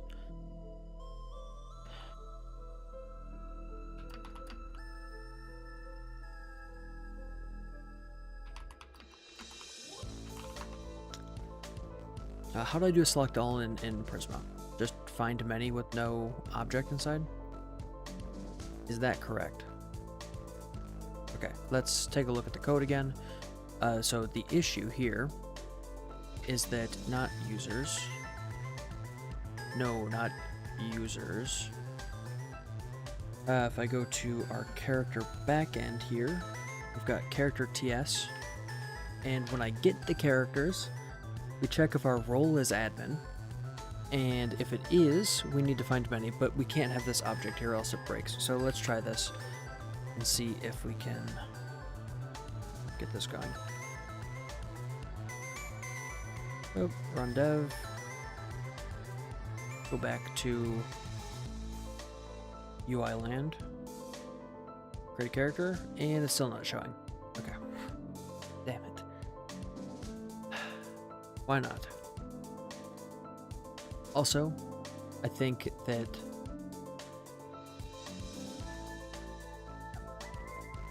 there's an issue in the routes as well. It's with this code. So the create code is fine. Oh, it's not this code, it's in users, this route. I need the update code, the update error code for modify user, because this error is just completely wrong. Let me see.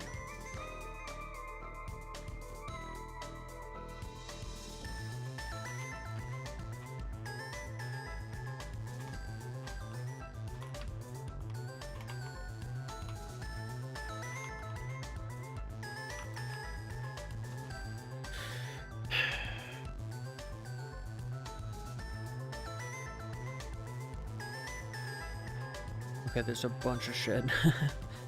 I'll have to add those in later. So I will just add a note. To do.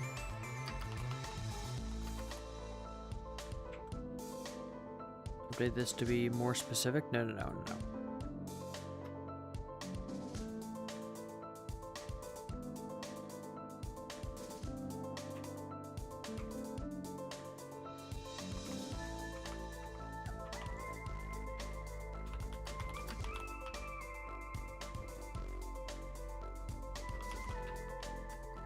Okay, there we go.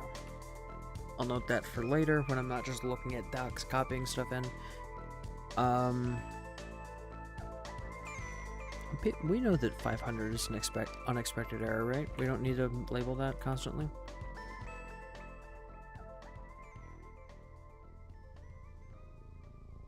Why are you not?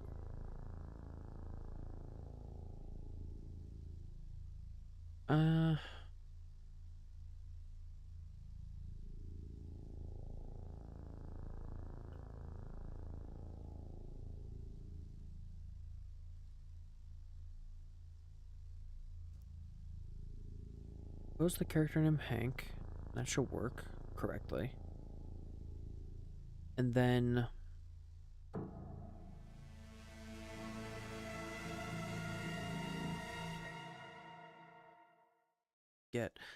I'm gonna add a logger to log what we're getting, and we're gonna see if we actually get anything. That should help me out. Okay. What was so important at the bottom of the page that you couldn't? Okay, that was strange. No, that's too much.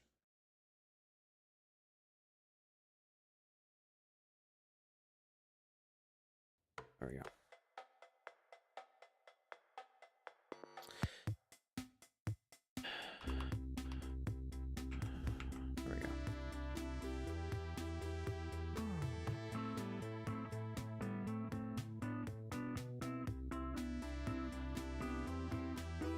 Okay, character created. Now we can see what characters we got.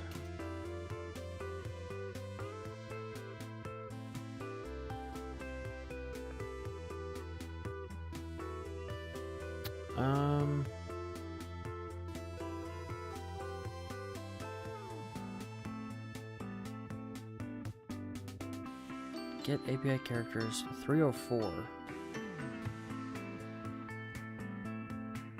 That's a redirect, right?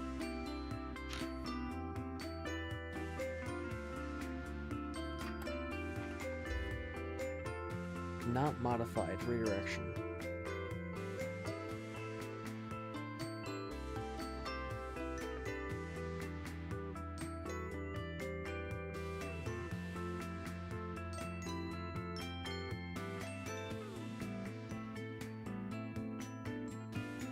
Oh, that's just saying that the characters haven't changed, so it didn't report anything back. But I have no local copy of the characters. Also, I don't think I ever implemented that. Where the fuck did that come from?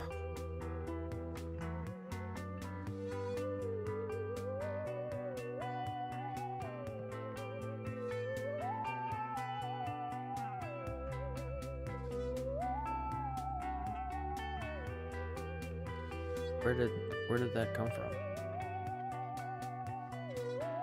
This returns a 201. This returns a 200. Unless it's doing something actually efficient on the back end, which I wouldn't have expected.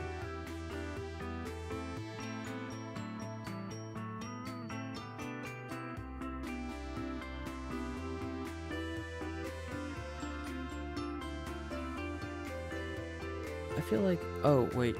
Did I not restart when I added that? Let me do that again. That was probably it.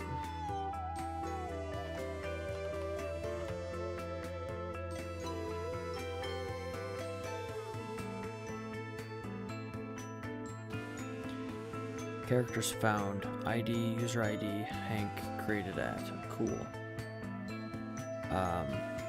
Oh... I see. Their names aren't unique, which is bad. That's not good.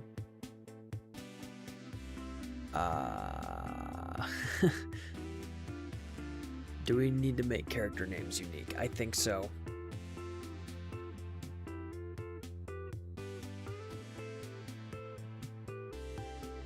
Or maybe one...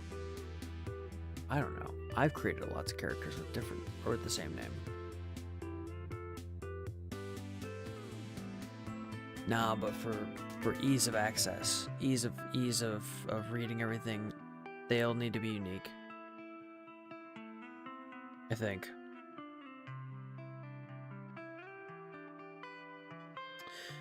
If down the line we find out that they don't need to be unique, we can change it.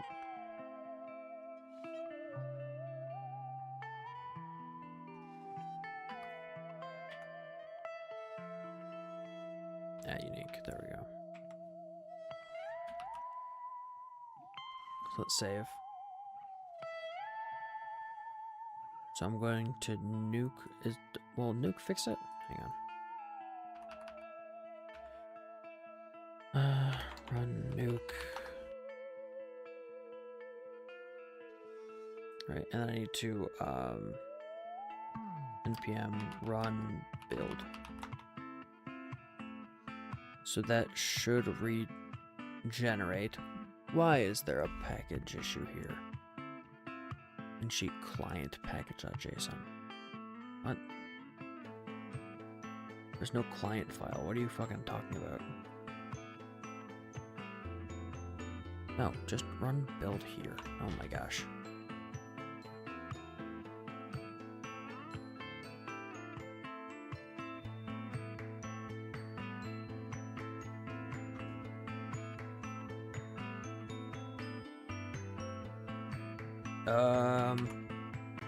My computer started taking off. Stop it, stop it, stop.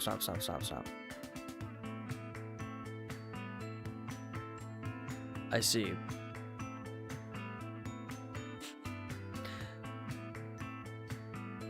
That was not correct. I think this is the wrong command. I didn't realize it lets you loop that.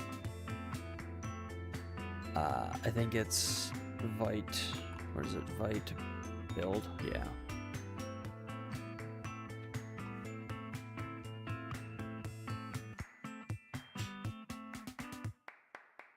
Oh, that was fun. That was good.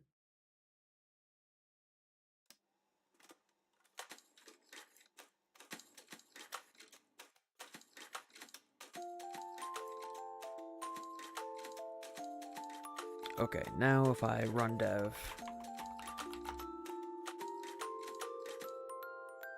should be able to go in here. We need to recreate our admin account, which is fine.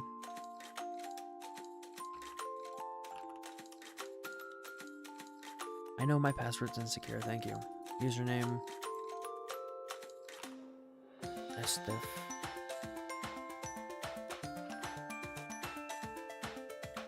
Okay. Users, we don't need a user right now, but we do need characters. Create a character, Hank. And now it's still not displaying, but I've got ideas about what that is. So we see one, user ID 1, Hank. Okay. Let's try and add a new character with the same name. And okay, that didn't work.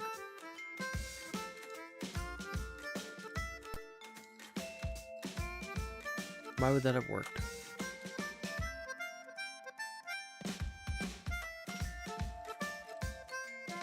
Didn't I just go through a whole thing to make the name unique?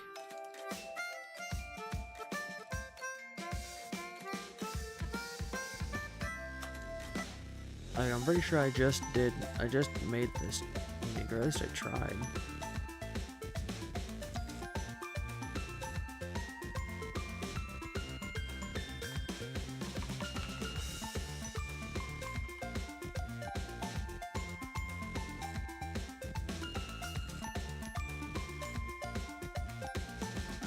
Why?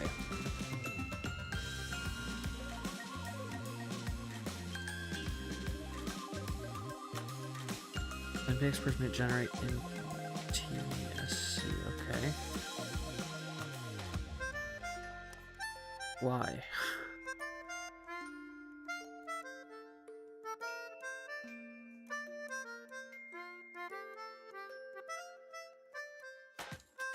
Okay, I'm gonna figure that out later. I'm gonna move on to stores. Characters have ID and name.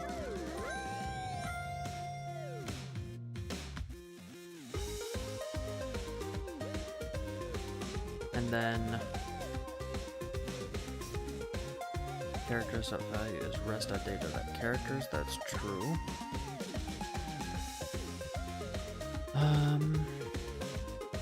Setup toast users. It's gotta be in my characters view.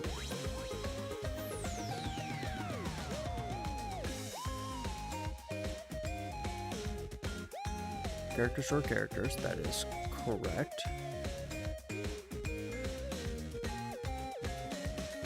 ID prop is ID, which should be correct. Displays character. Oh, table prop is not character name, it's just name.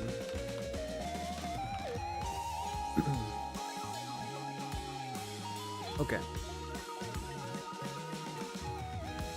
Now, if I jump back here, we see that his name is filling out twice, which is not correct.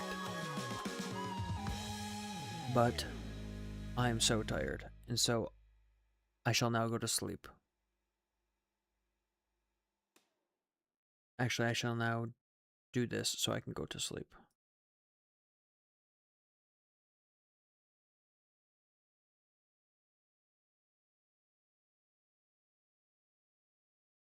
Okay, so we're going to, yeah.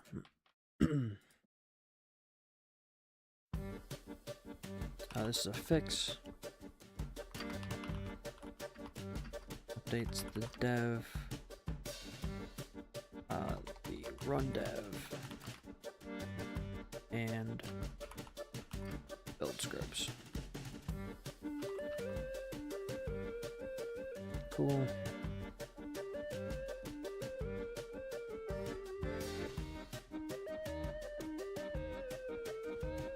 Wait, what changed here?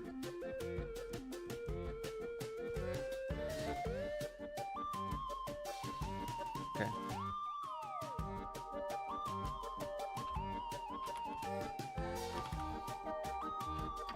Feature adds a modify user route to the user's router. I think I should put that in a different commit, but that's fine.